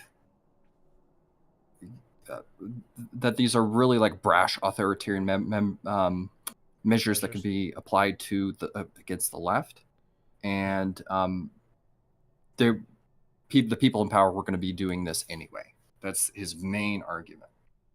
Yeah, I mean, the fact that they have to use the main The fact that they have to use emergency powers or that they want to at all is a sign that they wouldn't be doing that otherwise, right?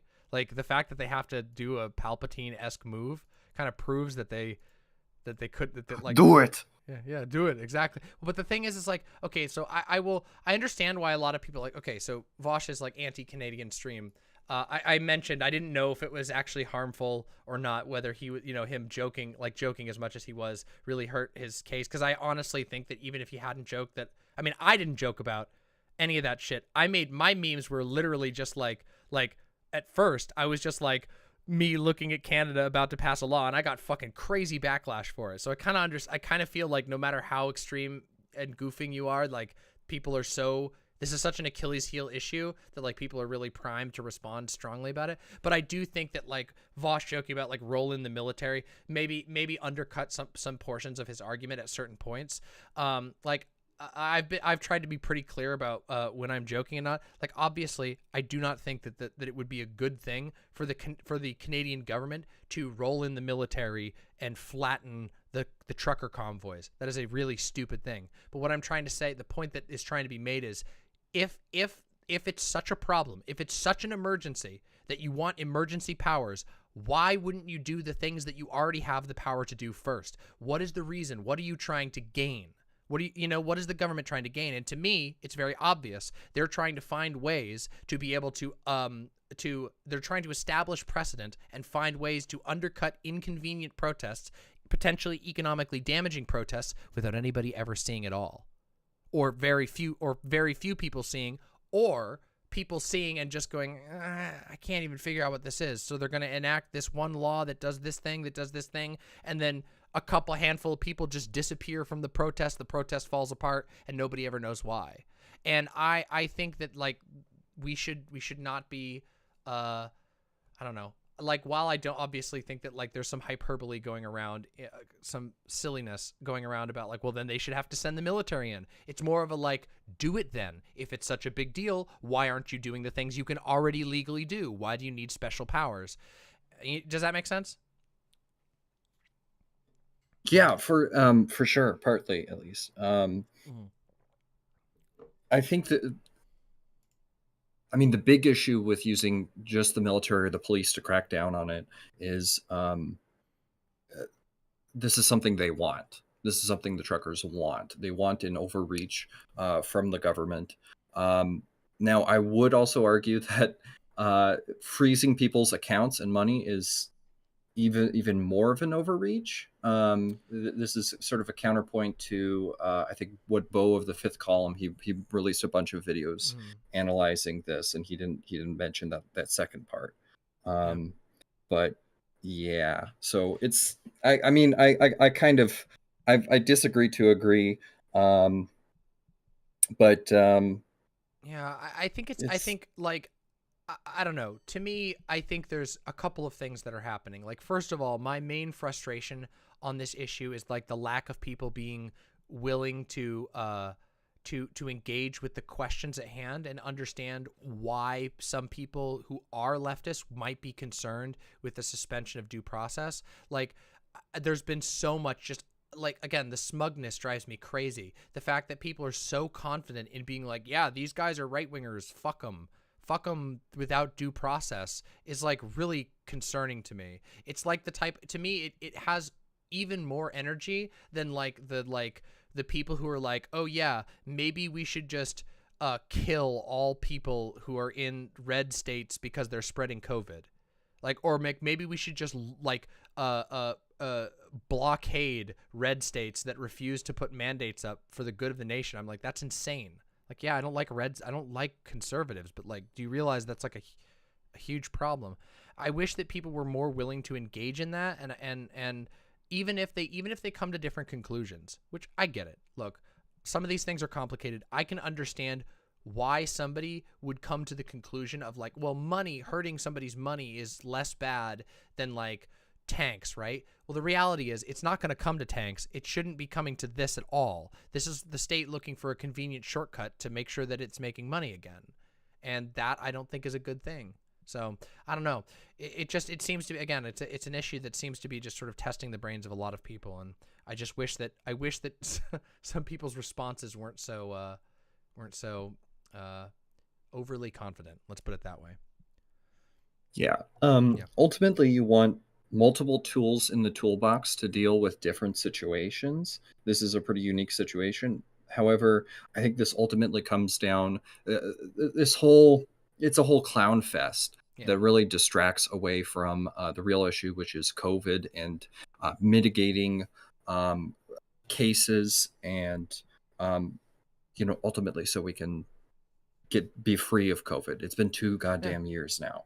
Yeah, it's horrible. And like here in the US, like obviously like you're in the US too, I mentioned, but like here in the US, like it's abhorrent. Like our the state of affairs is even in the places that took COVID the most seriously, like they're just giving up. My state is releasing vaccine mandates for public spaces in next month, even though we are not even back from the Omicron surge, of which I was one of the people who was unfortunately counted in the Omicron surge because I got fucking COVID and it blew, and I was triple vaxxed. It's insane. And like, so I don't know, like, like, I don't know. I don't know how to like tell people that like, first of all, like I guess engaging with conservatives about the vaccine mandate is a completely different question than engaging with liberals on whether or not this is like an overreach. But fundamentally, obviously, a mandate is a completely different completely and utterly different situation than like suspending due process. And obviously, I have no support for these trucker idiots who are out there coughing COVID on each other and drinking beers and shitting in the streets and whatever. Like, obviously I don't care about, I have literally no sympathy for their goals whatsoever. But I don't think that, I don't think that I don't think the state has a right to do that. I say fucking put up or shut up. If these truckers are so dangerous, either have your police deal with them the way that the law already says. You don't need anything else to do it. So yeah. But I do agree with you that COVID is a massive issue, and that's a whole other can of worms. Was there anything else in specific you want to talk about? There's a couple other people in line. I want to be fair to the other people who want to get in and argue with me. No. I just mostly wanted to get a sense of how do I approach these people who are on the opposite side of this issue, the opposite side of the argument. And what are some tools I can use, some rhetorical tools? Well, I think a lot of your will stream be has given me posting, that so far. Yeah, well, I'm happy to hear that. And also, I will be posting my research document. It's like a bunch of quotes and a whole bunch of citations of figures and my core arguments later. So maybe that will be helpful. But yeah, the whole reason I structured the beginning of the stream the way I did was so that people could have like a nice walkthrough step by step before I started doing the debate stuff, So anyway, Yeah, thank you. Oh, go ahead. Sorry. Well, thank you. You've been doing really good work here. And appreciate that. I really appreciate you having me on. Absolutely. Thank you. And I'll let you get to some of the other folks. Yeah, Bye. no problem. Thank you so much for coming on. It was a wonderful conversation. Thank you so much. Have a good night. Appreciate you. Bye. Bye. Sick. That was awesome. All right, let's bring in the next caller. Can we get the next caller in? Let's do it. Let's one after the next. Let's do them. I'm loving these combos. It's so rare. I said I want to do this more, but that was a great conversation. I want to do these more. And I'm being verified right now in doing them more. Pi, welcome to the show. What are your pronouns? He, him. He, him. All right. Pi, welcome to the show. Thanks for coming on. And yeah. What is your contention? So, I agree with you on like 90% of this. Ooh, hold on a second. We're getting massive feedback on your microphone. Is there any way that maybe you could? Ooh, it's really crunchy. Let me try. Maybe try unplugging it, plugging it back in.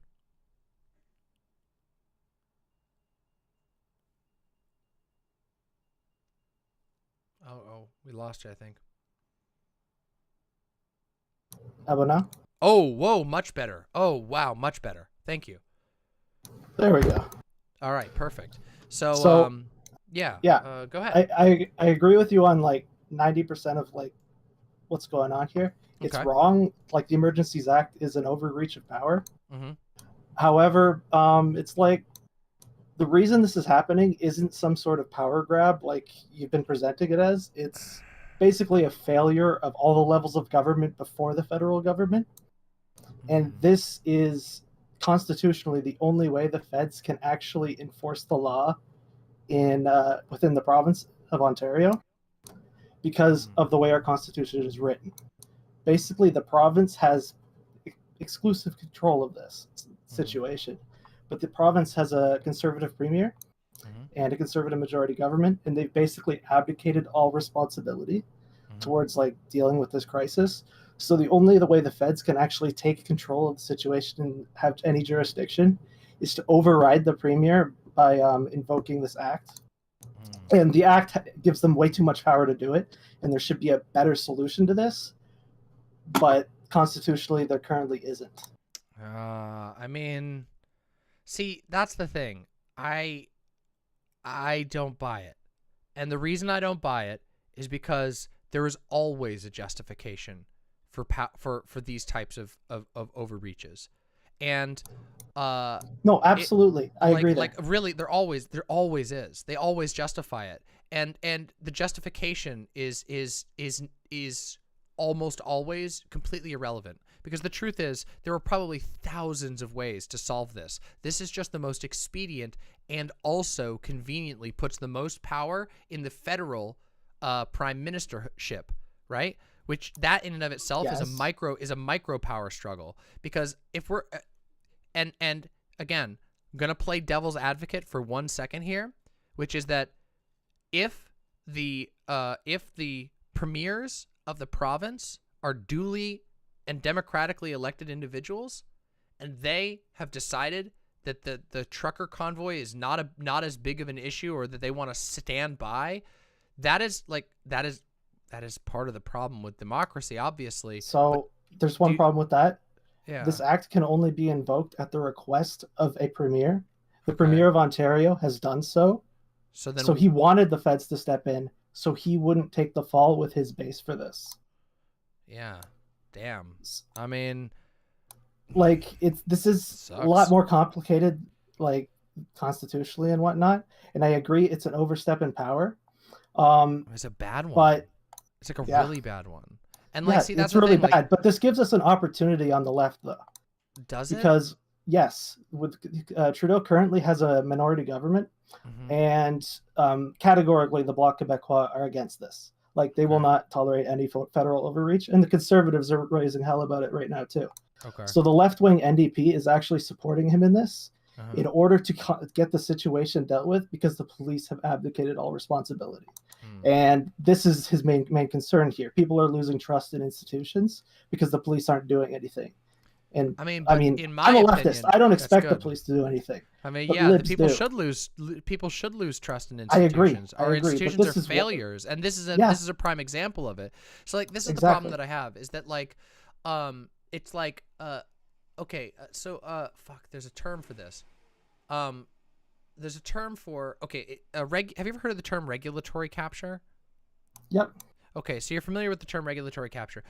I can't think of the term right now, but there's another similar concept where basically like what the postmaster general Louis DeJoy was doing under Trump, where he was basically intentionally sabotaging his own organization because he was more loyal to Trump than he was to the organization. Like that sort of thing is something. Yeah, we that have happens. this shit all the time. Yeah, with our, telecoms and stuff. It's bad. That shit sets up for these types of moments.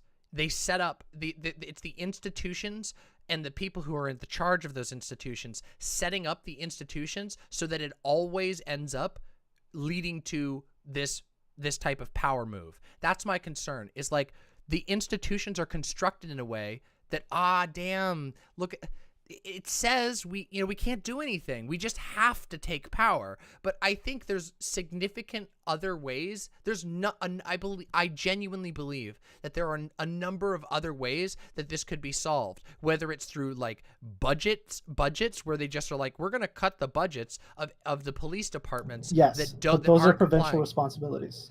And so I mean, I don't know. maybe is there I mean, maybe there really is no possible way outside of the Emergencies Act for the federal government to get involved, but also maybe the federal government shouldn't get involved here. Like, maybe they should, maybe it should just be, maybe they should call the bluff of the provincial governors and say, all right, guys, you're not going to do anything about it? Okay, then. Your province is gonna get economically fucked by your own followers, and just call their bluff. They're gonna run out of energy. Like, I mean, I get it. I would get it more. I would understand more. Again, this is where that problem where I had with the bread wave or the BreadTankie or whatever, that fucker who was in here before.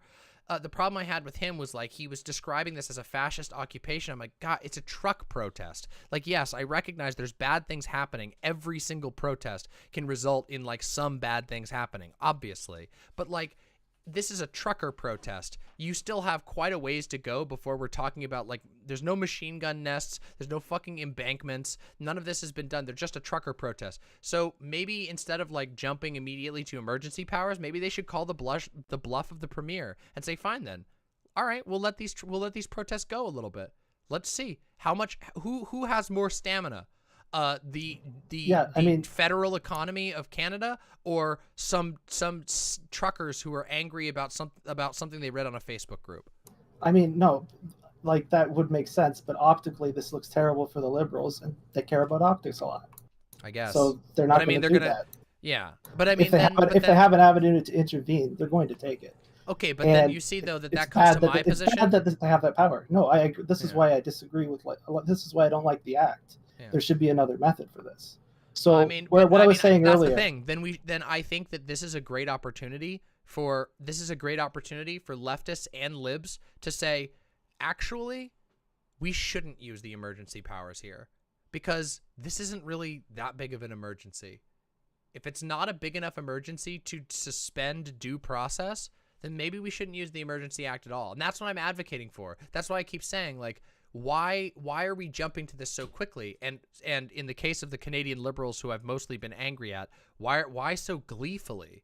It's not just willingly, it's gleeful. And so I do understand where you're coming from. They're pissed off at the protests. I know, but, like, come on, like, that's like, there has to be a higher bar for that. Like, right? Like, oh, well, you know, like, I don't know. I don't want to be bad faith, but it's like they were just pissed off at the Jews. You know what I mean? It's like, okay, like. No, I mean, I don't agree with that, but they do. And this is the reason I know, but it's just like, I get that, like, the libs are tired of the protest, but, like, okay. So go black block up with your buddies. Go puncture some fucking truck tires. I don't advocate for this. I'm just saying, you know. In that case, there was actually a bunch of counter protests that happened in the past week, and the cops intervened on the side of the protesters several times. The first arrest in Winnipeg was an Indigenous Canadian. Are you telling me that there's nothing that can be done against those cops? Those cops obviously should be fucking obviously there's fired. Things that can be done, but you can't say them on YouTube. So I'm not going to mention. I mean, okay, yes, well, but I think there's other things beyond that too that could be done. I should hope, but yeah. I mean, the Ottawa police have made an excellent argument to all the libs for defunding the police.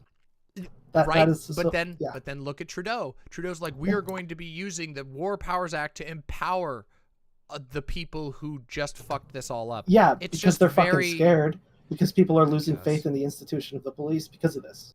But the institute, I mean, again, liberals. Like, that's why this is happening. The whole problem.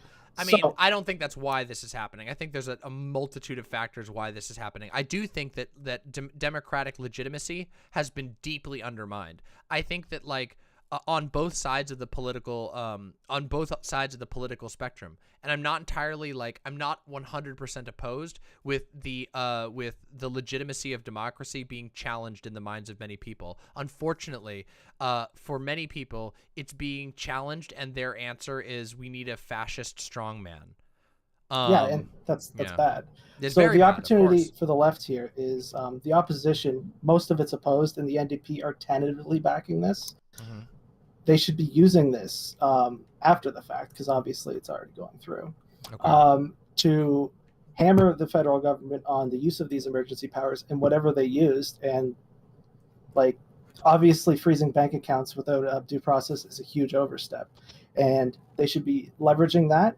And we should be, and like Canadians, like left-leaning Canadians, should be hammering the NDP to tell them to like push for more amendments to this act, like lower its power even further to get rid of this abusive due process. I mean, I would agree And with you. a minority government, that's the obvious this is response, likely right? to actually happen. This happened after but the abuse of the previous act. That's possible, but keep in mind that the abuse of the previous act was way more explicit. Yes, it was. Like, and that's the problem that happens here is, again, we're always contending with the fact that we now live in the society of the spectacle, where people fucking forget 10 days after something happens, and as it turns out, like, some truckers' bank accounts being frozen is really hard to get people worked up about, unless you can successfully message that that's like a really bad thing. And so the fact that there's shortcuts for the state to take in this way and to move in the shadows means that those leftists, the opportunity for leftists is a much smaller opportunity, because it's very hard to sell the idea after the fact, because they got to do the sneaky option. And that's the reason why you don't give the state sneaky options, because when they have sneaky options, then you end up with, like, I mean, in the most extreme case, you end up with secret police, and you end up with stuff like that where nobody can tell anything, and it's just a reign of terror. Yeah. Well, the reality is they already have the sneaky options, so we should use this as an opportunity to, like, push against the sneaky option and potentially. That's the only option we have, right? But like, I guess what I'm trying to say is like, obviously they're gonna do it. But my part in bringing attention to that from the left is to say, yeah, they shouldn't have done it. They shouldn't be doing it. And I don't care if I mean, they're going to do it, like you said, anyway. So we should be denouncing them for it wholeheartedly and making a good case for it. And that's what I tried to do today. Maybe it worked, maybe it didn't. I did get pretty mad at some Canadians, and maybe that's going to turn them off to it, but you know. Yeah. And I also have one other contention, and it's basically on the thought of using military involvement in this. That is very dangerous optically for the liberals. And you might say, okay, well, the liberals suck. Well, the problem with that is Canadians are mostly liberal. And when in the past, like, you can look up the 2011 Canadian election, when the Liberal Party collapses because people are pissed off at them, Canadians don't vote NDP. They mostly shift towards the Conservatives, which are a far worse party. Damn. See, and then that's when we get into the broader conversation about problems with democracy being a I got a lot of critiques of liberal democracy and democracy in general, but the I do agree that's an issue. I don't know how to solve that one. I don't know how to solve the fact that, like, both America and Canada seem to have, like, the liberals in both countries seem to have positioned themselves so horribly that there's almost no outcome except for them getting owned. Like, in America, they're like, Hillary is like motioning like she's going to run again against Trump in 2024. Like, what? Literal time loop. Oh my God. And like, we're done. We're doomed. Biden has failed so fucking hard. Biden is so unpopular here. He's so fucking unpopular. He's done nothing. And like, more and more Americans are like, wow. Like, if either they're in the Trump cult or they're like, oh my God, half my family is sick with COVID, and we haven't gotten a check since the very beginning. We haven't gotten any support. They're just pretending it doesn't exist, telling you to go back to work. Like, you can't just sit, like Joe Biden going and being like, yeah, we're not going to pay you money to sit on your ass, Jack. And it's just like, oh, so you've just committed to losing forever. And it's like, I don't know what to do. Like, I don't know what to do about that. That's the black pill for me, is me going like, yeah, even the harm reduction option, they're so ineffective and so stupid that they're destroying our only harm reduction option. There's like, if Trump runs in 2024, he's going to win. And we're going to be going into fascism. I don't know what to tell you about American politics, because your situation is so fucking dire. It's so fucked. Yeah. Canada's a little bit better. Our institutions, they suck, but they are a little bit better, especially built around like elections. Gerrymandering isn't really a thing. Yeah. But yeah, it's not great. It's rough. So yeah, I mean, I do agree that there's some gambit with the military. The real thing is, I think a lot of the like military jokes were mostly just like memes, you know, from irritation, get people getting irritated at each other and being like, fine, just fucking, I don't care. Like anything would be better than just being like gleefully embracing the abandonment of due process. But in truth, like, I do believe there's more options. I believe that the government could get, if they really wanted to, if there was some sort of liberatory and democratic focus and they wanted to, and it was such a crisis, I believe they could find a way to do it, whether it's through punishing the departments or finding alternative legal avenues. Like, who's to say the federal government can't provide some form of like non-force related aid? I'm pretty sure there's probably avenues that they can do that. Like, say, hey, we're going to, instead of sending in the National Guard, we're going to go, well, there's no National Guard in Canada. Well, whatever. The options are police or military. The equivalent, yeah. yes. The equivalent. I mean, the National Guard in America is a branch of the military. It is the military. So, yeah.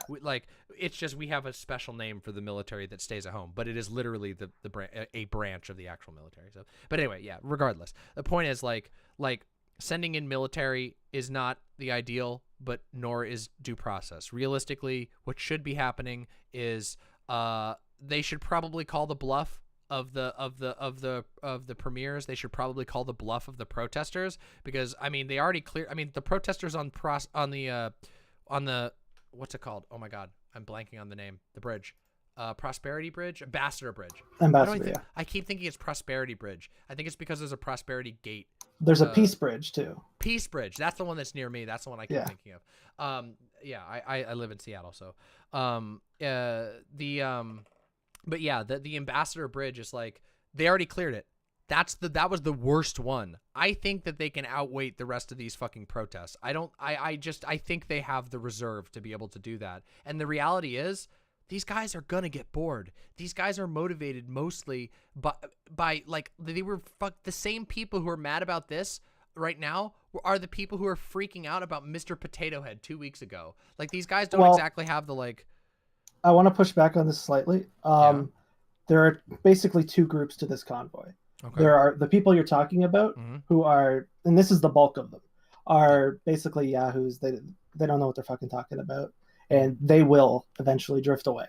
Yeah. But there is a core group of like white nationalists. This is where the organizers stand. White nationalist, like accelerationist far right groups. Like, I think there was Diagolon, or I don't know how it's pronounced. I have like this one. It's we've got QAnon. We've got a QAnon guy. We've got a anti-Islamic guy. We've got a fucking guy who has ties to Soldiers of Odin, which is a fascist group. We've got Albertan two Albertan separatists. Like, like, I know these guys are like fucking shit, but like, but again, so like, same the worry problem. on the part of authorities here is that these like accelerationist groups are violent, and they'll basically try and create. Their goal is to try and create some sort of Waco situation in the middle of Ottawa. That is the worry. I mean, okay, but I mean, yeah. That is always a concern with alt-right accelerationist groups. That's kind of their MO, is they do that. But the question is like, can they actually accomplish it? And also, if that's true, that there's like a small core of dangerous people, you wouldn't even need to send in the military. Don't you have like an FBI equivalent that could just go and arrest those individuals?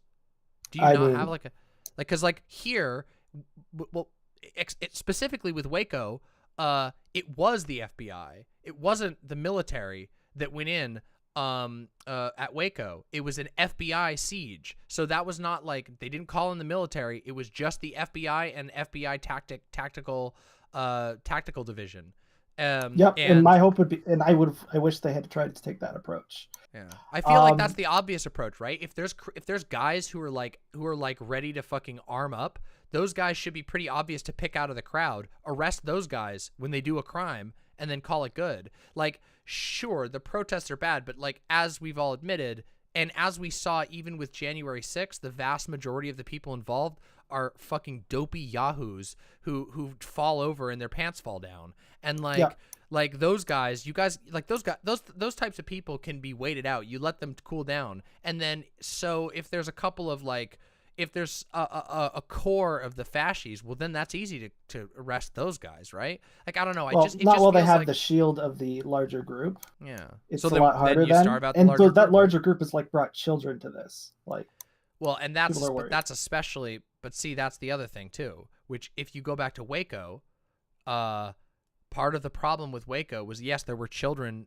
in the facility, and the FBI site. I mean, I did a whole debate on Waco, which is the only reason why I know this. But the FBI site commander was really gung-ho, and he called the siege even though the hostage negotiator had said, give me a little bit more time. I've already gotten David Koresh to agree to write a new revelation that would end the siege, that would have the children leave and then then lay down arms. But the site commander was like, no, like, this has gone on for too long. We're doing the siege, and then 25 kids died. And so it's like, to me, it's like, okay, if there's children there, well, you know that the people with kids can't stay there forever. Their kids are going to get really bitchy. They're going to go home first. Those people will be the ones that go home first, you know? And then you work with the hostage negotiators. You work with the negotiators. You take your time with it a little bit, and you minimize harm instead of any of the other options. Like, I feel like, again, like, I feel like there's a million options that could be done. Yeah, and I think their logic behind this, and I don't agree with it, but this is the logic, is they want to starve them out faster so they can get to that point faster. Yeah, And well, I think that's an overreach. They should be using the courts to do this, not suspending due process. yeah.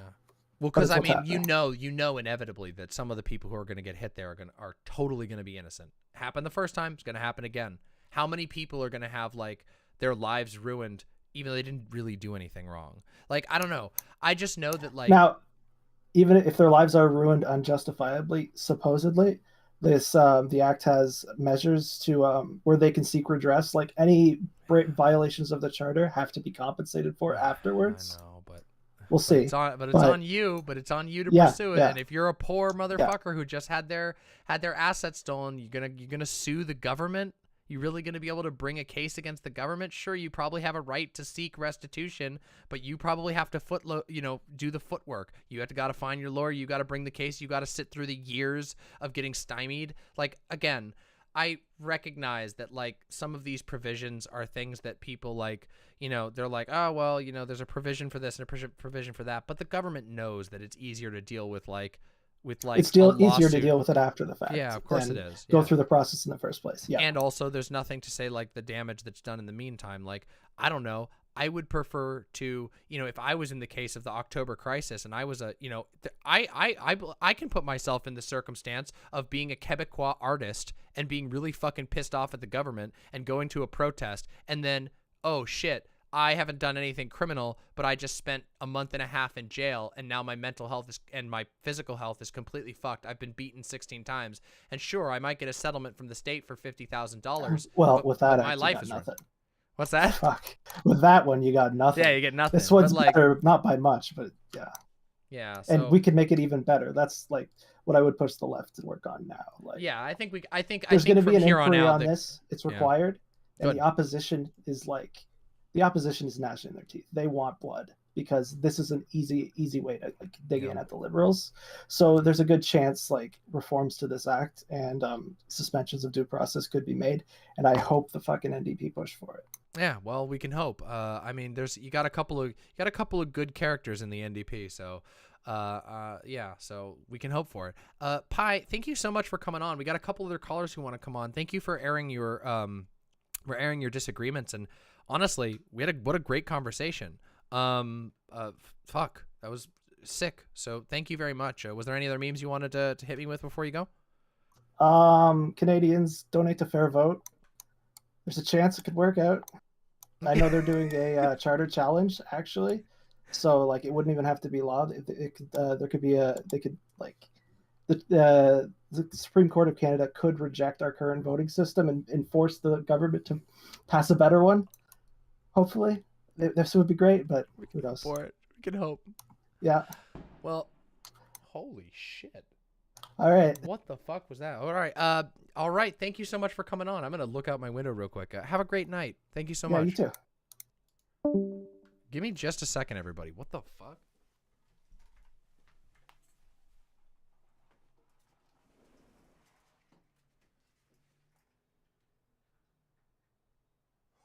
shit. There was just a huge explosion outside, and there's a fuckload of car alarms going off. Guys, I didn't tell you this. We had a literal shootout across the street the other night. It was fucking terrifying. There was we were sitting here, and the neighborhood across the street of us, we heard it was just like, so we heard 2 different calibers, and they went back and forth for like 5 minutes, like probably I would say like 18 shots fired, and then a million cops. And now there was just a fucking explosion and a bunch of car alarms going off. I don't know what the fuck is going on over here lately. Jesus Christ. Fucking 2022 off the chain. Yeah, everyone's fine. There's nothing. I didn't get blown up. I don't even know where it was. I just heard it. It was distant. Yeah.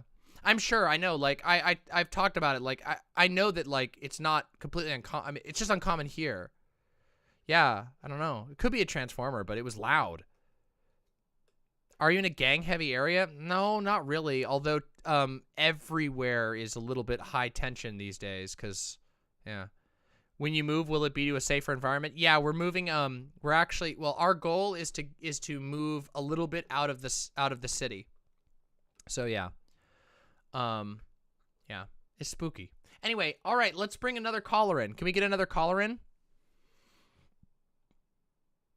I don't get super scared of this type of stuff most of the time. It usually unsettles me in the moment because the noises are scary, but afterwards I'm usually fine. Hello, Aneeya. What are your pronouns?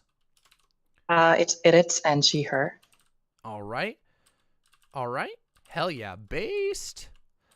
Okay, cool. Aneeya, welcome. What is your contention? And welcome to the show. I'll be really quick because I think I mostly agree with you. Okay. The only problem I have is like with all the liberals popping in, like especially with the BreadTankie, I think. I really hate when people say like cops have abandoned us, as if like cops have ever on our side, as if like they were protecting people. I really don't like that. And also, I'm also from Ottawa. I don't really live in downtown, but I have many friends in downtown. Yeah. The problem I have with your take when you were talking with BreadTankie was like it felt like you kind of downplayed the severity here. Like, of course, people are not getting lynched or killed, but yeah, people are getting assaulted, like for wearing masks or just for being black or like trans, especially.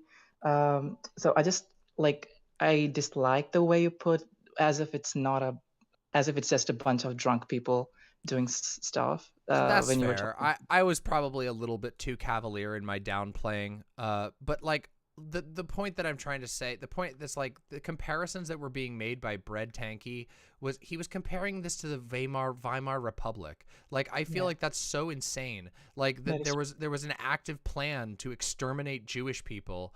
At the time of Hitler's rise to power, and like then you're gonna compare this to like the trucker convoy. Like I'm not trying to say there's not bad things happening. Again, I think these people are giant pieces of shit, and I don't really care if people fucking go get in fistfights with them or whatever. I don't care. Like, but it's just like I don't know. I may have been a little too cavalier. I don't mean to downplay anybody's struggles with these fucking assholes. God knows, like when the right wing counter protests were showing up in town here, like they're a bunch of fucking dipshits, but they cause a lot of harm. And I get you. I wasn't trying to overdo the downplaying, but at the same time, I was trying to draw a distinct and in my case somewhat comedic highlight how ridiculous it is to say it's like a fascist occupation or compare it to the Weimar Germany or comparing it to fucking 9/11 even where like 3,000 people were just dead instantly. Like, come on, like this is, I get it. There's rough things, but like the being cavalier with how things are described can sometimes be very, very, well, I mean, we had this happen with BLM, right? We all know what Fox News and the conservatives said about BLM. Now, is it true that like there were like crimes that occurred and innocent people got like beat up at protests. Yeah, there was a huge protest with thousands of people involved. Of course there's going to be bad things, but that doesn't mean you can just say that like BLM burned down cities or that the trucker convoy is a fascist occupation. I think that's a little bit much. Okay, like I do agree with most of the things you said, but I don't think it's like a bit of a reach to call it a fascist occupation of like Ottawa, because they literally have blocked all of the roads to downtown, and like emergency services cannot get there, and like people are getting assaulted just for wearing masks, like I said. But yeah, it is not as severe as Weimar Republic's fall or stuff like that, obviously.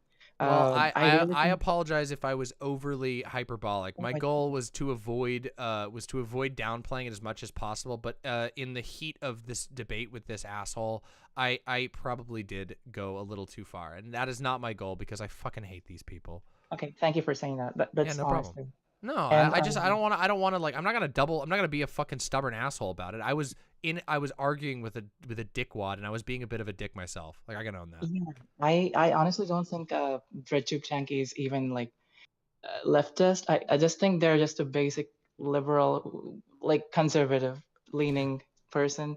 It was and also, weird. Yeah, I was getting mixed vibes there. Yeah.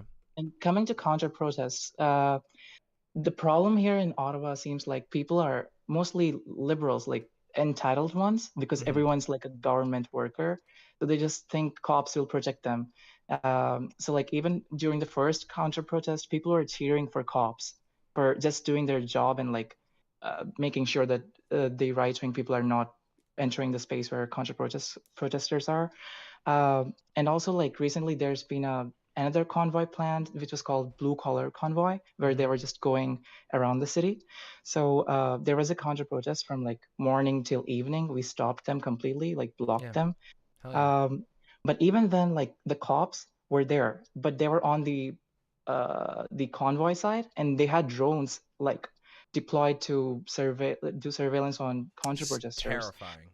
Yeah, so That's like terrifying. I really don't understand when people who live in Ottawa who are seeing this shit happen are still supporting cops and are like in support of authoritarian measures like the Emergency Act. It's it's very terrifying, because I feel like it's on us as community to stand up right now and like tell the protesters that you are not welcome here, because it's working. Like we blocked them, and most of the people just left because like the person before me said, there are only like a very small minority of accelerationist people. So like if we can make these other people who are like I feel like they're just like scapegoats at this point.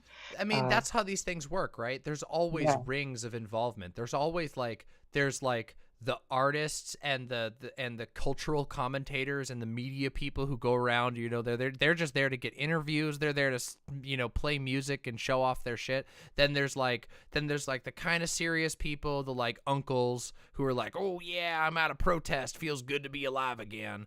And then there's like the kind of like crazy people who are like, yeah, I hate the mask mandates and I'm really serious about this. I've been to 3 or 4 protests. And then at the very middle, maybe you've got like the hardcore accelerationists. But I think you're right by saying like not only do the counter protests just work really well, as it turns out, if you outmaneuver those types of protesters, you could block the road for them. Exactly, and that sucks. Like all their plans are like publicly available because they are so dumb. And they're very bad. I mean, conservative OPSEC is miserable. They've had the whole thing of like them getting their GoFundMe equivalent, like the level of identity compromise, bank account information was leaked from that. That's how bad that website was secured. Like, it's really bad. So like there's that aspect, but also the benefit of the counter protest route is that it forces the accelerationist types to show their hand and to become obvious, and then people can see who they are. Those people have faces, and if they're if they do something extreme or if they get aggressive, you know who they are then, and that's that you've provoked them to show themselves, which makes it easier and better. Yeah, and also like one last thing is I hear a lot of NDP talk happening. let's not forget that they're still like a social democratic party, and like they're still pretty capitalist in my opinion. And like we cannot really bring about change from electoral politics. So I just feel like we should not put so much faith into NDP or any other party. But that's pretty much my whole contentions. Based anti-electoralism over here. You know, I don't put faith in any fucking political party. Not even the ones I like. But yeah, no, I agree with you. People don't go back to brunch, everybody. Please do not follow the liberals back to brunch. You will not be happy. The brunch will turn to ash in your mouth. Please. Yeah, exactly. That's what is happening right now in Ottawa, because like the police chief resigned, and a lot of my friends who are mostly liberals, like work friends, they're like, oh, the chief has resigned, so maybe the cops will do something better now. So it feels like people always blame a single person, and then they're like, okay, it's done. Well, also though, it's like it's that again. That's why I said this is kind of an Achilles heel issue for a lot of liberals, and it can be very illustrative to those of us who are more left leaning of the flaws of liberalism, because specifically,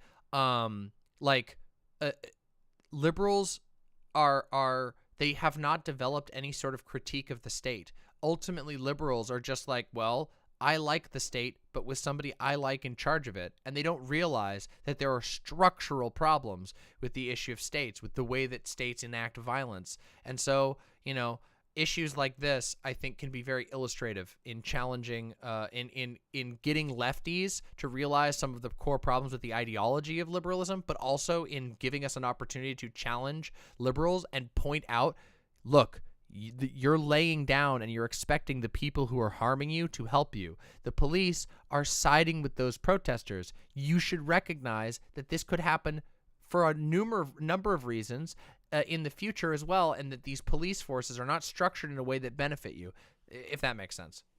Yeah, it does. And the last thing is, like, if anyone's gonna go counter protest anywhere, just make sure that you hide your identity really well. And yeah, basic stuff like let your friends know where you are going and go with someone else. Don't go alone. Fucking based advice. Especially that part you said, let your friends know where you're going.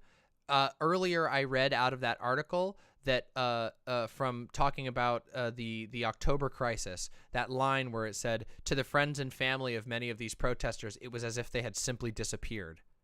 That's scary. That is terrifying to think about, but that's what happens when if you go in alone. Don't go in alone. Let people know where you're going and when you're expected to be back. That way that, like, you know, you don't need to, they're not going to, you know, your friends aren't going to freak out if you're an hour late back from a protest, but if you're 8 hours late, they're going to come try to find you. They'll know to call the local police department and ask if you're there, and then maybe they can get you a lawyer, which would be incredible.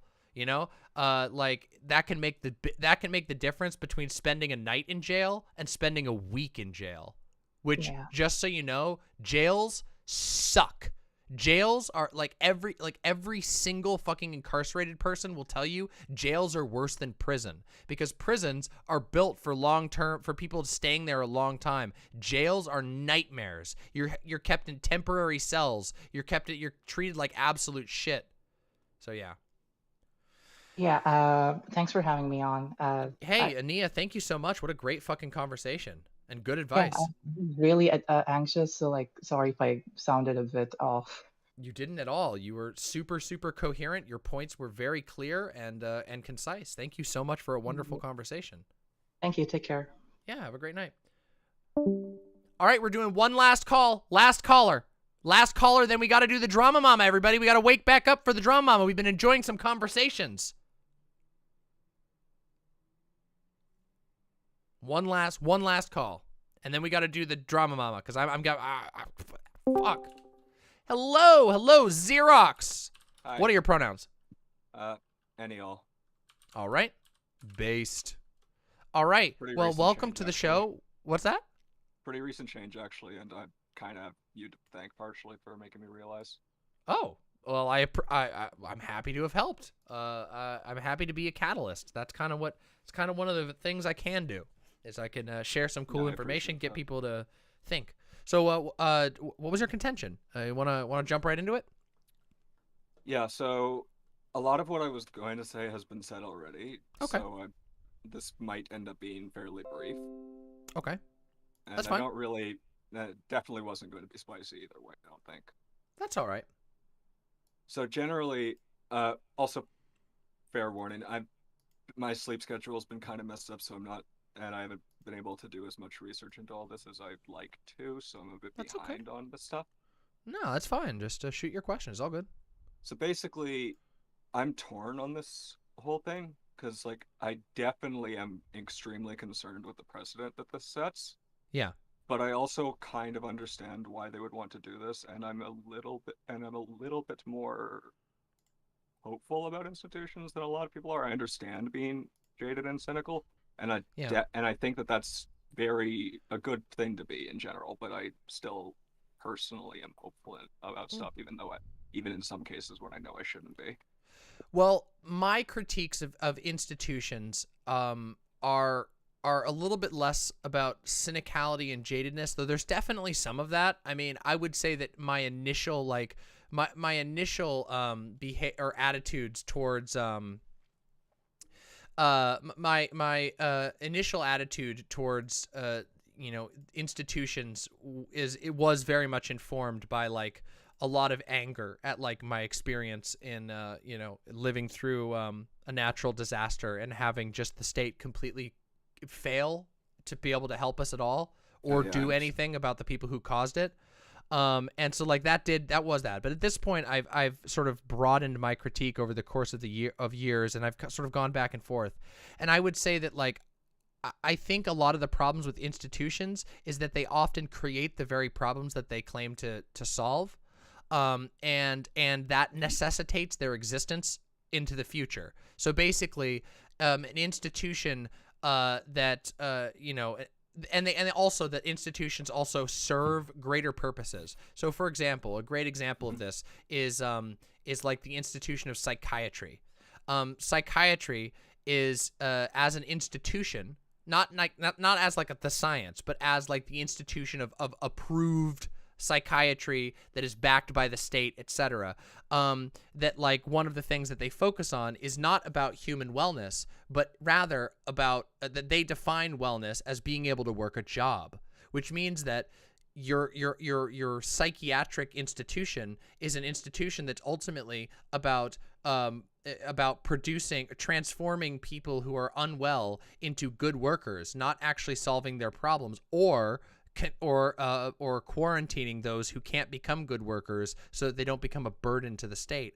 And that in and of itself creates further problems, because then you have then you have the problem of, like, for example, in the past, that some of these have been, somewhat reformed.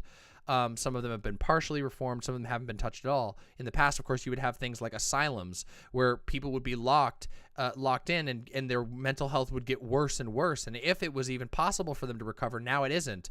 But then that just further necessitates why you need to have the institution of psychiatry, because, well, where the hell are you going to put all the people that are in the asylums? You're just going to kick them out on the street? No, you got to have the asylum. So that's my problem with institutions, and why I don't have I have a sort of deep distrust for institutions is specifically because they tend to, their foundations benefit capital, usually, almost always, specifically, and then also they generally tend to maintain the problems that they're supposed to solve, because to do otherwise would mean to delete themselves from existence, right?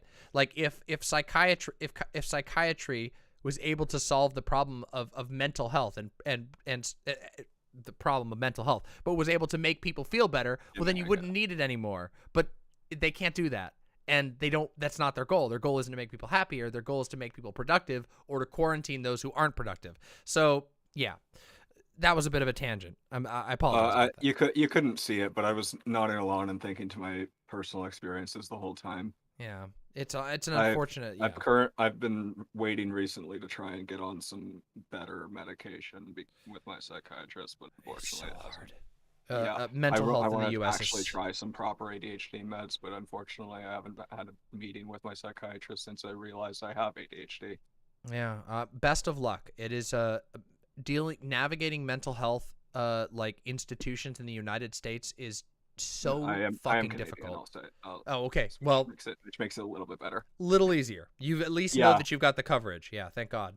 My personal psychiatrist is pretty good too, so that's excellent. I mean, I have a lot of critiques. He is busy, so yeah. I have a lot of critiques of like these institutions, but that doesn't mean that I haven't had good and bad personal experiences. no, I mean, my counselor, for example, amazing. My therapist is an amazing person. My current psychiatrist is great, but I've had plenty of bad ones too. Yeah, so it happens. And unfortunately, in my province, they're cutting funding for medical stuff, including psychiatry. Yeah. So, and he's genuine, and him and many of the other good psychiatrists are genuinely thinking of just moving to another province, which it's really rough. Ooh, really sucks. Seeing brain drain in person is not a good thing. It hurts. Yeah, that shit hurts. So yeah. To sort of go back to sort of give you the opportunity to restate like the main contention. Do you want to bring that up again? I realize I went off on a bit of a rant about institutions because I have brain systemic critique brain bullshit. Go ahead and hit me with that contention again. So basically, it's just like I generally think I understand why the Liberals have done this, even if I am very concerned about Trudeau specifically, but like the Liberal Party backed him. Like I think I understand why they did this from even a more like giving them more credit than they might deserve right now perspective. But while still being very, very concerned about the precedent they're setting. Like there are a lot of people who are asking for this to be done with, and I understand why they would want to do so. And this is the quickest method they can do it without sending them in the military, which might be which would to even more people would be even worse optics, even if it might not necessarily be at first. Yeah, like realistically, it would. A lot of people would see it. A lot of people would see it worse than. I mean, I think it would. Optically, it would be unequivocally worse, but functionally, I don't think it would be. Yeah, I think but a I single think instance I do of think that using the Liberals are more concerned about optics, of course, in general. yeah, because I mean, they have to think about well, at least they have to think from their perspective about electability, and like, I think that's true. I think that's why they make these moves, but it's also I do understand your position too. Yeah, and one of the problems is like this sort of what you're talking about here is I think like it leads to a sort of a bigger conversation, which is like the general problems with majoritarian democracy, like with simple democratic, like, okay, who's the majority and who's winning. Well, we all know that it was not that long ago, it was less than 15 years ago, that here in the United States the liberals did not support gay marriage. Like, liberal politicians did not support gay marriage just a very short time ago. And so we know that like majoritarian politics leaves minority groups like sometimes literally just neglected or outright legislated against perfectly legally under the law, which is like fucked. So like I have a lot of critiques for like democracy heads. I have a lot of critiques for majoritarians and people who quote majority like that means anything. I don't think a majority means anything at all, except for if it's like pizza slices, maybe. Like, well, the majority of people haven't gotten a slice of pizza yet, so maybe we should share the rest of the pizza. I don't know, like yeah, like that kind of stuff is like interpersonal majorities makes sense. Sure, yeah. Like I'm currently like a bit torn on this. Like I definitely. Personally, I'm very critical of states and like democracy, but I also I do genuinely want to do what I can within the system that I've got, because I think that that's currently my best shot of making change. I think I can hold both positions. Yeah, honestly. I mean, I think I absolutely think you can. I think it's essential to do so. The one thing that I would urge, okay, so here's something that, and I would say this like in a totally like conciliatory way from personal experience of like my own political growth. You know, I'm pretty open about my past. I've changed a lot politically over the Sorry, I years. just want to add something Yeah. before you get on. I will, just to be clear, I am relatively early in my political journey leftwards. Like, it's only been a couple years, and I still feel like I'm in the learning period where I'm like educating myself more than I am actually like doing much. I want to know what to do, what I think is the right thing to do before I really go ahead and do all that much. Although I have helped a little bit in some stuff. So Yeah. Well, sorry, I I just wanted to make that clear before we really. that's fine. I mean, the reality is like that's good. Wanting to learn is super good. Wanting to like the curiosity that drives you to want to build better political positions will serve you no matter where you are on a political on a political spectrum. No matter where you land, if you have a genuine curiosity and a desire to improve your beliefs at all times, that's like a always good thing in my opinion. And also I guess what I want to say is like I completely and utterly understand and agree with the fact that we have to work within we have no choice over the systems that we're born into. We have to work with them to a certain degree. But the internal calculus of how we work with them and how much we work in what types of ways is super important, and it's also really difficult. To like it's really difficult to like tell people like what that calculation is, because people have different access to different things. If my dad and if I had like a good relationship with my dad, and my dad was like a liberal politician, and I could influence him by like having conversations with him, that could be, even though technically I would be influencing like a politician. Yeah, it would be, but that would be great, right? You got to work with what you can. And I've even had a few friends in my life that were in those positions, and I've like, and yeah, they definitely, like, a few of them have actually put in genuine change, even if most people might not know it.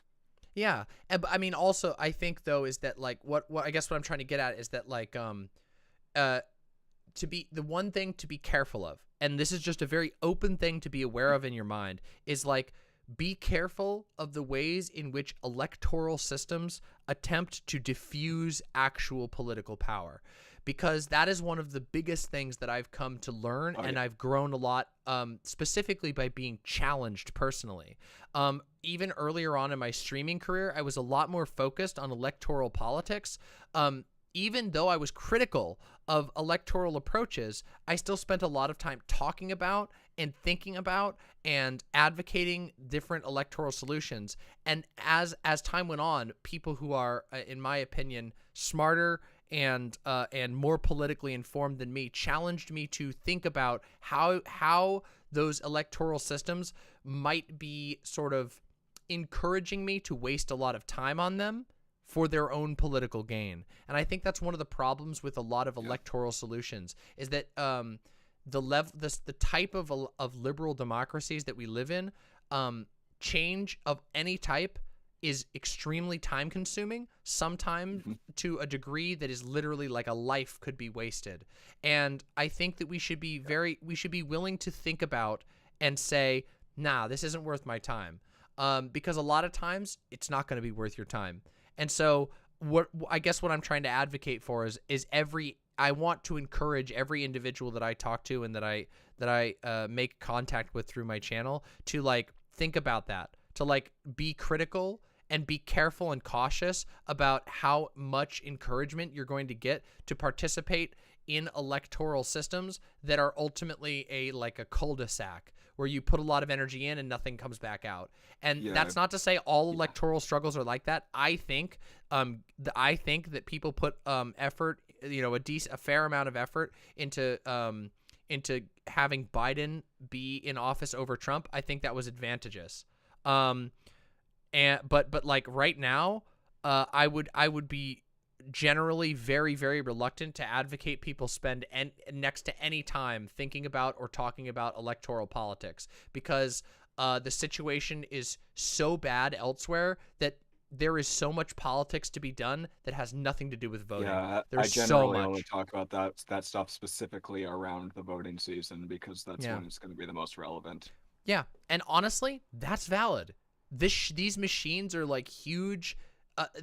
I've had a lot of critiques in the past. Well, for I the also do fact point out the downside, like the things that people have done wrong after being elected too. I think that's also valid. But Oh, absolutely. Yeah, we should be vicious about our critiques of people who have power. I don't care who it is. Fucking critique the shit out of them. If people are wielding power, especially, government power, fucking critique the shit out of them. No doubt. Like I'm bully Biden. if you're ever interested in seeing a den of corruption, the Alberta provincial government right now is a good one to look at.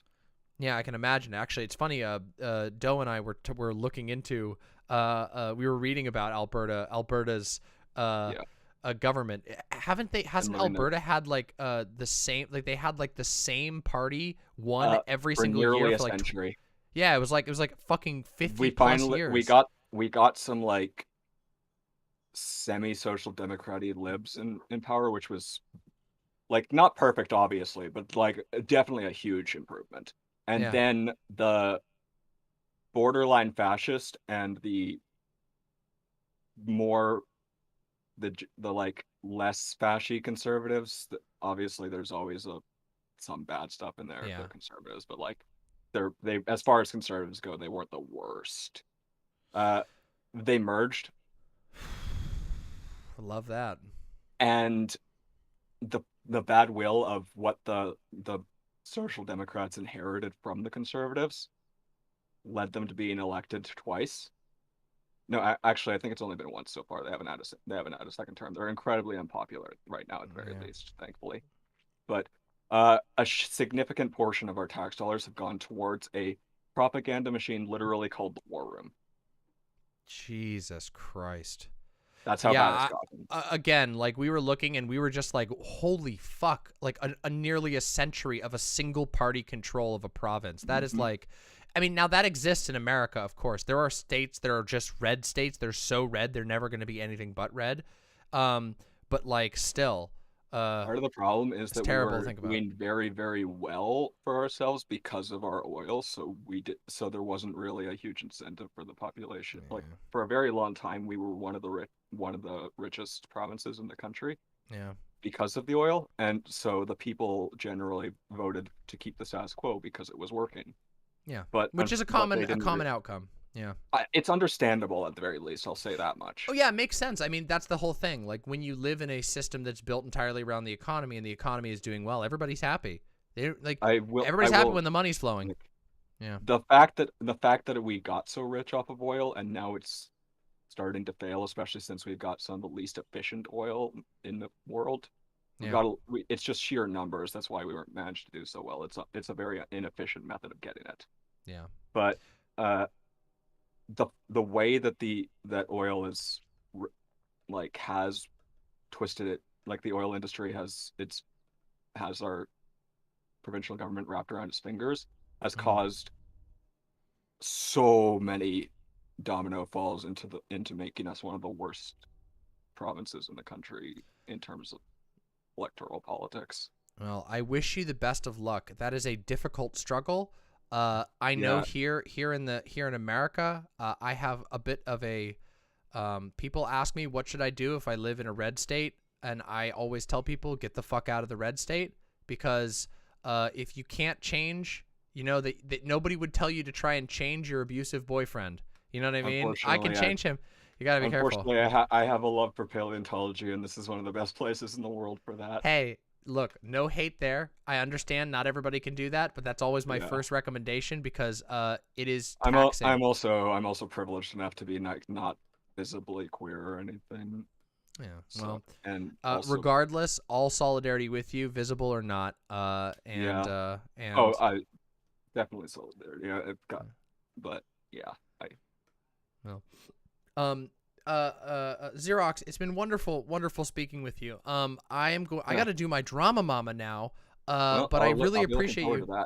Yeah, it's gonna be fun. We gotta talk about. I got a lot of stuff set up for this one. We talked about. This wasn't the conversation I expected, but this is actually better than what I expected. So I'm very happy with this. So I'm very happy with the conversation we got to have, and I'm also glad that like not all of your questions got answered in the previous conversations, and we were able to sort of expound on it. I had a few questions. I learned a few questions that I didn't expect to ask, honestly. But Hell yeah! I'm glad they got answered. Look, when I share certain things like tips, like things that I said that like helped me grow on a political level, the only reason is because I want other people to experience that as well. And I feel that like where I am politically now, I feel so much more informed and equipped. It feels good. It feels good to pursue those things and to also discover things about myself that I was like, wow, I can improve on this. And so, yeah, that's why I share that shit. And hopefully, I'm sure, in fact, that as you pursue your own, sort of political growth, that you will find new questions that not even I could answer. It's very frustrating seeing people who are like super electoral focused and super unelectoral focused both scream at people for wanting to look into either one of them as a answer. And yeah, I feel like you're one of the content creators, at the very least, that I can trust to look at both of those methods and try and find the best position. I'm a bit of a tactical person, and I appreciate your kind words. I think that's for the best, honestly, and I think you get shit from both sides for that. I do unjustifiably. I do tend to get. I think now this conversation kind of made me realize that's probably where a lot of the hate for you comes from. I mean, honestly. It's some of it. The tankies used to call me a lib. I don't think it's all of it, but it's definitely some of it. It's definitely a chunk of it. Like, there's definitely a chunk of it because, oh boy, I know this is ancient history for most of the handful of viewers that remember this, but like, during the like Bernie or Bust saga that the internet had, where half the internet was screaming about Bernie or Bust and the other half was anti Bernie or Bust, I was like, guys, can we stop talking about Bernie or Bust? It's so stupid. We have so many bigger questions to talk about, like the fact that Trump is like literally attempting to hijack the election. Can we like talk about that? And it was like, it was so bad. Some people, I don't know if you were watching at that time, but if you were, you might remember some of the streams where I was like, please. I think I saw some of it, but like not a lot. I came in when you were relatively small. Like I think it was the first time Vaush shouted you out. Oh wow! This is quite a while ago. Yeah, I don't think I really like watched you like super regularly for a little for like a month or two after that. I'm having trouble remembering some of that. I do remember that you were like. Your chat was on Discord the first time I was here. Yeah, the old Discord chat. That was before we had the site and chat I remember working. the first time I came was like the big first wave that really got you, like that really started gaining momentum for you, like the first time that happened, because I think you like multiplied yourselves by 10 that day.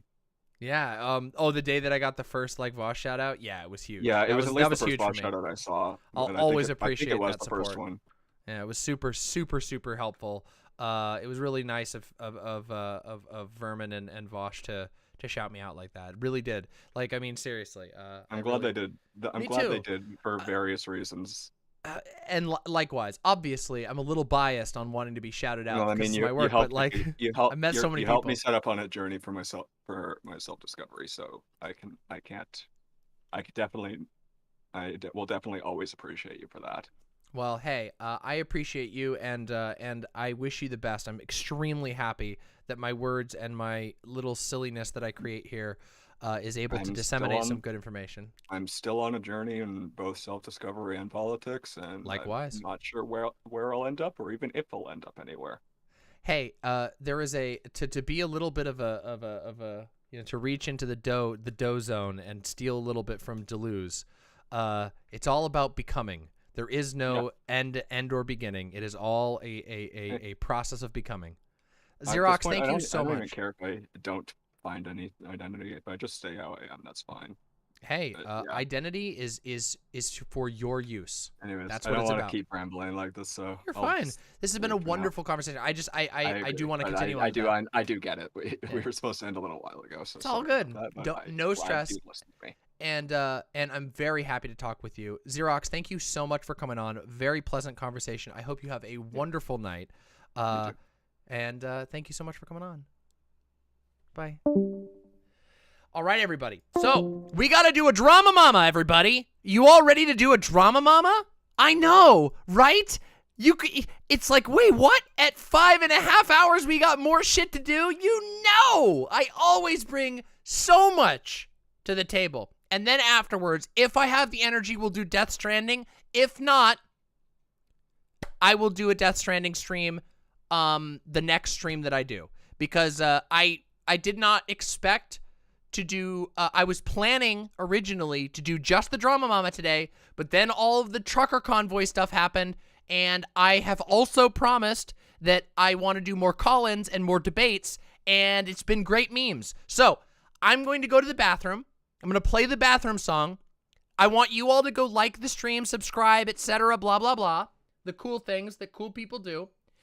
And I am going to come back, and then we're going to do a DramaMama on the Exci Hasan situation. Now, you all might know that the last stream that I did, we talked about the Exci and Hasan situation and watched a video. And after that video, I was like, oh my god, I need to do an actual DramaMama on this. So we're going to actually do an actual DramaMama on this situation, where I'll do the whole intro. I have, you guys can't even believe it, Doe and I worked together. Doe did the work for this one. We put together a whole DramaMama document. Just you wait. This is going to be the quintessential ReactGate drama response. So I will be right back. Actually, you know what? Fauntent? Fauntent! No bathroom song. Fauntent instead. Here's Faun. Be right back. Oh, man. Oh, you look so man. cute. Oh, man. Fauntent. Y'all know what time it is. It's time for me to sit in front of the camera and have no idea what I'm doing or what I'm saying. Hope y'all had a good stream so far. I know there's been intense moments, people yelling, people goofing on each other. I hope it was enjoyable anyway. I was busy. Yeah, I did my makeup today, and it's weird. It's like I was just experimenting with it. So yeah, that doesn't work. The milk won't help you with the spice. Just plain water. That's what you need. Or something with sugar in it.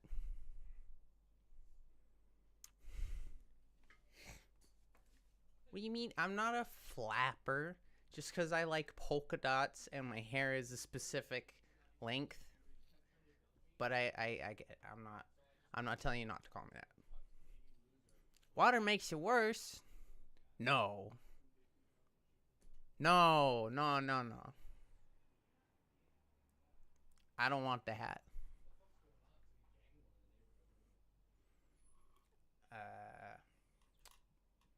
What else have I done today? I played some cool video games. I played a game called RoboQuest. It's a very generic sounding name, but it's like a roguelite. There's a lot of roguelites. It's a first-person shooter. It's really fast-paced. It's a roguelite, and it has randomized modifiers on the weapons. It's good. I'm into some fighting games. Yes, Cooper Shell. I've been playing Rivals of Aether. That's the closest thing to a fighting game I've been playing lately. Though I used to play a lot of them. I used to play Third Strike and JoJo's Heritage for the Future. I don't like Guilty Gear that much.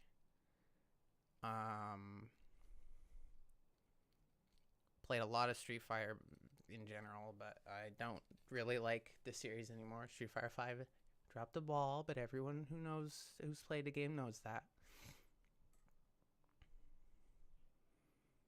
Capsaicin is no joke. It's crazy, and if it's at a high enough intensity, it can cause chemical burns.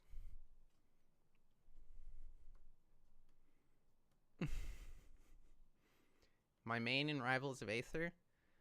I don't really know who's my main yet necessarily, but I definitely like playing Hodan, which was added recently. They're a workshop character, but they're added officially.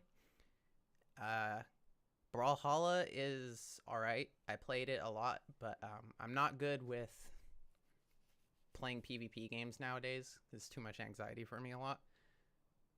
What is the Pokemon you most want to smash? That's an impossibly loaded question. There's way too many. Off the top of my head, Furfrou. There's one. There's one for you. Most painful thing you experience. What about the toxins that comes from these plants?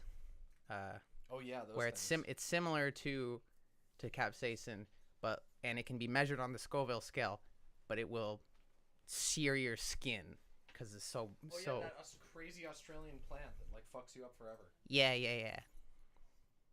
Fawn Dream Blunt rotation. True. Every day.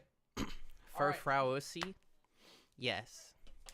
Lopunny is cool, but I was just giving one off the top of the head.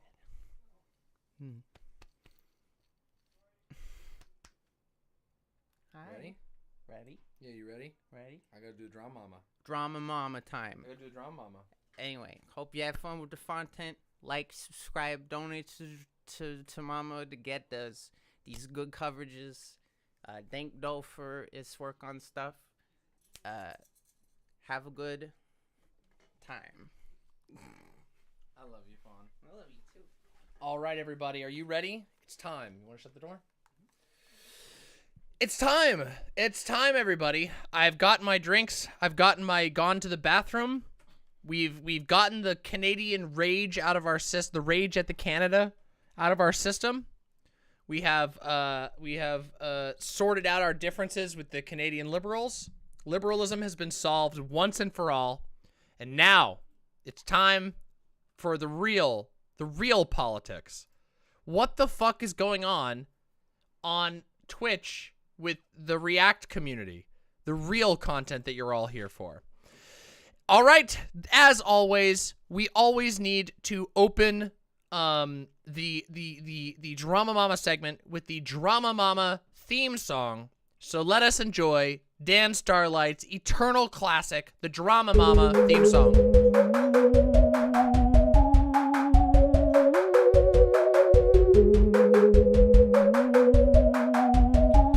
I think I'm literally all out of my eyeglasses floss. I usually take this opportunity to smarmily clean my glasses.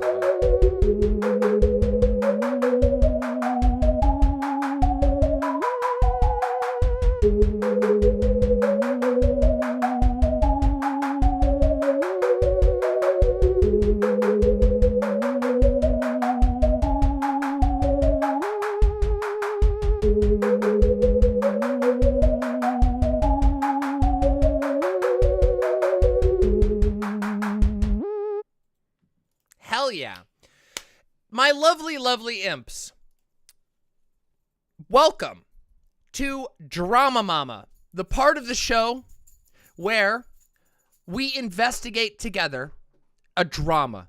And when I say a drama, I mean a pop culture or internet culture drama, usually one that is particularly interesting, but usually very confusing. See, the thing is, on the internet, there's all this kind of stuff coming at you at all times, and it can be really hard to figure out what the hell actually happened. So I came up with this cool idea called DramaMama, where what I would do is I'll go through and I'll get the receipts, and we'll find out what actually happened, who was involved, what actually went down, and we explain it together, and then at the end, I give you my takes about it.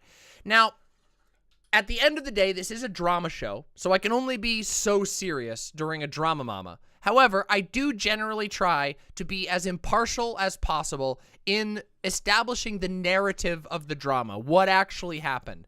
But of course, I simply can't, you know, and won't, for that matter, not weigh in at the end. So the end portion, after we've figured everything out, is usually the portion in which I will provide my feelings and thoughts about the drama. Now, for those of you who are watching this now, and for those of you who are watching this in the future, because this is recorded live, please consider liking and subscribing and commenting on the video and on all my videos, because my content is awesome and you could be having a good time enjoying it and helping me grow. But also, welcome.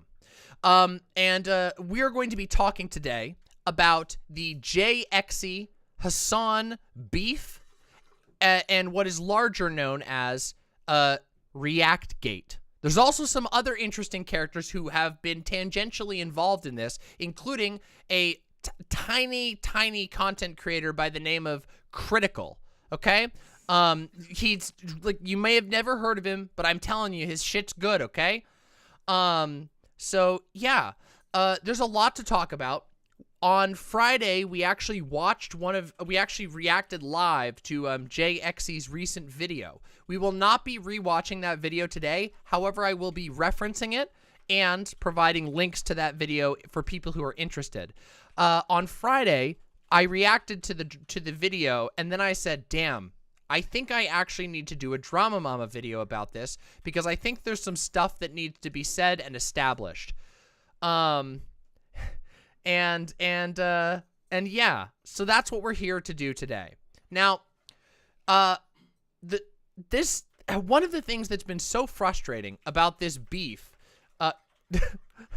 Vaush says, DemonMama, I cannot handle these liberals. Well, I put out another video and they're defending the War Powers Act. Oh my God, Vaush, we just spent the last 4.5 hours screaming at Canadian liberals and blowing the fuck out of anyone who would defend the War Powers Act. You're going to find my future edited video very helpful. And also, those motherfuckers have no clue what they're talking about, because 500 fucking innocent people got arrested. This is, by the way, Danny, I'm very sorry. You're going to have to cut this out of the final edit. Yeah, the liberals are being bad. They're horrible. You're becoming a tankie. Unfortunately, it's the perfect time. You're going to be the only tankie left, because all the tankies have become liberals, interestingly. So, yeah. Oh, no, I'm good. Thank you. I'll in a little bit, yes.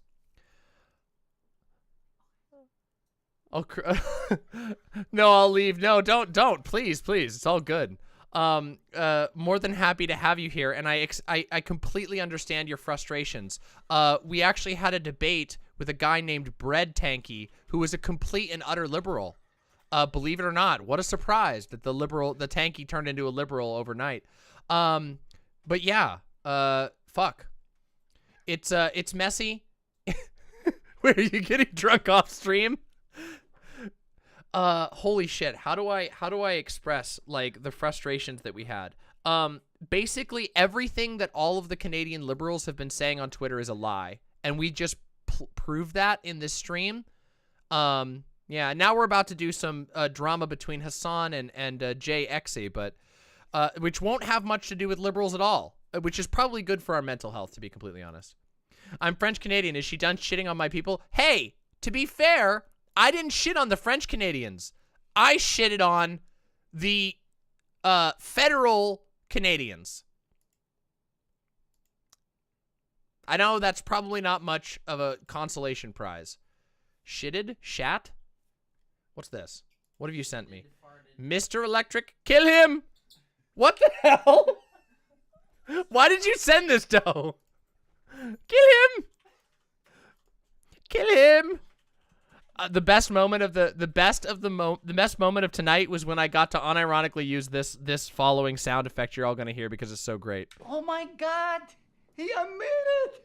Oh my God! It was so good. We got the tankie to just admit that he was to admit that he was a cuck was the thing that we got him on. We got him on the fucking cuck. I was like, you know you're a cuck, right? And he was like, yeah. And I was like, thanks. You didn't give me the short and fine boom. Nope. It's okay. We'll get that in the future. All right, everybody. Let us return to the drama at hand. Yes? The Canadians have taken so much of our time. And the funny thing is, by the way, just so you know, real quick, we're gonna time cue back to DramaMama, but just so that we know, just so we're clear, the Canadians are not gonna stop.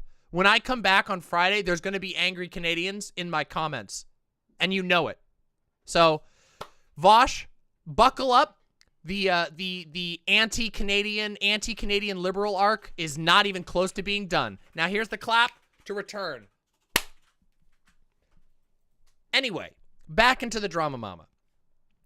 So, one of the things that most categorizes this fucking extremely frustrating drama is the fact that no one seems to know when anything actually happened. Okay, it's so annoying, especially one of the people involved in this. And so it took a lot of time on Doe's part, who did the research for this particular DramaMama, to figure out exactly when everything was supposed to have happened, because everybody kept saying the wrong information. And it was incredibly frustrating. So, where do we want to start with this? I think we should probably start with the clip that started the drama, okay? And then we're going to work backwards from there. So I'm going to show you all the clip that actually started this drama, and then we'll work backwards, okay? Here. This is a video of Hasan. Some of you may know who Hasan Picker is. He is a very, very, very popular bathroom streamer. You know, he spends a lot of time in the bathroom. He was famous for having a brownout on stream, and a couple of other things like that. He's very famous for that. And then this other guy over here is that nobody streamer I told you before, Moist Critical, which honestly weird name, but hey, his content's banger. Y'all should check him out. Okay. And we're just gonna watch this clip real quick before we get into the heart of this DramaMama. So let's start this out with the clip that started it all, okay? Watch their videos ever again, and I move on. This is what I said 1 fucking year ago. 1 year ago. Since then, he made a video, or they made a video. Afterwards, they had like a bunch of fucking Nazis on the kill stream get together and do an 8-hour reaction to my entire stream. I think it was an 8 or 10 hour fucking podcast that they did on that. Okay? And I apologized back then. And they held on to the grudge. And then they made another video now. Another video a year later. Sargon of Akkad joined. Multiple 8-hour streams. If you expect me to think that that person is charitable at this point, I don't know what to tell you. Because it's not. You're a fucking psycho if you think that that is a charitable person. No, that is a deranged person. It's a 5-minute video, which I apologize for. It's incredibly petty. It's incredibly fucking petty. Watch their videos ever again.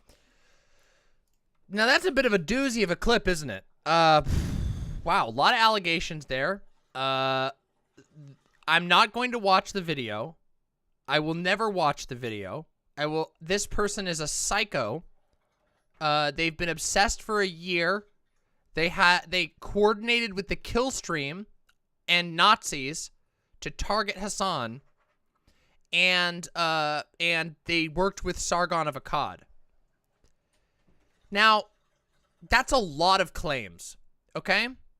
And the sad part is that literally none of them are true. Literally none of the things that Hasan there said are true. And that's why I said we're going to have to do something a little special and work back from here. So let's start with the first claim. That this person, referring to Exci, has been obsessed for over a year. Well, as it turns out, that is not true at all. In fact, it was on November 22nd of 2020 that this entire saga initially began, but did not actually become any sort of inter-react, because the video that started all of this was uploaded on November 22nd, 2020, which is called a video by Exci called The Most Bizarre House You've Ever Seen. Now, a fun fact, one of the lost DramaMama VODs is us actually doing a live tour of the same house sometime before or after Exci did her video on it. And the house is insane. It's a demented labyrinth full of horror and nightmares, and it's great. And I didn't even know that Jay had ever done a video. I'd never seen any other video. Somebody sent it to me and said, I think it was GamingMama, who some of you the regulars in the chat will know. I did it a month before Jay. Wow, really? Damn, beat Jay to it. Woo! But anyway, it doesn't matter. We did like a live react, and it was really, really fun. And really, really wild. Thanks to GamingMama for shouting that. I do recall it was GamingMama who sent it to me. Is the VOD up still somewhere? I don't know. We had a period of VODs that got lost on Twitch due to some stupid technicality. So we have to I have to go look through my files, my old archive of files, and see if I actually saved it. If so, I'll re-upload it. But it might be one of the lost VODs. It was fucking hilarious, and I'm still proud of it to this day. So this was November 22, 2020. Then, at some unknown point in the future, because we could not find the original stream, Hasan Piker reacted to the Most Bizarre House You've Ever Seen video. And then, at some point slightly before July 23rd, Exci did a stream reacting to Hasan reacting to Jay's video. Do you see why this has gotten it gets very confusing? So keep in mind that this video is published on the 26th of July, okay? So when Hasan Piker says that this has been going on for over a year, that's not true. The first reaction that Exci ever even had to Hasan, which was a comedic react of a react, was done on July 23rd of 2021. Yeah, approximately like around 5 to 6 months. Okay? Now, Hasan reacted to the reaction of the reaction to the video. And that's basically where the negativity started to begin. Because at first, Hasan's reaction was, well, I don't give a shit.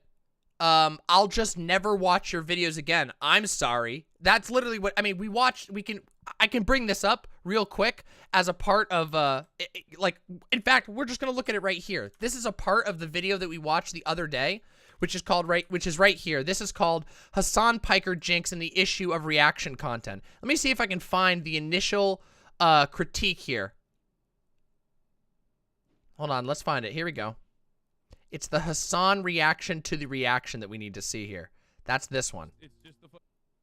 Here we go. Fucking video that I had up while I was cooking. Hasan ended up spending like 30 minutes talking about all of this live on Twitch, and we will be taking a look at what he said, but what's way more interesting to me right now is the fact that as a result of this stream, loads of his fans appeared in my comments making arguments as to why they think this kind of reaction content is okay. This is why I find Hasan's reaction to my video to be the perfect example to discuss the wider issue. It comes ready packaged with countless examples of what people actually think about this kind of thing. So without further ado, I'll sit down, pour myself a nice refreshing glass of beans, and go over some of the arguments that are made in favor of this kind of reaction. And of course there is truth to this. It is absolutely reasonable for any streamer who's live for 13 hours a day to have periods of low energy, to eat and to piss and shit everywhere. We all need downtime, and to expect someone to not have it. You're getting the idea of it. I wanted to find that clip, but unfortunately I don't think it's actually timestamped in this video. I think I lost the timestamp for that specific one. Find all the videos referenced in this video. One moment. Let me see if I can grab this one right now. Because I wanted to see the Hasan reaction to the reaction. Let's see here. reactions to original content, and then here we go. Fuck, these are the VODs. Oh shit, it's not timestamped. Okay, that sucks. Here we go. Ha! Where was we found that? it. We were gonna do drama. This was the Got it. So this Never was mind. The original drama.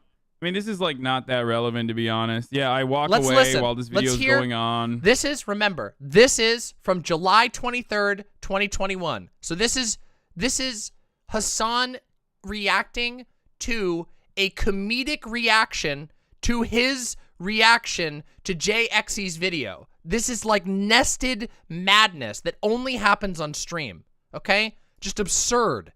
And now I'm reacting to it. Actually, I'm not. I'm making a case. So I'm not actually reacting to this. But I do want to show you what I'm talking about. So you're going to have to enjoy the nested, horrifying nightmare of content before your eyes. Because I'm fucking, what do you call it? I'm cooking and I'm eating. And they didn't like my react. They were like, react harder. Hassle, hassle, hassle. So that seems... that... all it was a reaction to a reaction. And, you know, let's finish this and I'll show you what I'm talking about. I guess they did one on Charlie too recently. You get yelled at for pausing and talking too much, then you get yelled at for not reacting hard enough. What are you supposed to do now? I mean, what the fuck do you mean? I'm literally going to do exactly what I've been doing, which is whatever the fuck I want to do, bitch. What are you talking about? Dankies, dankies, dankies. Last times your content is react to weird videos? What? Wait, did he walk away? Wait, what the fuck? Why? What? Why did they walk away?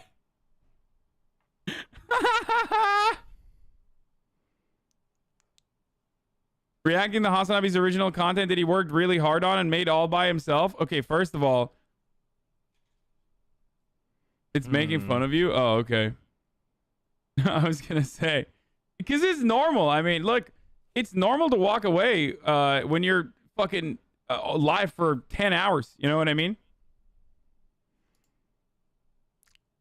Yeah. Within reason, yes. JC literally has to steal content to make their content. They've always been an annoying shitter. I mean, who cares?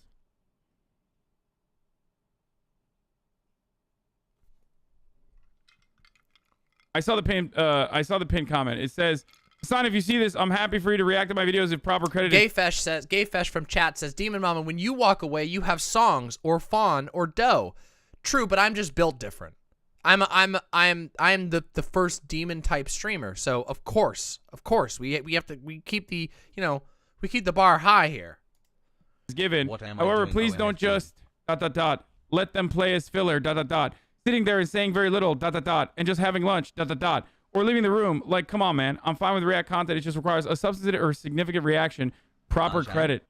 Now, this is important here because keep in mind that the video that Hasan is reacting to, which is a reaction to a reaction to a reaction, etc., etc., etc., was just a sort of comedic critique. It wasn't like a formal video. It was a stream of a reaction to a reaction. Very normal shit. And Jay's pinned comment is really, really simple. It just says, hey, Hasan, if you see this, I'm happy for you to react to my videos if proper credit is given.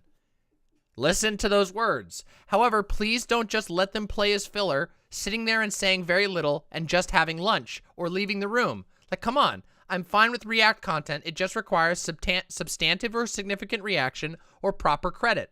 That right there, important. Keep note of that, imps. This is one of the main important receipts, is not only did Exci start this all with what I consider to be a very reasonable critique. Hey, please feel free to react to my content, but don't do it without crediting me. Don't do it without crediting me, and please don't do it without reacting to my content. Don't just steal my content, okay? This seems pretty reasonable to me. I don't think that I have to like go very far to justify why you shouldn't do like plagiarism, why you shouldn't steal content and never give any credit for it. That's just, you know, that's not yeah. So we know Hasan saw this initial critique, and we're going to hear how he responds to it here, and then we're going to see what happens and falls out from there. And we got a lot of receipts to go through, but I think it's important that we do this. And again, I just want to restate the reason why I think it's important to go through these. Because Hasan's allegations against Exci are really, really hardcore. Like, really hardcore. Like Hasan accused Exci of being a stalker and of being a psycho and being a Nazi collaborator and of specifically organizing a Nazi podcast to critique him. It's really, those are huge claims. And as you know, big claims require big evidence. And that's why we do the DramaMama stuff. So I just wanted to make sure we're clear on what our objective is in trying to sort through this absolute mess of React nonsense. IRL stream in Vegas with clean boys when? Hasan's reaction is most transformative, critical of the works he's currently viewing, with great takes like leaving. Thank you very much, Can't wait Uncle for Hasan to Gumball. react Appreciate to this that. reaction. Pogo Arjan? Pogo.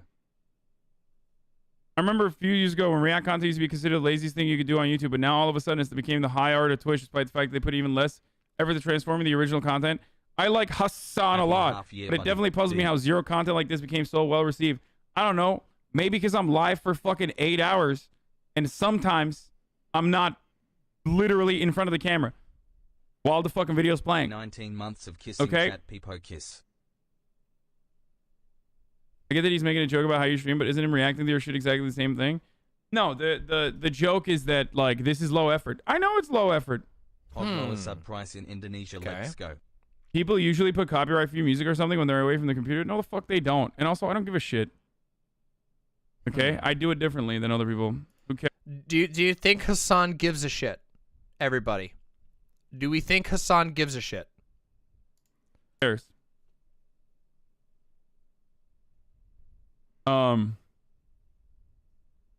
He's just said, I don't give a shit a lot, which is a little bit, you know. I really do hope Hasan Abi is aware of his reaction content being so shitty that he has trouble sleeping at night.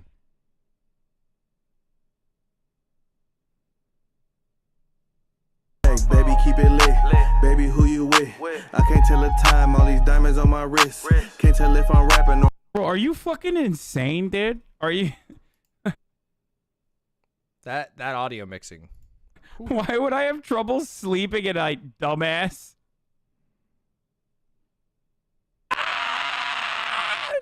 I hope Hasan has trouble sleeping at night.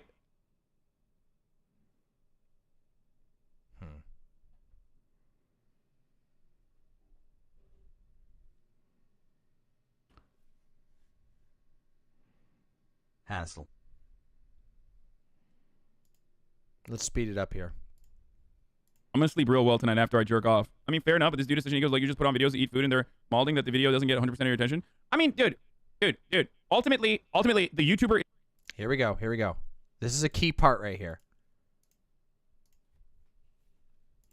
Is always correct. If the YouTuber says, why the fuck aren't you, why the fuck are you watching my YouTube videos? Then they're right. Like, why am I? You know what I mean? I think the YouTube crowd sees a higher proportion of YouTube clip channels that cover reacts than your normal content. Yeah. Okay, we're gonna get to this is C tier drama. This just feels like Hasan wanted to not be streaming anymore, but didn't want to lose those stream dollars. Like, outside of the camera being on him, how is it any different than him just watching a YouTube video off stream? It just rubs me the wrong way. Like, how do you think of your viewers to just stream your break? Dude, what am I supposed to do? Die? Like, I don't understand. Yes. Yes, Hasan, the two alternatives. Don't stream to an empty chair while watching a video that you haven't given credit to, or die. Or die! Okay, that might just be a little dramatic. A little bit dramatic. Okay? Perish! He also hates fish, which is pretty racist, and honestly, he shouldn't be allowed to continue existing with an attitude like that. They're complaining about him not turning. I fucking love. I fucking love Hasan's laugh. Hasan has the best laugh ever. I'll give him that. Actually, no, Vermin Hands has the best laugh ever, but Hasan's is a second place. Vermin has the most infectious laugh of any person I've ever met. By the way, Vermin's laugh. Thank you, Vaush. Thank you for the expert opinion. Vermin's laugh is just it is so infectious. But yes, Hasan is a close second. Off the stream for 5 minutes while he takes a crap or whatever, which is delusional and insane criticism that reeks of desperation to find anything to bitch about. You could leave a sign saying "gone for a dump" back in 5, or you could just give credit where it's due and actually react while he's in the room. Okay, I really want to get a sign that says "gone for a dump" back in 5. I really want a sign, unironically. Commenter, best idea ever. Fucking just a gone fishing sign that says "gone for a dump." Love it. I fucking love it. Doesn't seem like a lot to ask. Dumping burb. These motherfuckers are like, dude, pee in a bottle, dude. Yeah, that's totally what everyone's saying. That's totally what Exci said in the comment. So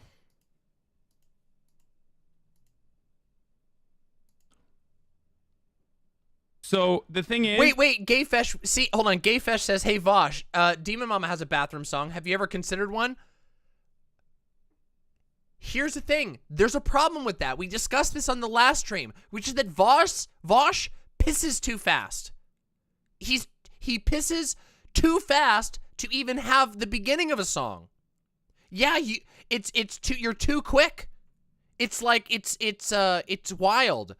If you know, it's almost as fast as like the quartering, where the quartering maintains to continue streaming while pissing. And honestly, that's too much. You should never piss while streaming. It's like, that's too fast. But like, but your speed is impressive. I think you have some advantages though, because apparently you don't wash your hands. But I don't know. I start my piss muscle while sprinting, so you. I hope you just, Vaush, just get some D pants. Liquids only, no solid loafs. You can just keep the pants on and just blast away. There you go. It's the next level. You're going even further than the piss drawer while pissing on stream. Piss always on stream. There you go. Yeah, the control of an athlete. It's literally, it's measured. No drops anywhere where they're not supposed to go. Impressive. Fucking impressive.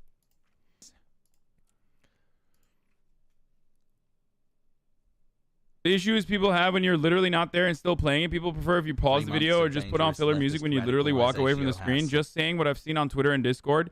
Yeah, there is, and I've timed this already, there is a 15-minute sequence. What vid is this? What's up, Poke? There's a 15-minute sequence. I streamed on average 10 hours every single day last year. This year, I've lowered that to like 8 hours. There is always, in the middle of my day, when my mom isn't there to cook the chicken for me, a 15-minute sequence where I will rush over, throw the video up on my phone, okay?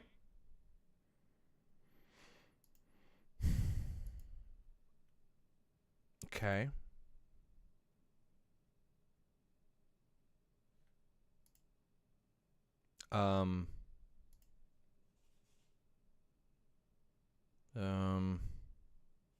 Hold on, I just got a weird text message.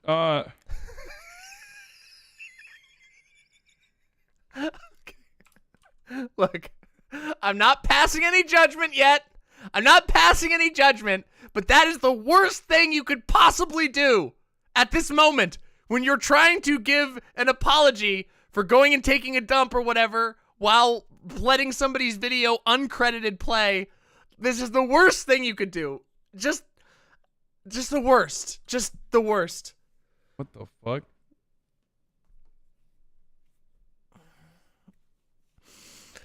Best community on Twitch and glad to be a part of it. Hassle. Hold on 1 second. So, I throw it up on my phone. Okay? I throw it up the YouTube video on my phone, and I'm watching it. I'm simulcasting it on my phone as it is playing on the stream. And if there's a moment that I want to chime in with something, I will literally run back and put the fucking take there. It's this.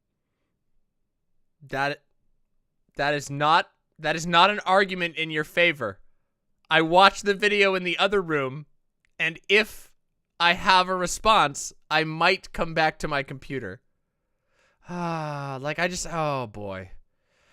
I think, Vaush, by the way, about Exci making good videos, the video that Exci made on this is really good. We watched it on stream on Friday. We're not going to watch it during this segment because it's too long, but it's really good and very measured. I think it's a good video. So yeah, and also the original video that was reacted to, the house tour, is good. Yeah, her videos are great. Yeah, she's fucking really measured and is cool. So I mean, I have nothing but praise for Exci. What I'm trying to get to the bottom of here is where these allegations come from, and in order to find out whether those allegations are true, they're not. Spoiler: the allegations are not true. We have to establish all this.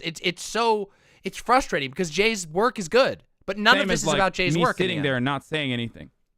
Okay. Hey Hasan, where'd you get those glasses? This is extremely weird that people have been conditioned to believe that because you are an entertainer that you need to conform to some type of guidelines that they have set in their own minds. Would you say that about a writer? Writers have guidelines such as not plagiarizing. Like, that's a silly argument in my opinion. Can you please make the stream black instead of... Somniostatic asked, what's the point of TTS donos if they never respond or acknowledge it? To be annoying. I hate TTS if you don't react to the TTS. But whatever, you know, I guess... I don't know. There's no point, really. Leaving the comments up while you read text? I mean, you did it to yourself? What do you mean you did it to yourself? What does that mean? I'm confused. Did you just come in here just to fucking talk shit? You fucking weirdo.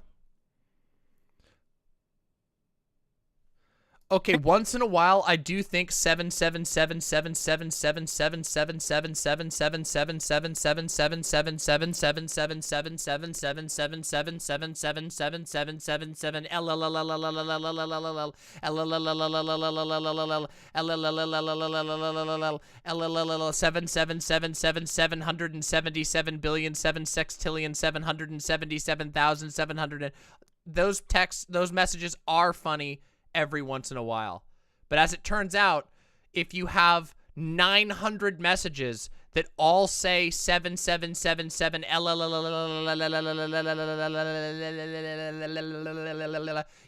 it gets tiring after a while, okay? It gets tiring.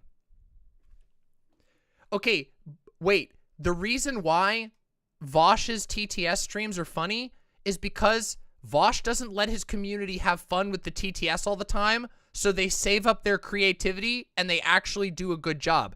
If you leave TTS on all the time, everyone gets so fucking lazy. They get so goddamn lazy. They'll just be like, what if I put poop on the TTS? Then it would be like, poop. 7777 LLLLL, and it's just like, then you want to die. So you have to do them sporadically. The extended warranty stuff was hilarious. That did make me laugh really hard. Poop is funny? Yes. Poop anyway, stinky, haha. The point is, just get a BRB screen like H3H3. Hey, chat. Hey, chat. Hey, chat. Listen to me, chat. Right here, chat. Want to know something, chat? So, you all matter, you are all loved. Get the vaccine and go it means do something you did great it to today. yourself? Hassle. Big 3-0, my man. I can't wait for the reaction to this reaction. Well, most people will shit on me because they're right. It's like super bottom of the barrel shit to just like to just fucking click on a video and to click on a video and just like play it and talk over it. So no matter what happens, they're gonna see it as like the most bottom of the barrel type of content that you can make. Even though like YouTubers do exactly the same shit and they do it all the time. and it's whatever. But YouTube has always had that same like reactions are fucking bullshit attitude, right?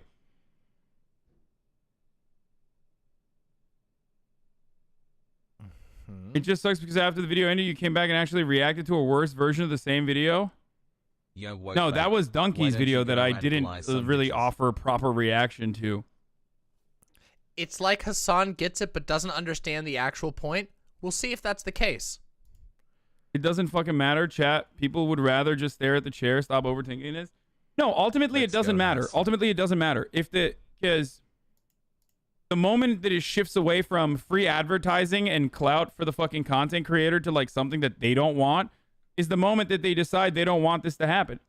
Now we're going to talk about that, okay? That claim is one we're going to revisit, the exposure claim.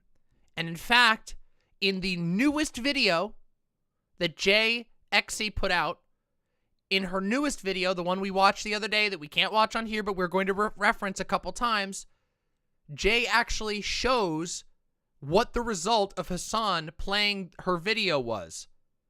200 fucking views. That's it. 200 views from a streamer that pulls 24,000 live viewers and 7 subs. That is so dreadful. That is so bad. And yeah, he calls it a fat bump, but 200 views is chump change. Even for me, a small creator, 200 views is like, okay, that's a little bit better, I guess. But like that we're going to talk about that more as it goes on, but just so that we're clear, Jay shows the analytics. So, which is fine. If that's the case, if they don't want me to watch it, then I won't fucking watch it. Like, it's that simple. Even though I've like given a lot of clout and also a lot of like attention to this. You should be peeing at your seat. Now, but this dude may have had a good argument saying he didn't like how you reacted to his hard work, but he went petty and petty title and petty reactions. It's hard to understand for Premier Pro Andes who don't really react live or can hold a stream. They produce it with time and prep. You're producing it live. Yeah. I think. Okay. So as you can see, this discourse touches on the video SAS versus streamer argument, which is fucking stupid. Just so you all know, okay? I am a streamer. I have a bias.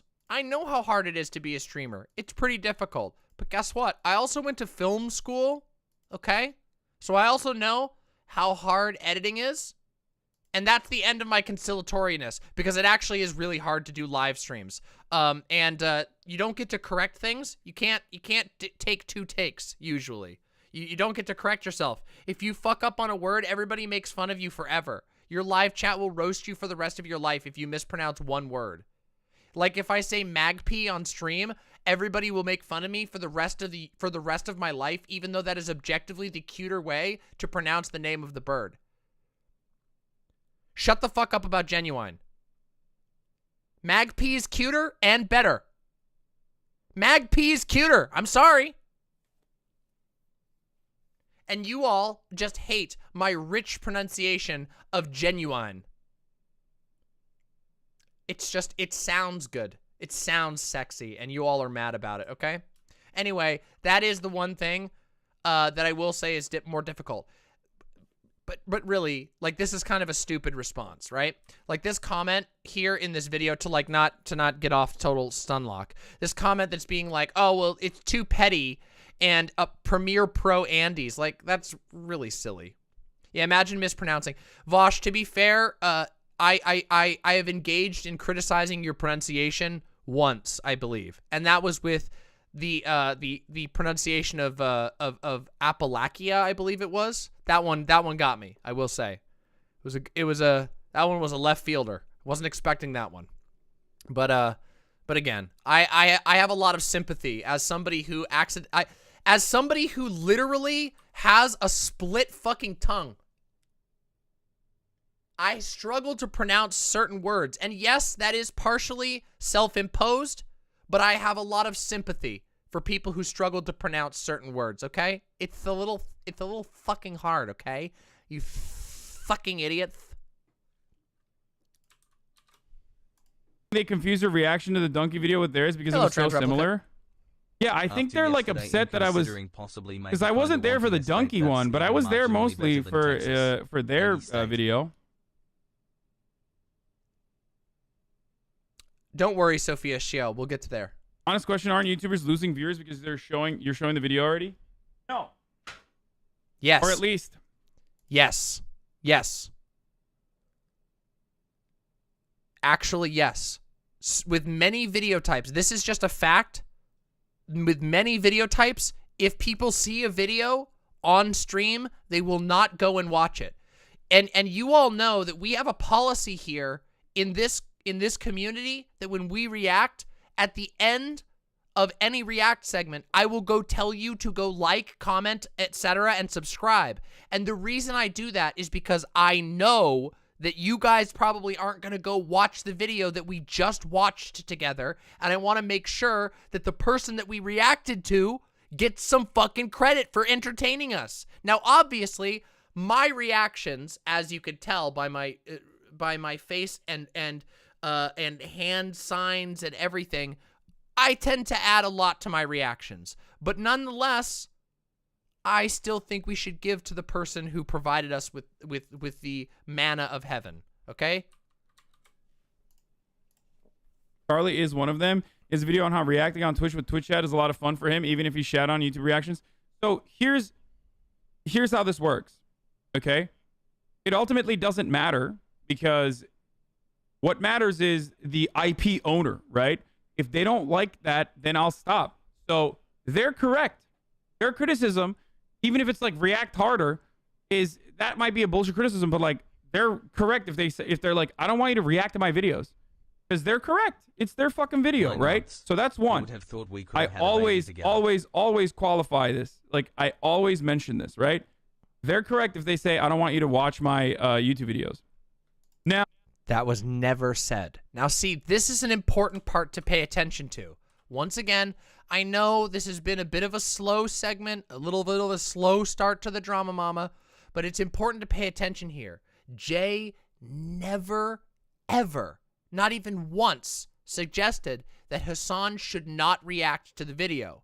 Just that she would appreciate credit and an actual reaction. Not an empty chair. That's it. That's all that was ever asked for. And I want that to be clear. Now, having said that, react to yourself not reacting harder pogo at Hasan. When people ask like, well, what's up? Like, aren't you taking views away? No, most YouTubers don't mind that, actually love that shit when Twitch streamers react to their videos because they get a fucking fat bump. Best react Andy. Because when 40,000 people, there's the fat bump comment, are watching alongside me a YouTube video, there's 1,000 of those people that are like, well, I want to watch this on my own time. I want to watch other videos from that channel. I want to watch all this other shit. You know what I mean? That would be true if you credited the video creator, if they knew where to go, if they weren't just not paying attention because you're not reacting and they've zoned out. That would be true, but it's not. That's usually how it works. And I know this from my own personal experience as well. As a Jay's preferred pronouns are she, they, by the way. Okay, sorry. I didn't know that, but I was saying they just to be safe, but some commenters are writing using male pronouns. So don't do that anymore. A good example of that bump is Austinox. I subscribed when he had 5K. He has like 11K now. Yeah, exactly. Imagine talking about a content creator who has 11K subscribers as if that's like a huge victory when you're sitting in the chat of somebody who has 24,000. Here's the number right here. Hold on, I'll move my camera. Right over here, 24,000 live chatters. And being like, oh yeah, 11K YouTube subscribers is huge. Look at what you did, Hasan. Like, I'm not trying to be super sarcastic here. I don't want to be an asshole. But that chatter is just so out of left field. Also true, so Vaush. People share it with their friends and da-da-da. I think they agree, but you didn't say their name. Yeah, I didn't know who this person was. But you can... Dude! You played their fucking 15-minute video while you were in the other room. What do you mean? Come on. See what the fucking title of the video is, like, you know what I mean? When No, I you hover can't. over it and shit. And okay, this is another point. Actually, it's very hard to see the title of the video in the original reaction. You can go back and watch Hasan's VOD. We could do it right now. Watch. We can go back and we can watch Hasan's original reaction. Okay? Let's see if we can find it here. Where is it? This is the initial reaction. Let's see if we got the timestamps here. Boop. Where's the house? Where's the house? Come on, let's see. Let's find it. Ooh, ooh, ooh, ooh, ooh. It's not even, yeah, here it is. 8,800. Watch this, okay? We're gonna see if that's true in real time. I'm even gonna hide my chat for a second so we can see if this claim is true in real time. Okay? Watch. Ready? Blue Lick Road is a 3-bedroom house that you can go on a 3D virtual tour of right now if you're interested in purchasing it. And it's, you know, they say you don't really know someone until you've held hands while taking a dump. This digital property viewing is one of those things where the longer you stare at the image, the more bizarre things you notice. So today I'm going to take you on a sightseeing tour of the... So there you go. That was it. Now it is full screen now. So for approximately 15 to 30 seconds, you can see the title of the video, and down in the corner behind the play button, you can see Exci's name. Do you see this down where my mouse is, down here in the corner? I hope you can see. Follow my mouse, everybody. That's where you can see Exci's credit and the title of the video before Hasan puts it full screen. So, not to be insufferable, but this is DramaMama, and we are doing the fact check. We're doing the receipts. Turns out, actually, you can't. Okay? So, let's reanalyze and see where we're at here, because it's easy to get lost in all of this nonsense, and I just want to make sure that we're all on the same fucking page here. Okay? Are we ready here? Look, let's watch this again. This is a little, 30-second clip? This is nothing. 50-second clip. Let's watch it again. Here we go. Ready? So, we just watched the ancient apology from Hasan. We just reacted to the, that was not out of context. We went and watched the whole segment, minus like a little bit at the end where he was rambling to his chat. Let's go. Watch their videos ever again, and I move on. This is what I said 1 fucking year ago. 6 months. Since then, he made a video, or they made a video. Afterwards, they had like a bunch of fucking Nazis in the kill stream get together and do an 8-hour reaction to my entire stream. I think it was an 8 or 10-hour fucking podcast that they did on that.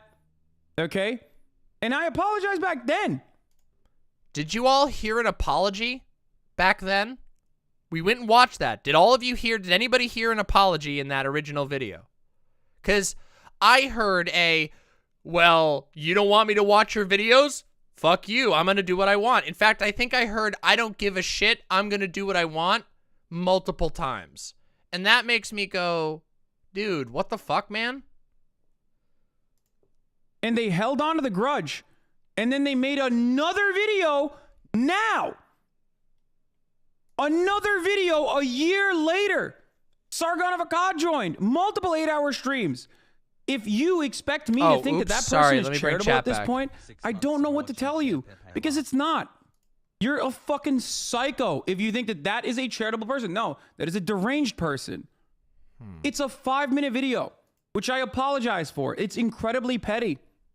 It's incredibly fucking petty. Watch their video. Okay, so again, now, let's just be clear again. I want to make sure we're clear. I don't want to say anything wrong. I want to be clear as possible.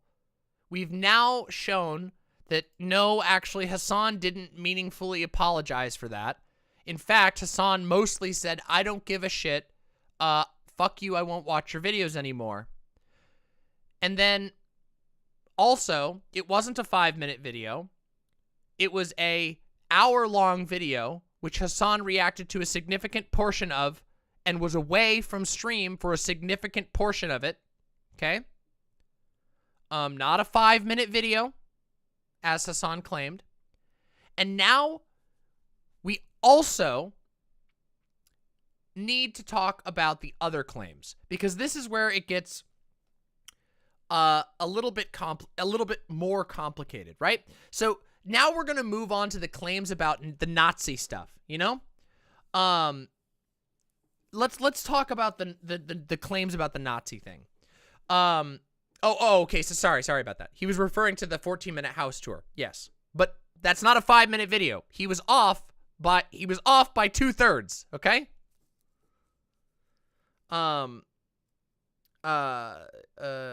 Okay, so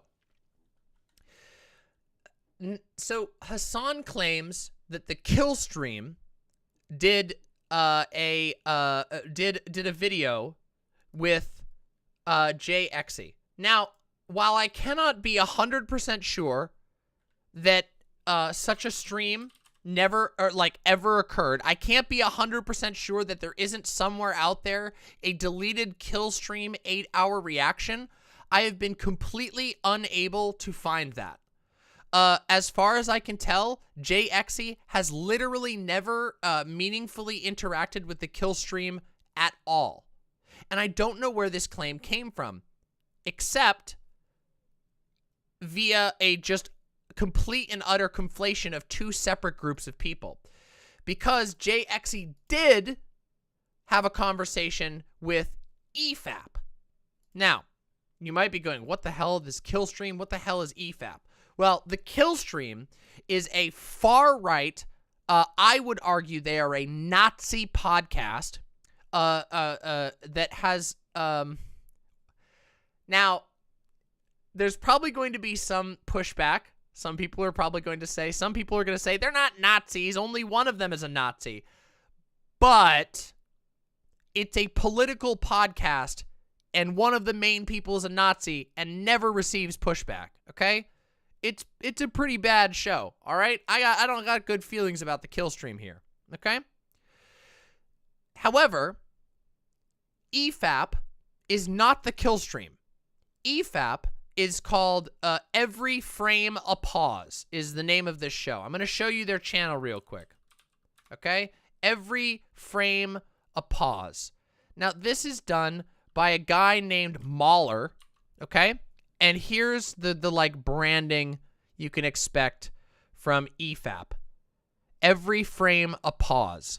They do extremely long form reacts, such as How the Last Jedi Defies Expectations, Let's Talk About Thanos.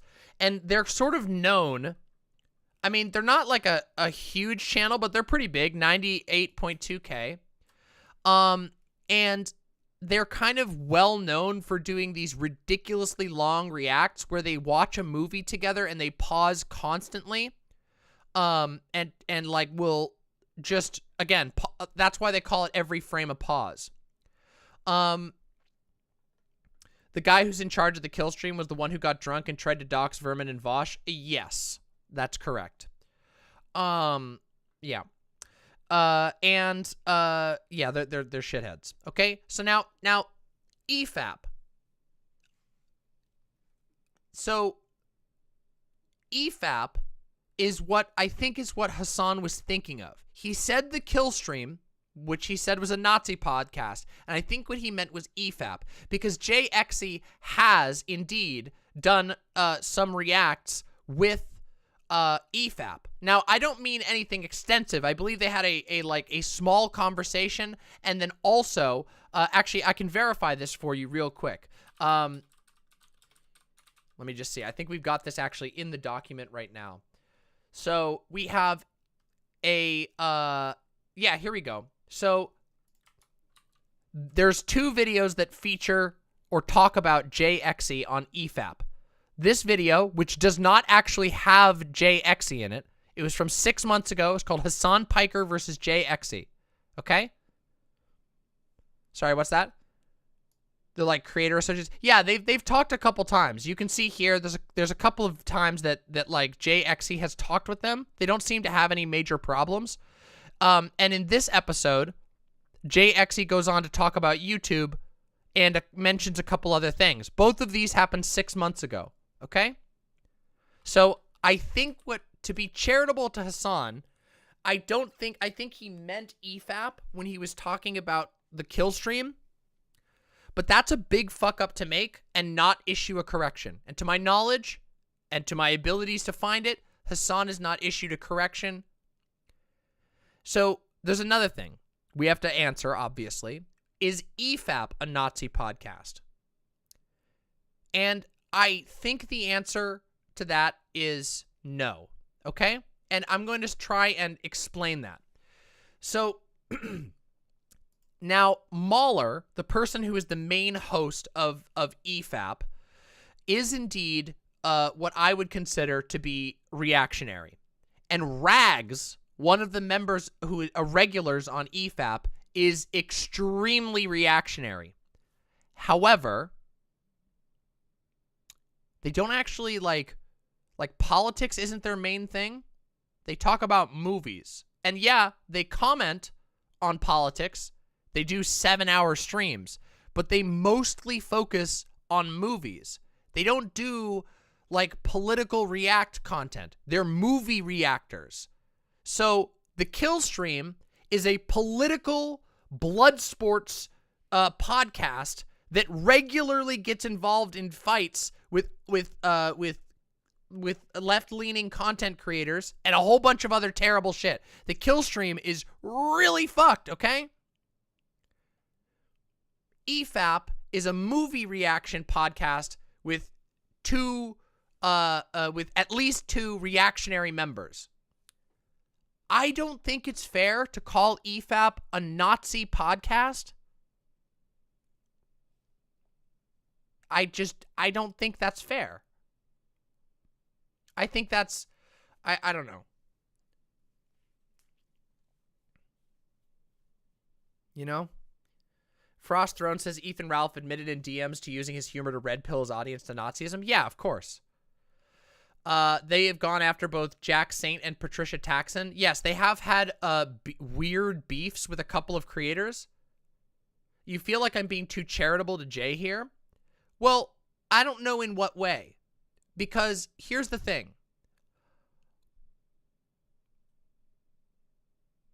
Actually, no, you know what? I am being charitable to Jay here. But the reason being is that Hasan is enormous and made extreme claims about Jay. Jay did not make extreme claims about Hasan, and in fact, only really, like, sort of playfully made fun of Hasan and then asked Hasan to please credit her. So maybe I am being a little bit charitable, maybe, to Jay. However, I think the situation justifies it so far. Because Jay did not make large claims about Hasan, but Hasan did make large claims about Jay. They associate with EFAP a lot. Here's a list of their stream appearances. Okay, let's take a look. Streams I'm in. Okay, let's take a look. Okay, EFAP 1, 2, 3, 4, 5, 6, 7, 8, 9, 10. So it looks like they've been in with like 10, 11. They've gone on EFAP quite a lot. Okay. But, like, I don't know. Do you want me to jump in and see what this stuff is all about? Do you want me to, like, go in and see? Like, these are 10-hour streams. These are crazy long. I don't know. Jay is unquestionably a progressive. That's all I can say. That's the impression that I got as well.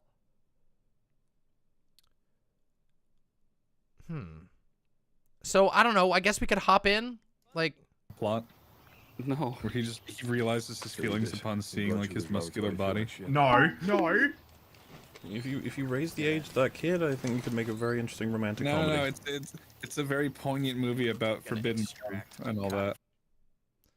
Oh, okay. All right. Okay. All right. Maybe we just popped in at the wrong time. Okay.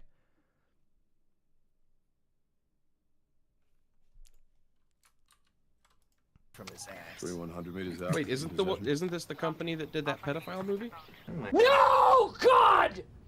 Oh, Netflix? It is. Right. Did they make it, or did they just? I wouldn't trust fucking Netflix to do the plot of Leon. No. Why'd you have to be so rough? Because He like, likes what it the rough. fuck is happening? They're prepping. Okay, I can't, like, okay.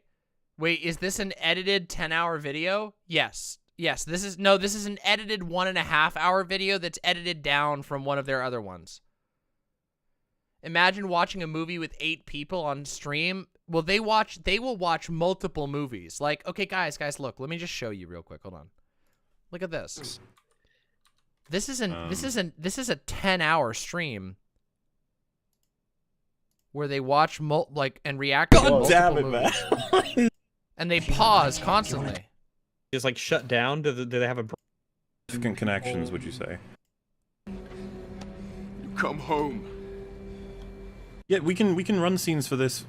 By the way, the most for Frigga, and then for Odin and for Thor. They all do this. I don't know why you. Exactly. It doesn't make sense. Sylvie's tragedy is that she was brought up with honesty, but still had to become a trickster in order to survive. Where did he even get that from? She was brought up with honesty, but had to become a trickster. Why the? I don't know. Like, I just feel like I can't come away from this and conclude like this is a Nazi podcast. So Jay is friends with a couple of chuddy assholes. There's probably room. There's probably room to criticize Jay for being friends with EFAP. I think there's room, but I don't think that's the same thing as collaborating with a Nazi podcast. And also, keep in mind that, like, I mean, do I need to watch this again? That the original quote that Hasan said was that Jay coordinated an 8-hour Nazi podcast. Do I need to watch that again? Like, that was the allegation. The allegation was that Jay coordinated the kill stream, a Nazi podcast, to do an 8-hour react. I think that's a lie. I think that's really, really a lie. I think that's just not correct. Sorry, I just don't think that's correct. I think that's absurd. So, it seems, so to put this particular claim to rest, no, I don't think it's fair to call EFAP a Nazi podcast, and it was absolutely factually incorrect to accuse Jay of organizing an 8-hour kill stream podcast, because that just didn't happen. Okay? So,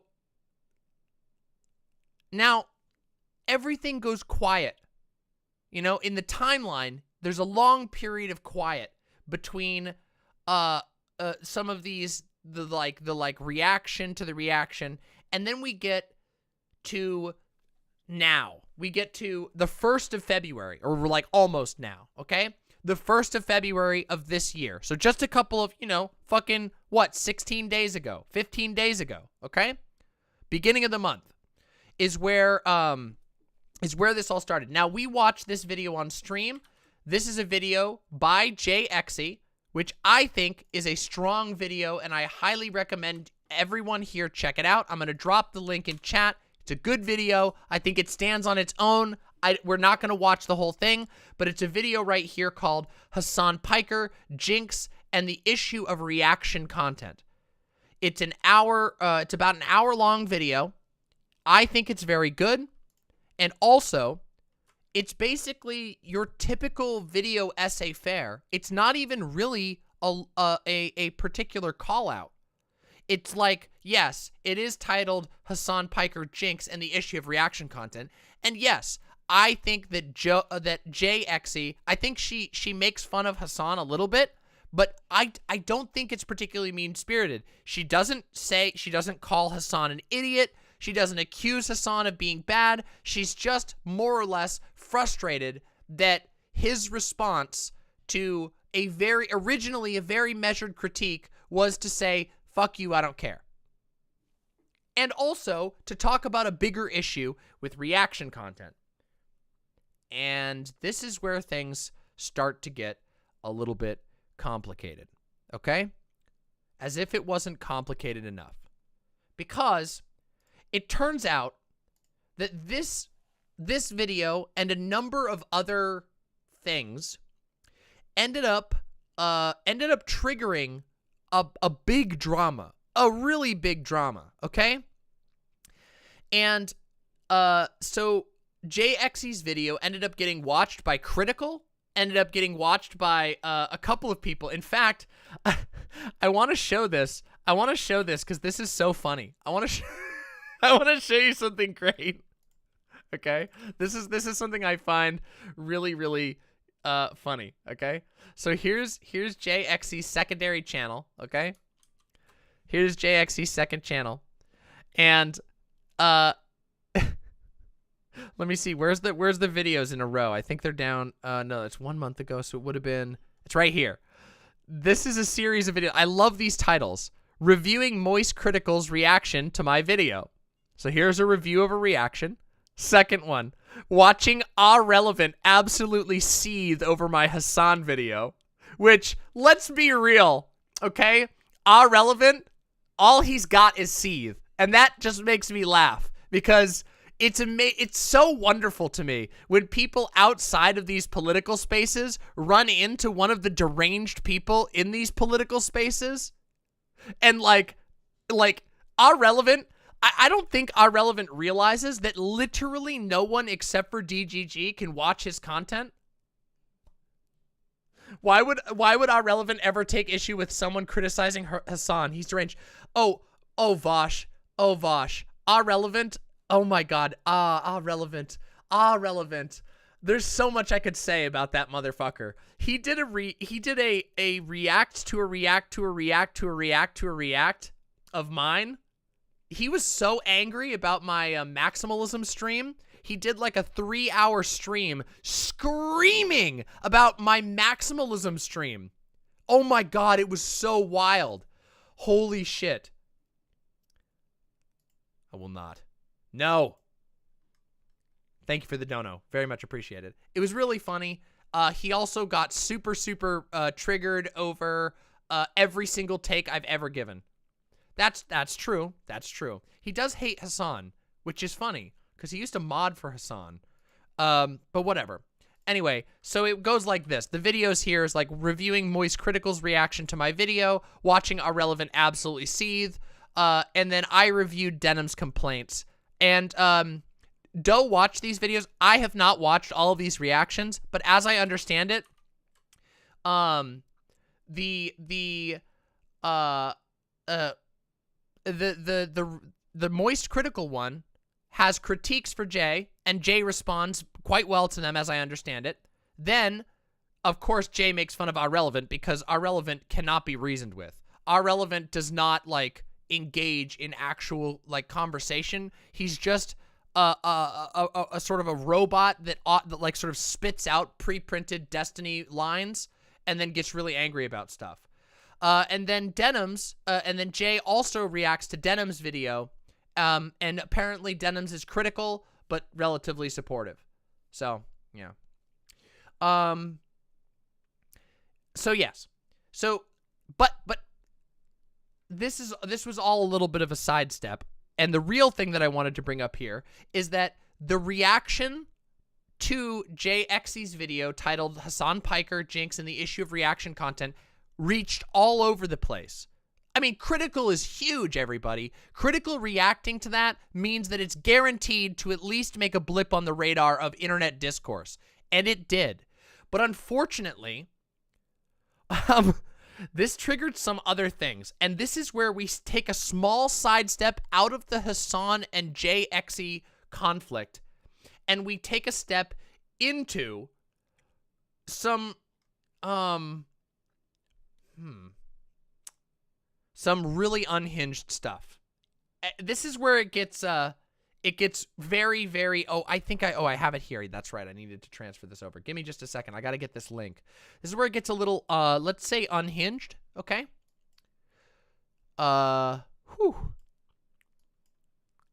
Okay. Here we go.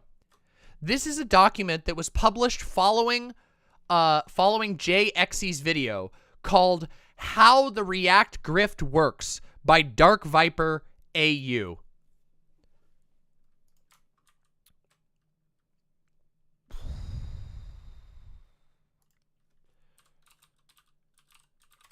So, for those of you who don't know, Dark Viper AU is a huge channel. 941,000 subscribers on the primary channel, 500,000 on the secondary channel. Like, just, wow. Like, a big channel. And Dark Viper had a lot of extreme statements. Let's review some of his comments. Now, some of these are going to be a little bit more measured, while others are certainly not, okay?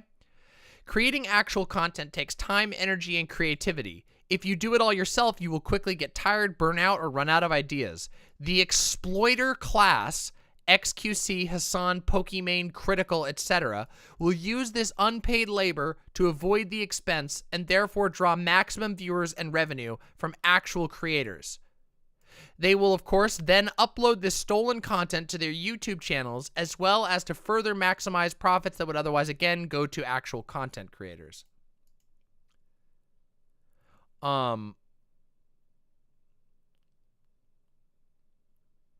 You might say, but I've heard of X-content creator who is fine with reactions. What you're ultimately asking is, why do people participate in React capitalism even if they hate it? The answer is that everyone in the content creator marketplace is affected by React content, regardless of whether or not they give up their content to their overlords. Oh, boy. So, do you see what I'm talking about this piece?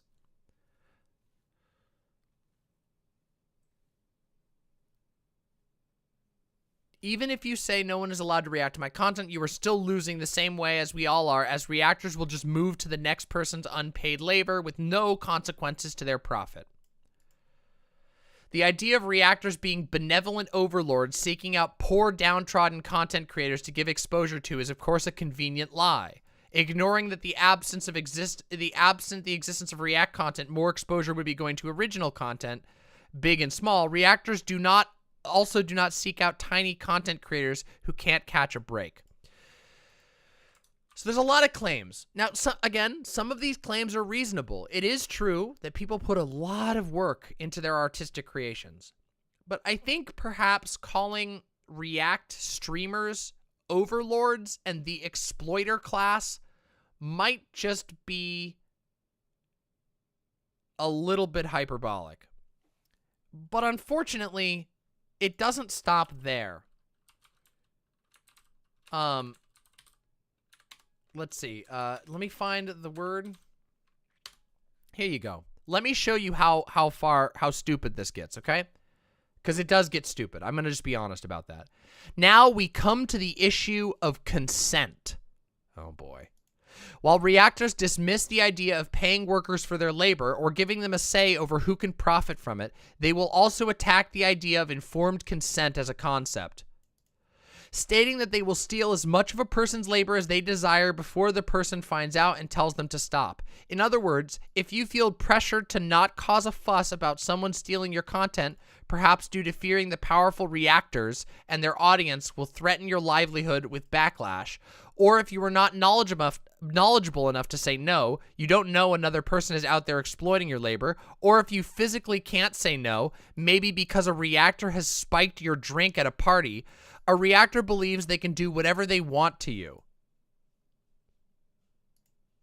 Consent to reactors means they can do whatever they want to you unless you have explicitly told them no.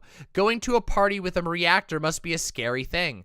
Besides, a person is unironically saying that all other content creators should contact them personally to tell them whether or not they can steal their labor is the most egotistical thing ever. Like literally, the world revolves around me kind of thing. As if all content creators have an obligation to watch every one of a reactor streams in case their content happens to be stolen that way.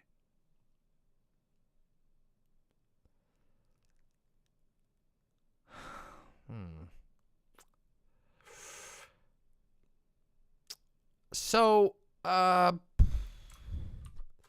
rape comparisons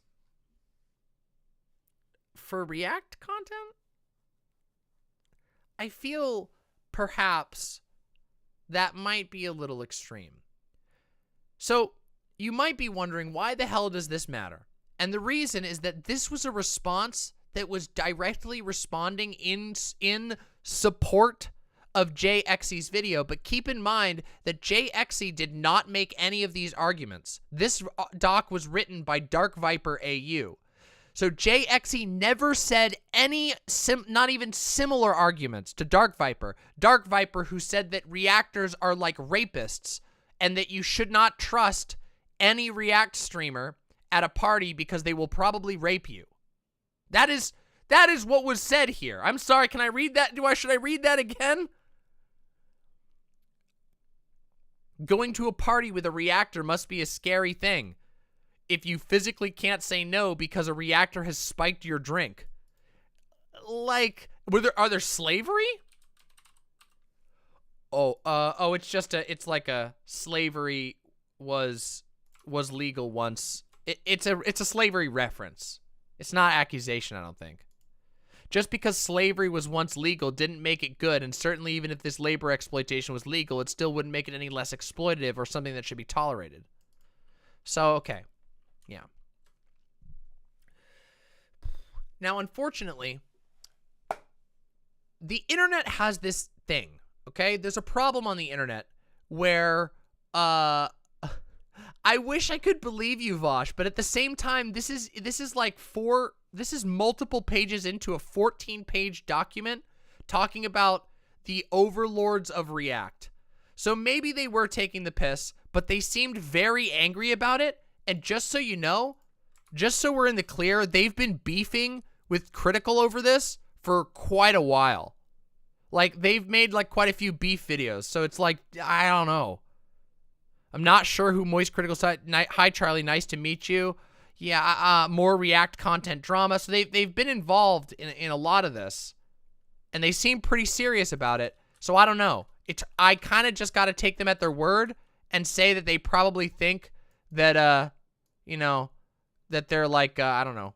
I guess they think that reactors are rapists or something. I don't know. It just seems very hyperbolic, and it has resulted in a lot of trouble, specifically for Exci.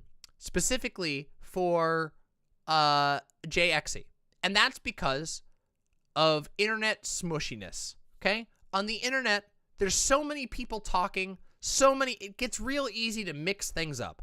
And for the average user, this is not that big of a deal. Because, maybe you make a small mistake and you misremember something and you say to your best bud, remember that time when DramaMama murdered a seal in Ottawa? And then your friend goes, I don't remember that. And you go, yo, yeah, that totally happened. And then your friend goes, okay, and shrugs. And then it just ends there. But Hasan is not just talking to his friend. Hasan and other reactors, for example, or other, other reactors or other people reacting to this drama aren't just talking to their friend. They're talking to massive audiences. When did you stop beating your critters? Never? They would be sad. Are you kidding me? Wait, sorry, that's not the answer I was supposed to say. That was the truth, but I wasn't supposed to say that, right? That's the part I'm not supposed to say. Fuck. Let's continue. What the fuck was I saying? Oh yeah, internet mushiness. See, internet mush brain, where you like slightly misremember things, is not a big deal when you're talking to your buddies and friends. But if you're internet mush brain to like 25,000 people, that just becomes misinformation, or worse, disinformation. And so to a certain degree, I can forgive Hasan for being like, frustrated and perhaps getting a little bit of internet mush brain about the kill stream and stuff like that. But I think there's more than just mush brain going on here, because I think that, like, in reacting to this, what was in Hasan's mind, and I don't want to armchair psychologist or pretend that I'm in his head, because I'm not. I think he was mushing some of this, like, Dark Viper AU drama, the Moist Critical, because Critical's his, you know, he does content with Critical. I think he was mushing these things together, but unfortunately, his brain mush, if we're being charitable, the brain mush has resulted in Exci being conflated with Dark Viper and other people, even though Exci didn't say any of those things. And honestly, that really sucks. But unfortunately, that's not the end of it either.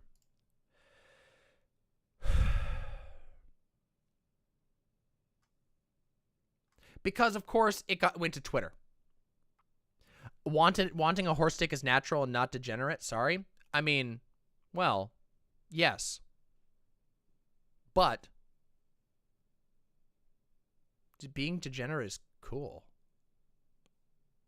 Anyway, let's continue. So here's where it starts to get a little bit, it goes to Twitter. And on Twitter, there's like quite a lot of stuff that actually goes on. And Jay starts to talk about this on Twitter. And of course, every single time, you know, things go to Twitter, it gets messier. So here we go here. Yep, literally just all overtly false claims that I have to deal with 40,000 people believing about me now because their daddy Hasan said it was true. Thanks, man. I really appreciate how maturely you've handled being called out for not giving credit. And actually, let's be real. I think Exci was actually being a little bit overly friendly there, or overly kind. This video has almost 500,000 views now. Just so that we're here, I want to make sure you all can see that. This video has almost 500,000 views. So it's more than just 40,000 people who got that brain mush misinformation. It's 500,000 people. What side did Critical take? Critical was pretty measured. As far as I understand it, Critical was like, yeah, actually, you know, I can understand where you're coming from. You know, React content is pretty great, but, you know, people should be transformative with it. You know, maybe I don't agree. Like, now again, I didn't watch this. This is me getting a summary from Doe, who checked out the Moist Critical video. But as I understand it, like, Critical was basically like, yeah, some people are shitty with their React content. That doesn't mean all React content is bad, but some people are shitty with it. As far as I understand, it was pretty measured. And so that's good, thankfully. And Jay's response to Critical was positive. So to me, that indicates that there's like some rapport being built up there, and that's a great thing. Because honestly, I think that Jay's video was super measured and really, really fair. Again, I said that before, but I'm going to say it again because, yeah. But let's get back to the thread here, okay? So this is when Jay addresses it on Twitter. I love how he corrects my pronoun from he to they before saying this Nazi shit about me. Does he think I'm a they, them Nazi? Unfortunately, they do exist. Is that genuinely what he believes? If you want to know how the claims are false, here we go. The Nazi kill stream is a panel composed of predominantly libs, as far as I'm aware.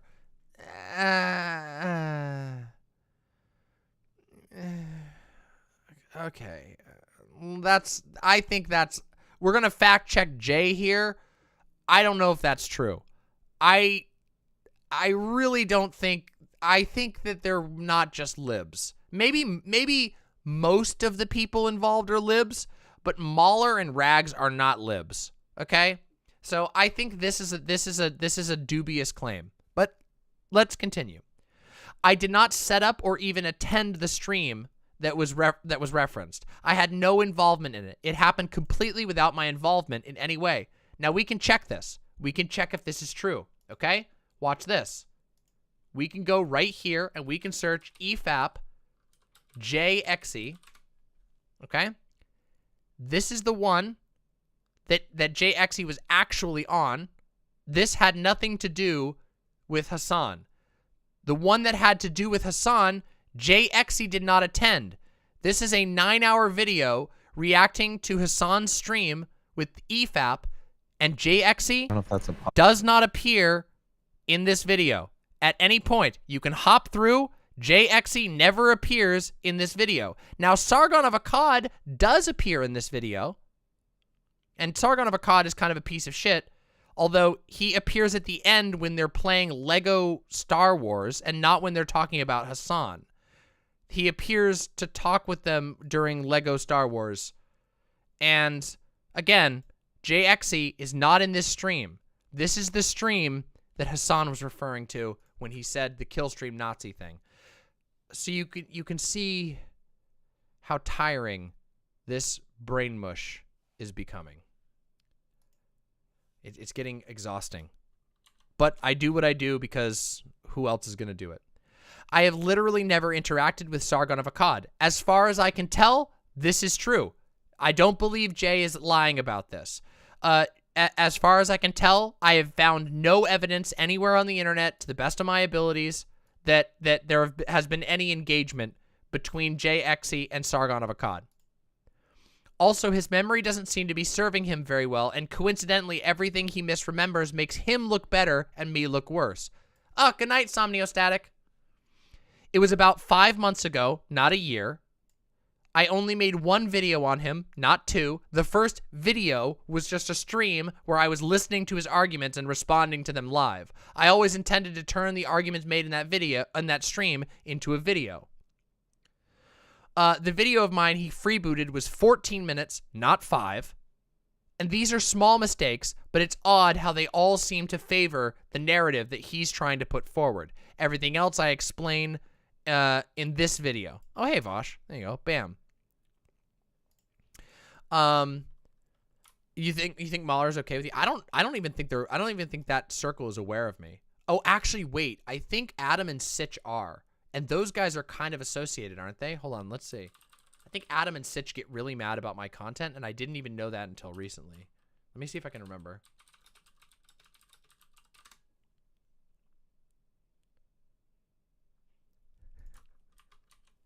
Oh, how interesting.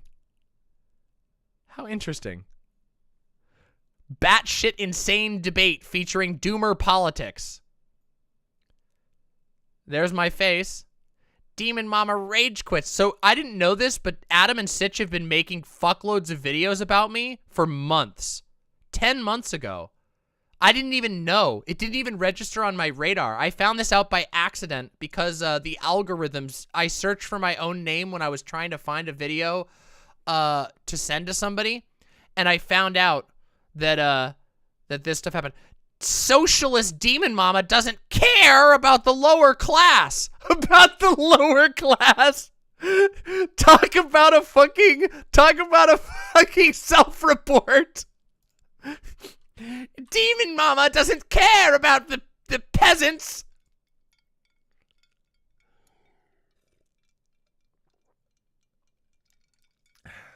Anyway, these motherfuckers have been malding about me, but so I don't know. Maybe they don't like me.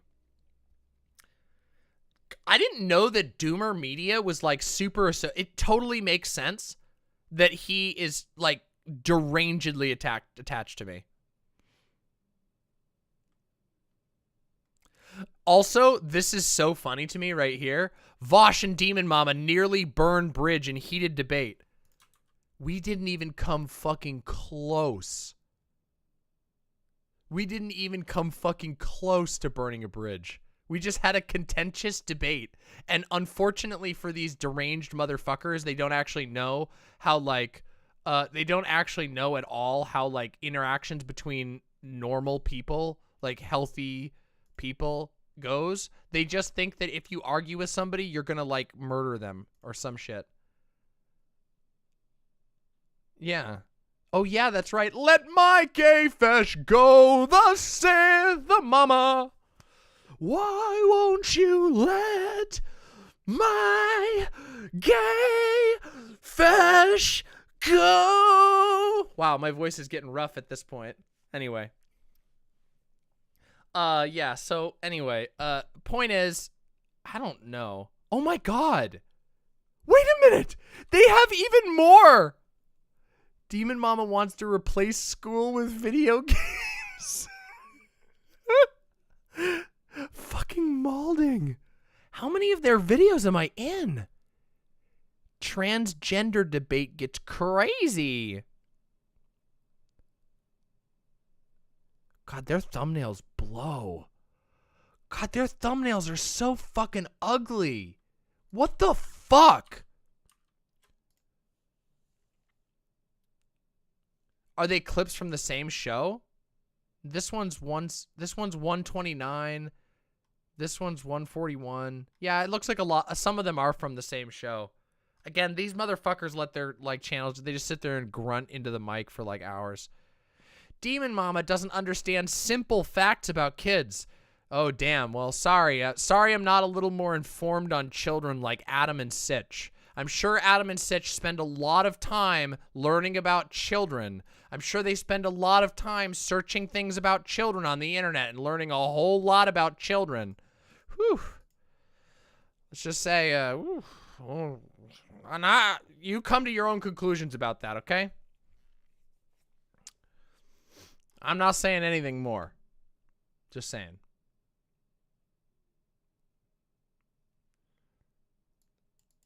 So yeah, let's get back to this whole thing. So now we get into some of the memes that are mostly just like, I don't know, people engaging, I don't know, look at some of these responses. So this is somebody who's accusing Jay Exci. Look at this shit. This is fucking wild. So Hasan has had his explicit lies. She went on multiple streams about me with Nazis like Sargon of Akkad, edited and upload as a video on his main channel. Okay, so this is another thing, by the way. Here's another thing we can fact check. Let's look at this. So it's actually even worse. Not only was there almost 500,000 views on Hasan's Twitch VOD, but there's also hundreds of thousands of views on the video in which he put his rant, his completely false, by the way, we've now verified, totally false rant about Jay Exci onto the YouTube channel, has not retracted it as a main video. That's a lot. But also, this gets a little weird. Jay Exci is definitely associated with the alt-right types. Mahler, The Cynical Drinker, Rags, a bunch of other EFAP people are extremely reactionary channels that have content indistinguishable from Sargon or Count Dankula. You can even see her directly appeal to the right-leaning audience she has by having the he as one of the pronouns in her Twitter bio. She knows she'll be misgendered, but instead of fighting that, she goes along with it.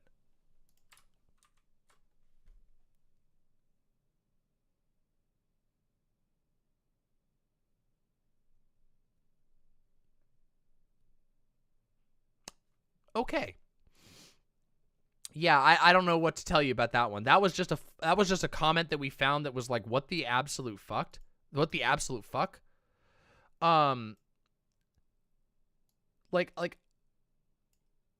There's, by the way, the comment responses, you can just go onto any of these videos and see that the comments are unhinged. Just so, I mean, we all knew this was going to be the case. Whenever there's a DramaMama, the comment sections are going to be unhinged, but they're particularly unhinged in this case. But if you're one of the people responding to this who thinks that the only reason to respond to false Nazi allegations is to chase clout, you're a dumb bitch with dumb bitch disease. And I kind of agree with that. I gotta say, you don't get clout from somebody calling you a Nazi to 500,000 viewers. That doesn't give you clout. If anything, that makes it really hard for you to get more clout. That makes it really fucking hard.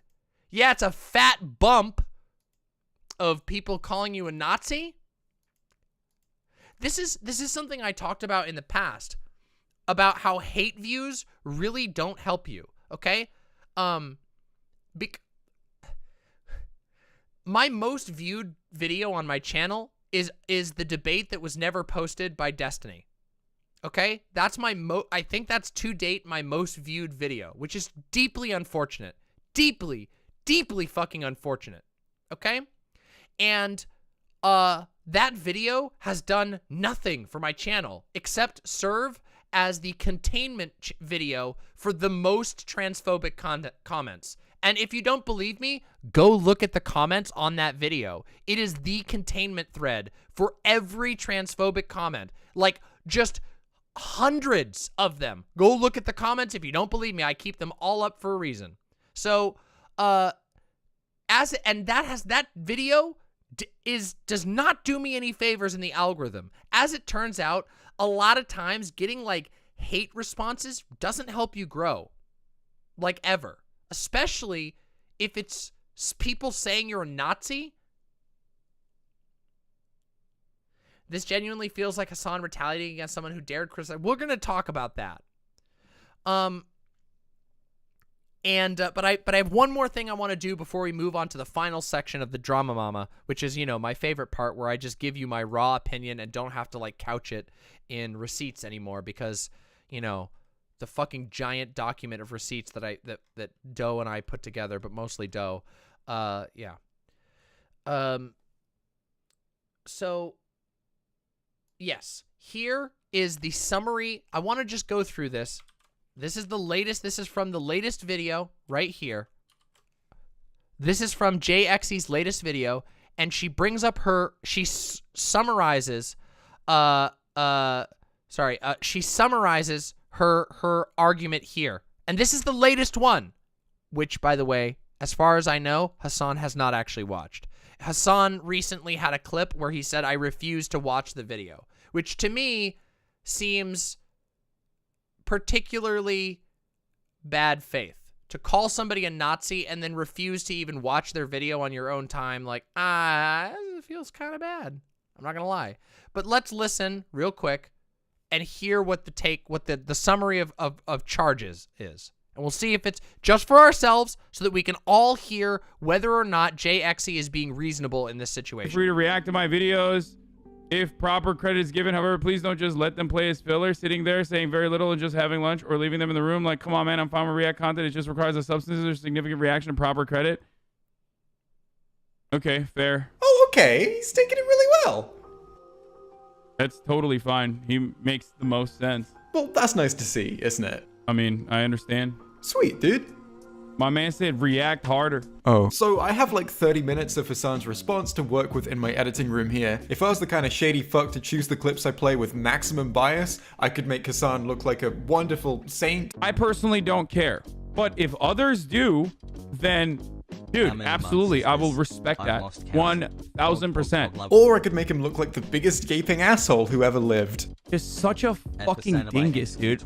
Just show their channel name, dumbass. How is that so fucking hard? Like, what is this attitude that you have, you stupid fuck? Man, how are both those clips from the same stream? Well, all will be explained, and I feel that I need to start that explanation by giving credit where credit is due.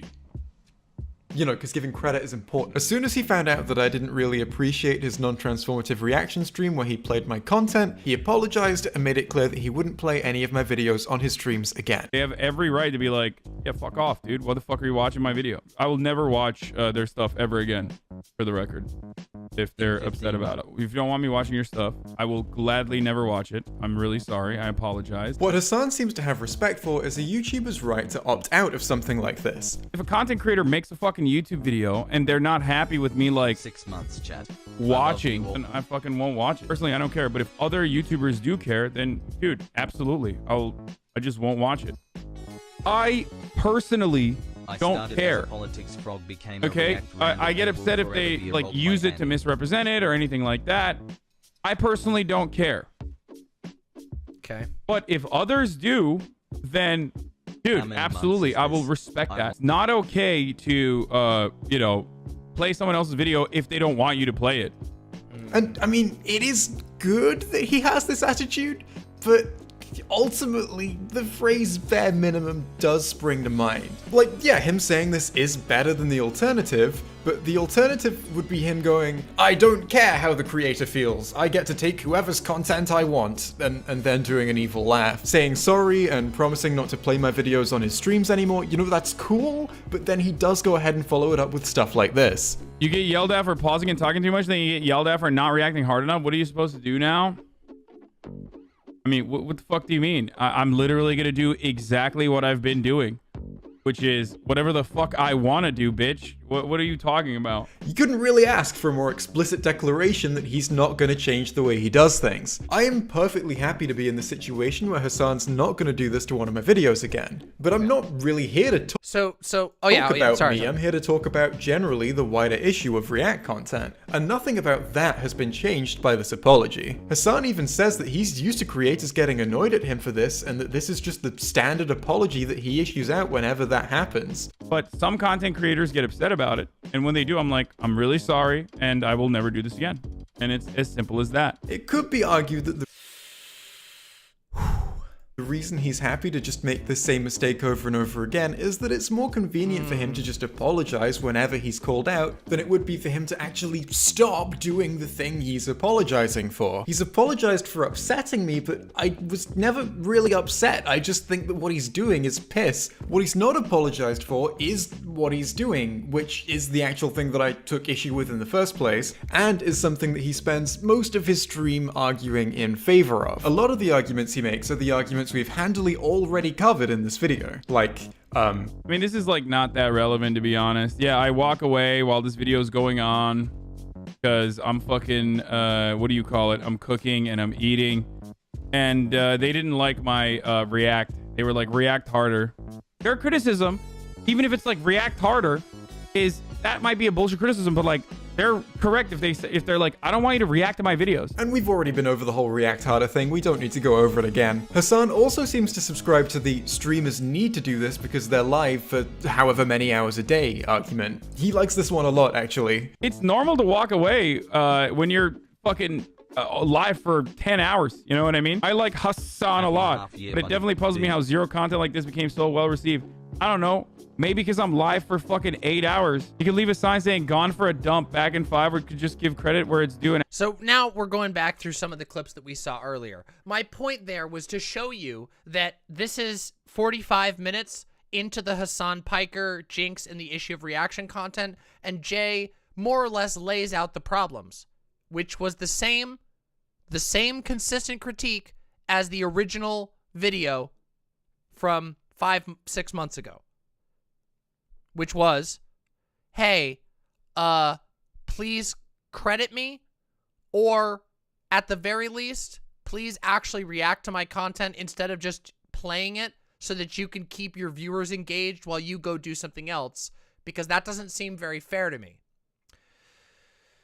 So, we have now concluded the part of the DramaMama where we lay out all of the receipts and what happened. Does everyone feel satisfied in understanding the general timeline and what actually went on? I think I've done my best to not, like, overindulge in giving off my takes here. But I want to give my take. I want to give my take on React content. And that's why we always have the second part of DramaMama, which DramaMama is where I think, you know, the second part of DramaMama is where I sit down and I hang out with you chatters. Well, if you're watching the video, obviously you're not in the chat, but whatever. We sit here and we think on the receipts and we come to what conclusions we can. Okay? And, God, there's a lot I want to say.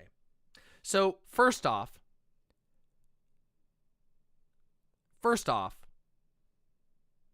boy, how do I start this?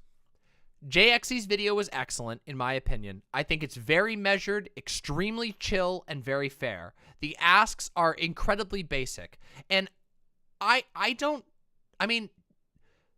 feel like Hasan should know this. Hasan used to work for the Young Turks. He used to work in, opinion journalism. You can't, like, journalism, any sort of public-facing thing like that, you have to be aware of the rules of accreditation. Accreditation is really important.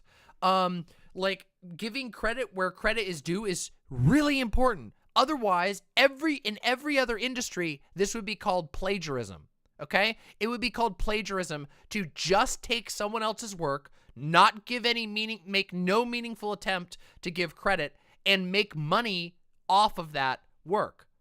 Now, I recognize that things can get a little loose on streams because they're live format, and there's limitations. But we're not just talking about a loose situation. We're talking about Hasan himself has admitted in the stream we just watched, Hasan admitted that this has happened many times, that multiple people have come to him and been like, hey, you used my video while you were off stream to keep your chat entertained. That feels bad to me because it feels like, especially because I didn't get any credit, that you just used my content to make money off of your stream. And I think it's worth diving into this a little bit because I want you to think about something.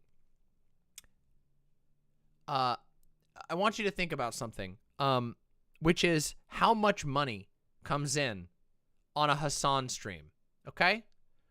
Hasan has up here, like just real quick, just so we're clear on this, this is an older one. This is his sub. He's at 44,326 subs out of an unknown goal that we can't see. But he's gotten so far in this month of streaming, presumably 44,000 subs. Hasan is making crazy cash off of his long, very, very popular streams. I mean, fucking crazy cash. Okay? That's a lot of fucking cash. So, if the reason that you're able to make so much money is because you don't stop streaming at all. You go for 10 hours, and anytime you need to leave, you're keeping your chat entertained with high-quality artistic creations like YouTube videos. I just gotta say, I feel like those people have a right to be frustrated that they don't get a slice of the thousands and thousands of dollars that you're scraping in from the content that is theirs, that you're using to keep 25,000 people entertained instead of them going to do other things. I don't think that's an irrational thing. I think it could, you know, if Jay had demanded something like give me money or give me revenue sharing, I think that would have been a little bit hard to comply with. But all that Jay asked for was credit and to not be used as a waiting room, which I would be frustrated. I would be frustrated if somebody just restreamed my stream so that they didn't lose viewers. That would, I don't know, that would be disappointing to me. It would be very frustrating. Some people love being used as a waiting room. Well, maybe, but I don't think that's relevant, okay? A lot of people don't, okay? So there's that. That's my take on the reaction thing. As you know, I fucking love reacting to things. And I love watching react content. In fact, I often watch other streamers react to things and have a great time with it. The thing that I've noticed is that 90% of the streamers who react to something that I enjoy will always give very clear credit, and it's not really that hard to do. Watch this. Hey everybody, today we've been talking about Exci's video, Hasan Piker, Jinx, and the issue of reaction content. You can find that video right here. Bam, I've just dropped it in the chat. It's right there. If not, you can search Exci on YouTube. Look at that. That took me 10 seconds. That took me 10 seconds, okay? That wasn't hard. And I think that's a better way. I think it's good to at least do that. Yeah, Exci. There you go. Spelling is right there. How convenient. But guess what? Let's be even more charitable to Hasan here. Let's be even more charitable to Hasan here for just a second. Hasan has a huge chat and multiple mods in his chat. If he couldn't shout out the video, he could at least have his mods do it. so that at least some people would go through and give these people their, you know, their you know, deserved attention. Yeah, also don't want to forget to credit that channel, whoever that is. No, just kidding. Obviously, it's Hasan. Hasan's channel. We've been talking about the Hasan drama, although I guess we kind of reacted to some of his clips, but he didn't really make a video on this exactly, so gets a little complicated. Look, none of that matters, okay? This is where my brain starts to go to some other things, because when I weigh all of this and I think about all the reaction stuff, I think Exci's critiques were super measured and super reasonable, and I really don't understand the reaction. Because again, I'm just gonna kind of play this one more time so that we can wrap it up for the video viewers. But this was the reaction. Again, this is where we ended up. Okay? Watch their videos ever again, and I move on. This is what I said 1 fucking year ago. Since then, he made a video, or they made a video. Afterwards, they had like a bunch of fucking Nazis in the kill stream get together and do an 8-hour reaction to my entire stream. I think it was an 8 or 10 hour fucking podcast that they did on that. Okay? And I apologized back then. And they held on to the grudge. And then they made another video now. Another video a year later. Sargon of Akkad joined. Multiple 8-hour streams. If you expect me to think that that person is charitable at this point, I don't know what to tell you. Because it's not. You're a fucking psycho if you think that that is a charitable person. No, that is a deranged person. It's a 5-minute video, which I apologize for. It's incredibly petty. It's incredibly fucking petty. Watch their video. So now that we've seen all of the receipts, doesn't this feel like an absolutely, a completely out of step response? Like, drastically out of step. Like, maliciously almost out of step. And I don't want to believe that it's malicious. I really don't. But it feels really malicious. Okay? And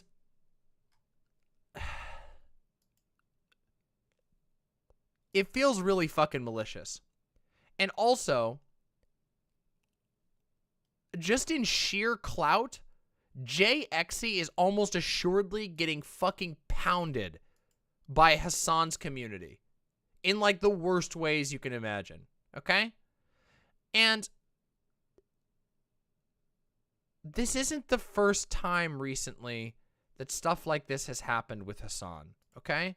And the reason why I'm keeping this in the second segment and not in the first segment is because this is technically like unconnected. But I think it's relevant, and I want to talk about it, and I want to show it anyway, and I want to react to this anyway. So give me just a second here. I got to grab this video. Wait, where the hell did it go? Wait, where the hell did it go? One moment. Let me grab this. Hey, where the hell did my link go? Ah, here it is. This is the one. All right, this was posted. Here we go. Clips. This is posted by Irrational Chad, the producer of Chud Logic. And this is a bit of a weird clip. And I just want to warn you in advance. This one gets really spicy, okay? So it's really bad. And we're going to talk about it. Just be aware this, like, it's pretty bad, okay? Like, I think this is, just in advance, I think this is pretty shitty. We're going to watch it, and you'll see what I'm talking about. The fact that you... So, for context, this was Hasan talking to his chat after his, let's say, a debate that wasn't reviewed very well, a conversation that wasn't reviewed very well with an anti-trans conservative, okay? So, let's take a listen.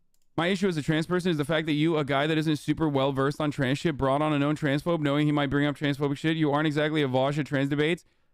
Oh! Oh, shit! I hope that the rest of your life is as horrible as it is every single day. Okay? There you go. Suck my dick. I despise you. I despise you more than anything else on the planet. You are fucking cancer, okay? You are cancer in this community, and you're cancer in every community. Suck my dick. My issue as a trans person is the fact that you, a guy that... Now, I think this actually goes on a bit longer, if I remember correctly.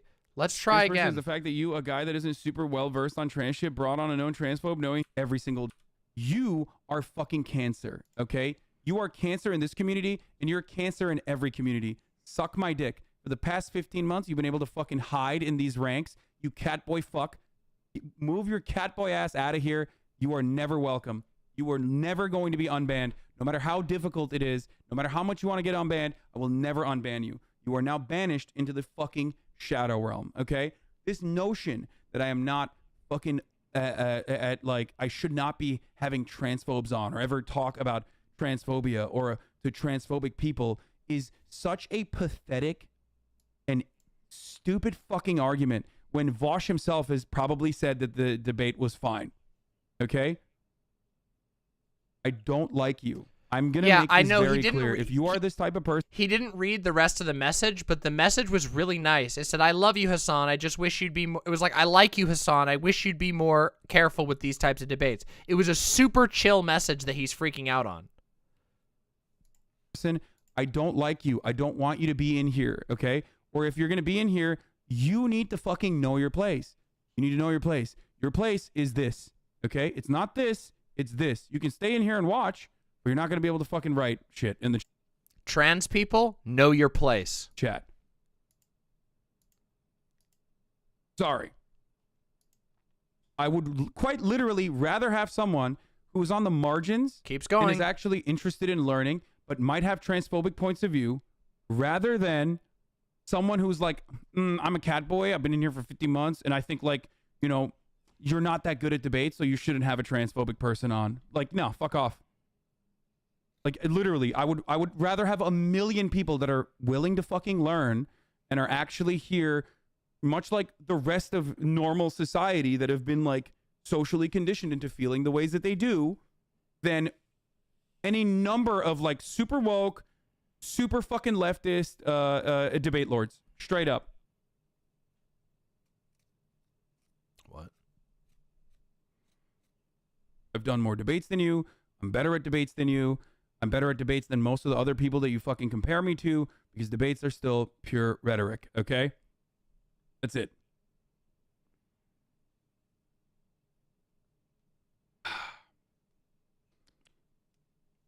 Anyway.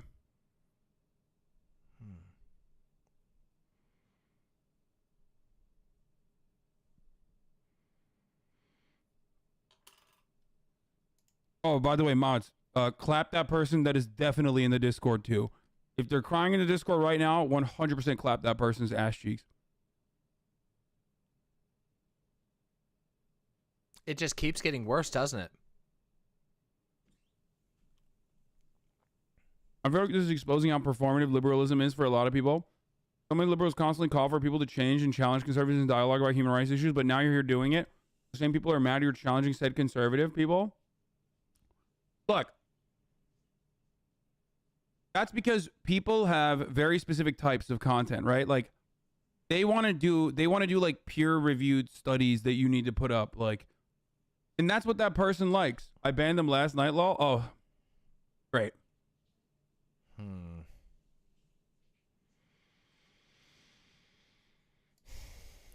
Catboy fucks, know your place. Your place is to shut up and watch. Shut up and watch. Now,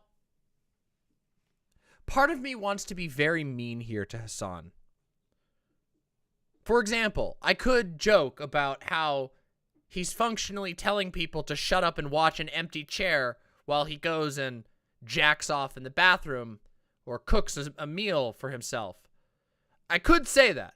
I could say that it's kind of ironic that he would ask for respect and credit after being literally unwilling to shout out even the name of the people who create videos. I could be really, really mean and say that his mustache makes him look like the pedophile villain of a 1970s action film. But all of those things would probably be a little bit rude. And I think I would unironic, like, just jokes aside, I want to try and be as charitable as possible, because I was very charitable to Exci. And so I'm going to summon up all of my charitability here and do my best, okay? Which is to say, bro, Hasan, real talk, fucking apologize. First of all, apologize to the Catboy. That Catboy did not deserve that fucking shit. But more so, I think more importantly, you really owe Exci an apology. Like, straight up. And I mean that.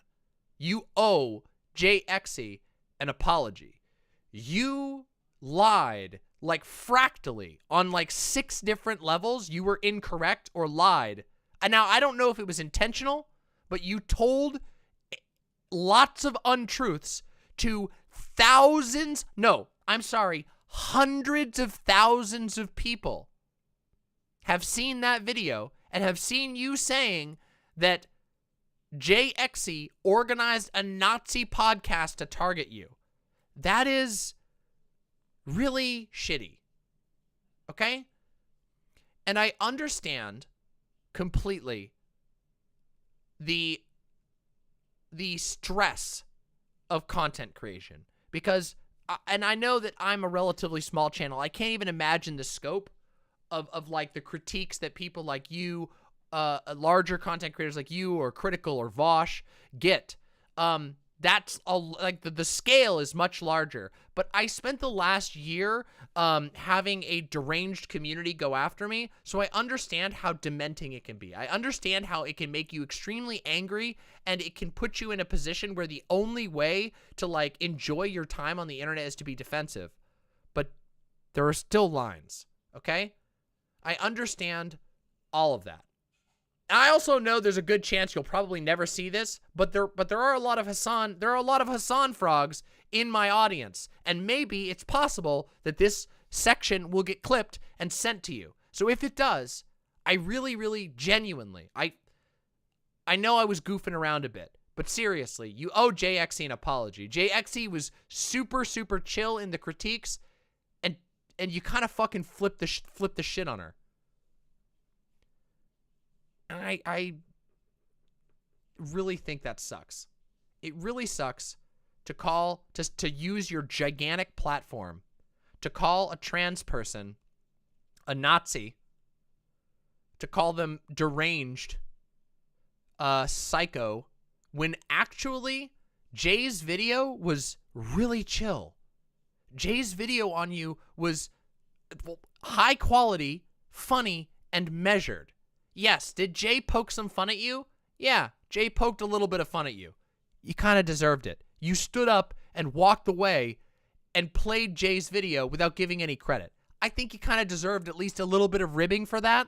And also, just so we're clear, in the video, in Exci's video, she proves that you didn't actually give a huge bump.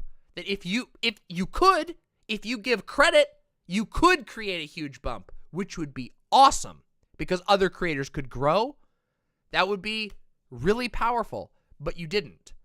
Your videos, your reactions actually didn't result in a big bump for her channel, and other people are saying the same thing to you. You've had other people say the same thing. And your reaction was to make a lot of false allegations and claims about Exci. So, again, no, there's very low chance you're actually going to see this from the humble DramaMama, the first demon-type streamer, DramaMama.com/live. But, honestly, fucking take down that goddamn video. Issue an apology. It doesn't cost much to issue a small apology and fix what was wrong, because that's really fucking unfair. That's just unfair. And I did this whole video here outlining all the stuff so that people can watch this and know for sure that indeed I am not lying when I say That's fucking unfair. What you did to Exci was indeed fucked up. You done goofed. You fucked up. And you should make it right. Otherwise, well, a lot of people are going to think you're kind of a piece of shit. And they'd be right to conclude that. If you accuse trans people of being Nazis. Yeah. Anyway, so, yeah. I mean, or you could triple down. That's the alternative move. Now, I think that, like, I don't have any more to say in that little address. That was the little ending address that I wanted to do. But that's, honestly, I hope that Exci gets her name cleared. I mean, yes, Ada Stardust, I 100% agree with you on that one. I think that the unhinged freak out on the Catboy is really fucked up. But the thing is, like, look, I'll be real. Every streamer I know has had a freak out on a chatter. You know? Like, every single streamer I know has at some point melted down on a chatter. They get under your skin. Some chatters deserve a meltdown. Other ones don't. Other ones really don't. But if you go unhinged, really unhinged on a chatter, the least you can do is apologize. No. Don't you Pepe me, nuts. Don't you fucking Pepe me. You are fucking posting weird champable bullshit in chat all the time, nuts. You have a reputation for being a weird champ. We love you, but you do post weird champ shit. I don't think I've ever melted down on you. Okay?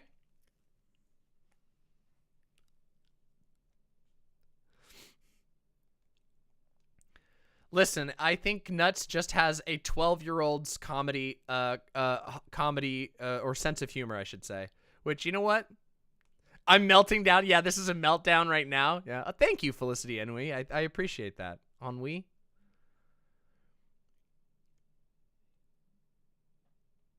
Yeah.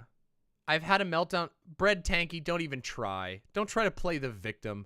Dude, BreadTankie, oh my god, you didn't drag your tail back in here, did you? God damn it.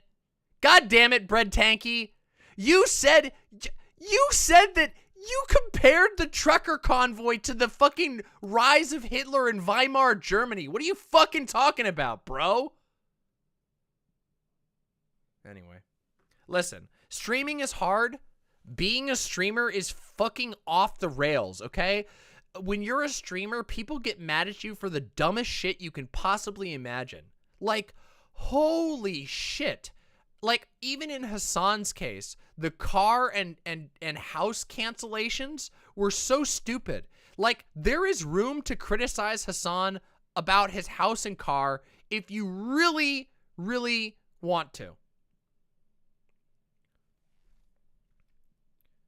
I think there's, I think there's room to make that critique, but let's be real. The vast majority of people who were jumping on board that fucking discourse were just so parasocially obsessed. Like, the house and car drama was embarrassing to behold. I'm watching, like, I made a meme about it because I was like, damn, you should have gotten a fucking Urus, dude. Would have been a better pick than the fucking electric car bullshit. But that was a joke because people are really fucking dumb about it. And like, oh, I mean, the prime example, of course, is Vaush arguing against Relevant, where Relevant's just like, well, hold on, let's do the napkin math. Oh, actually, let's not do the napkin math because it looks inconvenient for me. But I think we should be very concerned about one streamer's purchases and whether that makes them an effective political advocate or not. Meanwhile, Relevant orbits the dumbest motherfucker on the planet. The most disingenuous, politically useless individual on the entire planet. Anyway. 85D2D Derek with the incredibly generous $50. I've been informed there's a secret subscription tier that will give me the power to ban Gayfish. Consider this a small down payment. You're on your way. You have a long road ahead of you. but thank you very much. Chauncey Extreme with the tier 1 sub, deeply appreciate that. Thinking about ContraPoint's Envy video this whole time? Yeah. Yeah, there's some stuff.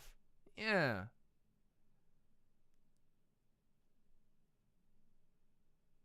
I don't know. I do wish... Oh, don't worry. You got plenty of time.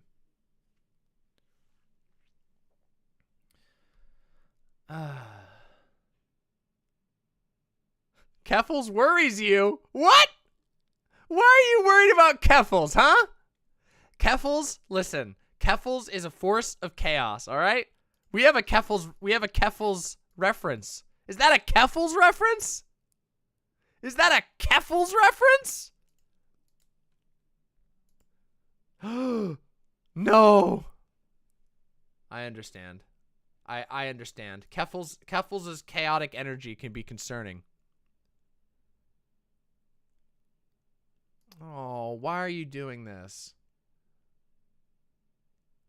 Oh, why do you have to be cringe? I'm not reading this garbage. Guys, okay, by the way, that's the end of the DramaMama. Now we are at the end of stream where I can talk about whatever the fuck I want, okay? Hey! Wait a second! God damn it! Now I have to put, wait a second! You can't do that! Now we have to have fucking discourse over self-referential R word. Yes, Gayfesh, your chance has come. 10-minute timeout, Gayfesh. I'll let you do the honors. You're going to have to time him out. 1 second? Vaush, just realize how kind Gayfesh has been to you. I just gave Gayfesh the ultimate opportunity to be like a god tier meter maid. And look, Gayfesh showed mercy on you. Never forget this day. Never forget the day that Gayfesh had the opportunity to be as petty as he could ever be. Joke's on you. But I already paid White Nervosa to shut it down already. Stream ends now, everybody. I paid White Nervosa to install the kill switch. You're late. Anyway, the website is now detonating, so good luck, everyone. Okay, fuck. Okay, fuck. So I have like I'm so sure that by Friday, there's one of two things that are gonna happen. By Friday, either everyone will have already forgotten that there ever was a trucker convoy, or the drama is going to go to a higher level. And judging by the state of discourse on Vaush's Reddit and currently on Twitter, I have a bad feeling that this trucker convoy conversation is going to keep going. Which means more arguments with Canadians. Should be very interesting. I'm welcoming the opportunity to conflict with liberals on their weakest point. Because the liberals they just ate dirt today. The Canadian liberals ate 2 helpings of dirt today. Time for me to continue ignoring the discourse. It is remarkably stupid. This weekend is a long weekend in Canada. Oh, so they have nothing better to do than bitch at American streamers. Get the leaf blowers. Yeah. Hey, no problem. We had a lot of conversation. We had some nice conversations about it. We had some silly ones. Don't you dare. High progressive, don't you fucking dare. What's this? We have an upgraded. Oh my god! The Vaush. Whoops. The Vaush bad. The Vaush bad. Upgraded Vaush bad. Oh my god. It's updated for the fucking great haircut. The fucking killer haircut. Damn. Holy shit, that's fucking poggers. Please save Canada? I can't. Mixed Dizzy, this is a fucking great ass. Fucking beautiful. Mixed Dizzy, fucking incredible. You should feel pretty, Vaush. Your fucking hair looks great, dude. It looks sick as fuck. I need a haircut. This shit's been... You guys remember? Do you guys remember my sick-ass haircut? Half of you never saw the haircut that came before this one. My hair has become lame by comparison. Where the hell's my fucking thing? Wait.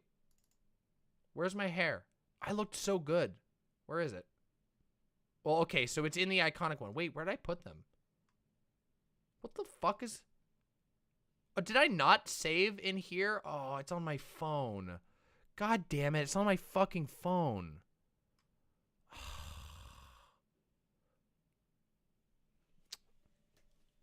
Hold on. I can find this. Give me a second. I'll show you all my cool ass hair. Listen. It was sick as fuck, okay? Hold on. I want to show it off. Listen, it's the end of stream. I can do what the fuck I want. Stick around and I'll show you get to see my cool, awesome hair, okay? Let's see. Here we go. Faves. Aww. Aww, I opened my faves and I got dough pictures. Aw, so cute. Dough pics. There's the hair. Hold on. Here's the pictures. Hold on. I need to fucking restructure my file structure because I keep losing my selfies. It makes me sad. Come on, let's go back. Here we go. I had this done in June, I think it was. I think I took those in June. Yeah, I did. Here we go. Fuck, it's been so long. What the fuck? Here, I'll put the pictures up. Give me a second. See, I'm just rambling now. But this is live stuff, so look, you can't even accuse me. I'm not even being a React Andy. I'm being a Pog Andy, looking through my own phone while talking to my chat. And by that I mean completely ignoring my chat while they talk to each other, and I just ramble. It's awesome. Feels so good. But I have to find these pictures because I want to show off my cool ass hair. Where's my cool ass hair? Oh, we're getting closer. I'm finding the pics. Oh, here they come. Yeah, found them. Fuck yeah. Here we go.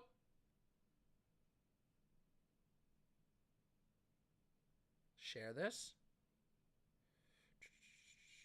Discord. Wait, I can add multiple. Here we go. Boop, boop, boop.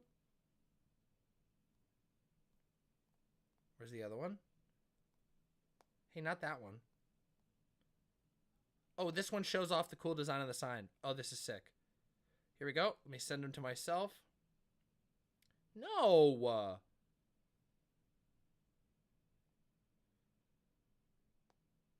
Here we go. I'm going to send them here. Okay, 1 second. 1 second. 1 second. Hold on. I've almost got them. Chat has been nice. Our chat is awesome. The imps are the best. You realize that, right? Like, the imps are fucking sick. Never... ever underestimate the fucking sheer awesomeness of the imps, okay? Hold on, let's open this. Here we go. Watch, I'm gonna blow your mind with these cool ass pics, okay? My hair looked so sick this summer, it's like actually unbelievable. I want to get it done again, but it cost me $500 to have it done. Which is a lot of money, as it turns out. Okay, here we go. Take a look at this shit. Look at this shit. Fuck. First of all, sick ass color. I had a painted on swirl on this side. Okay? Here's the other side, okay? Here's the color you can see nice and full, and then you can see my little Mercury symbol here, the little Mercury symbol with the horns. Here's a better picture. This was taken by the hair studio. I have some yellow on my face, but you can see the swirl and how it was done. And then here's just one that I really like. Look at, I think you can see the color just really, really well. Wait, did I post the same one twice? Yeah, I think I did. Yeah, I did. But you can just see the color really fucking well here. Isn't that sick? God, I just thought it looked great. I gotta get it done again. And now you see my devolved hair that hasn't been, I actually haven't had my hair done since that haircut. Wait, for real? Yes, Vermin, I will let you dye my hair.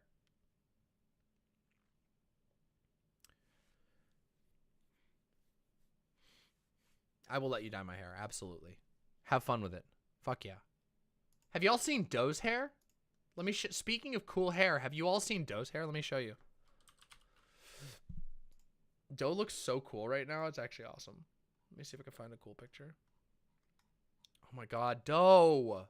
Doe, you washed away all of your cool pictures of yourself with theory posting. Okay? No, look. Look at Doe. Oh my god. Look at that. Look, Doe looks so good. Yeah, Doe is hot, I know. Yes. Yes. Yes, my Doe is very hot. Indeed. And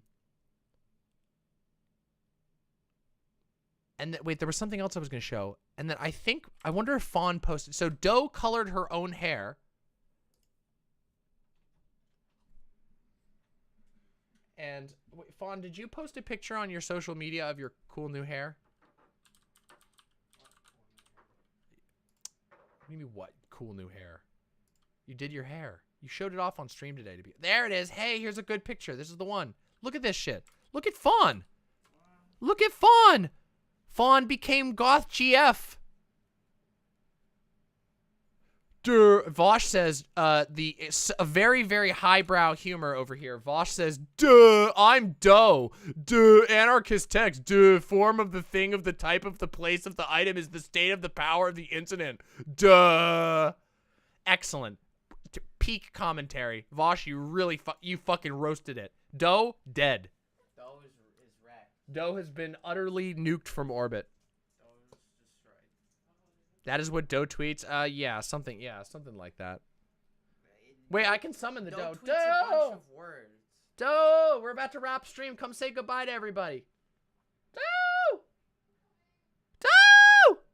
It was cleaning up something. It's running. It's running. Hold on, Doe. How do you respond to the allegation? I'm gonna read you the allegation. This is coming from the Vaush video. You may have heard of him. The Vaush video? Yeah. Durr, I'm Doe. Durr, anarchist text. Duh, the form of the thing, of the type, of the place, of the item is the state of the power of the incident. Duh. I'm pretty sure that's like anarchism 101. I'm glad you've gotten that far You got finally, Vaush. So you would agree with it? Oh shit! Counter roast! Shots fired! I'm taking cover. I'm getting the fuck out of here. I did not do this, okay? I did not do this. Oh my god. All right, let's. I'm very hungry. I have given you loads of content, and on Friday I'll give you another hot fucking load of content right into your eye holes. Okay? It'll be like we'll either be talking to Canadians more, yelling at them, which may be a reality, or playing lots of Death Stranding to catch up for all of the delays in the Death Stranding stream, or both. So, no parasocial, much community love, okay, to each and every one of my lovely imps. Thank you all for the incredible support. Today was extremely wild. Do you want to all say goodnight to the imps? Canada's not real. Stop pretending. Oh my god. He unmuted. Oh my god. All right, everyone. Good night. I will see you all soon. Like, subscribe, go comment on the videos, show some love on Twitter, and I'll see you all very soon. Mwah! Good night.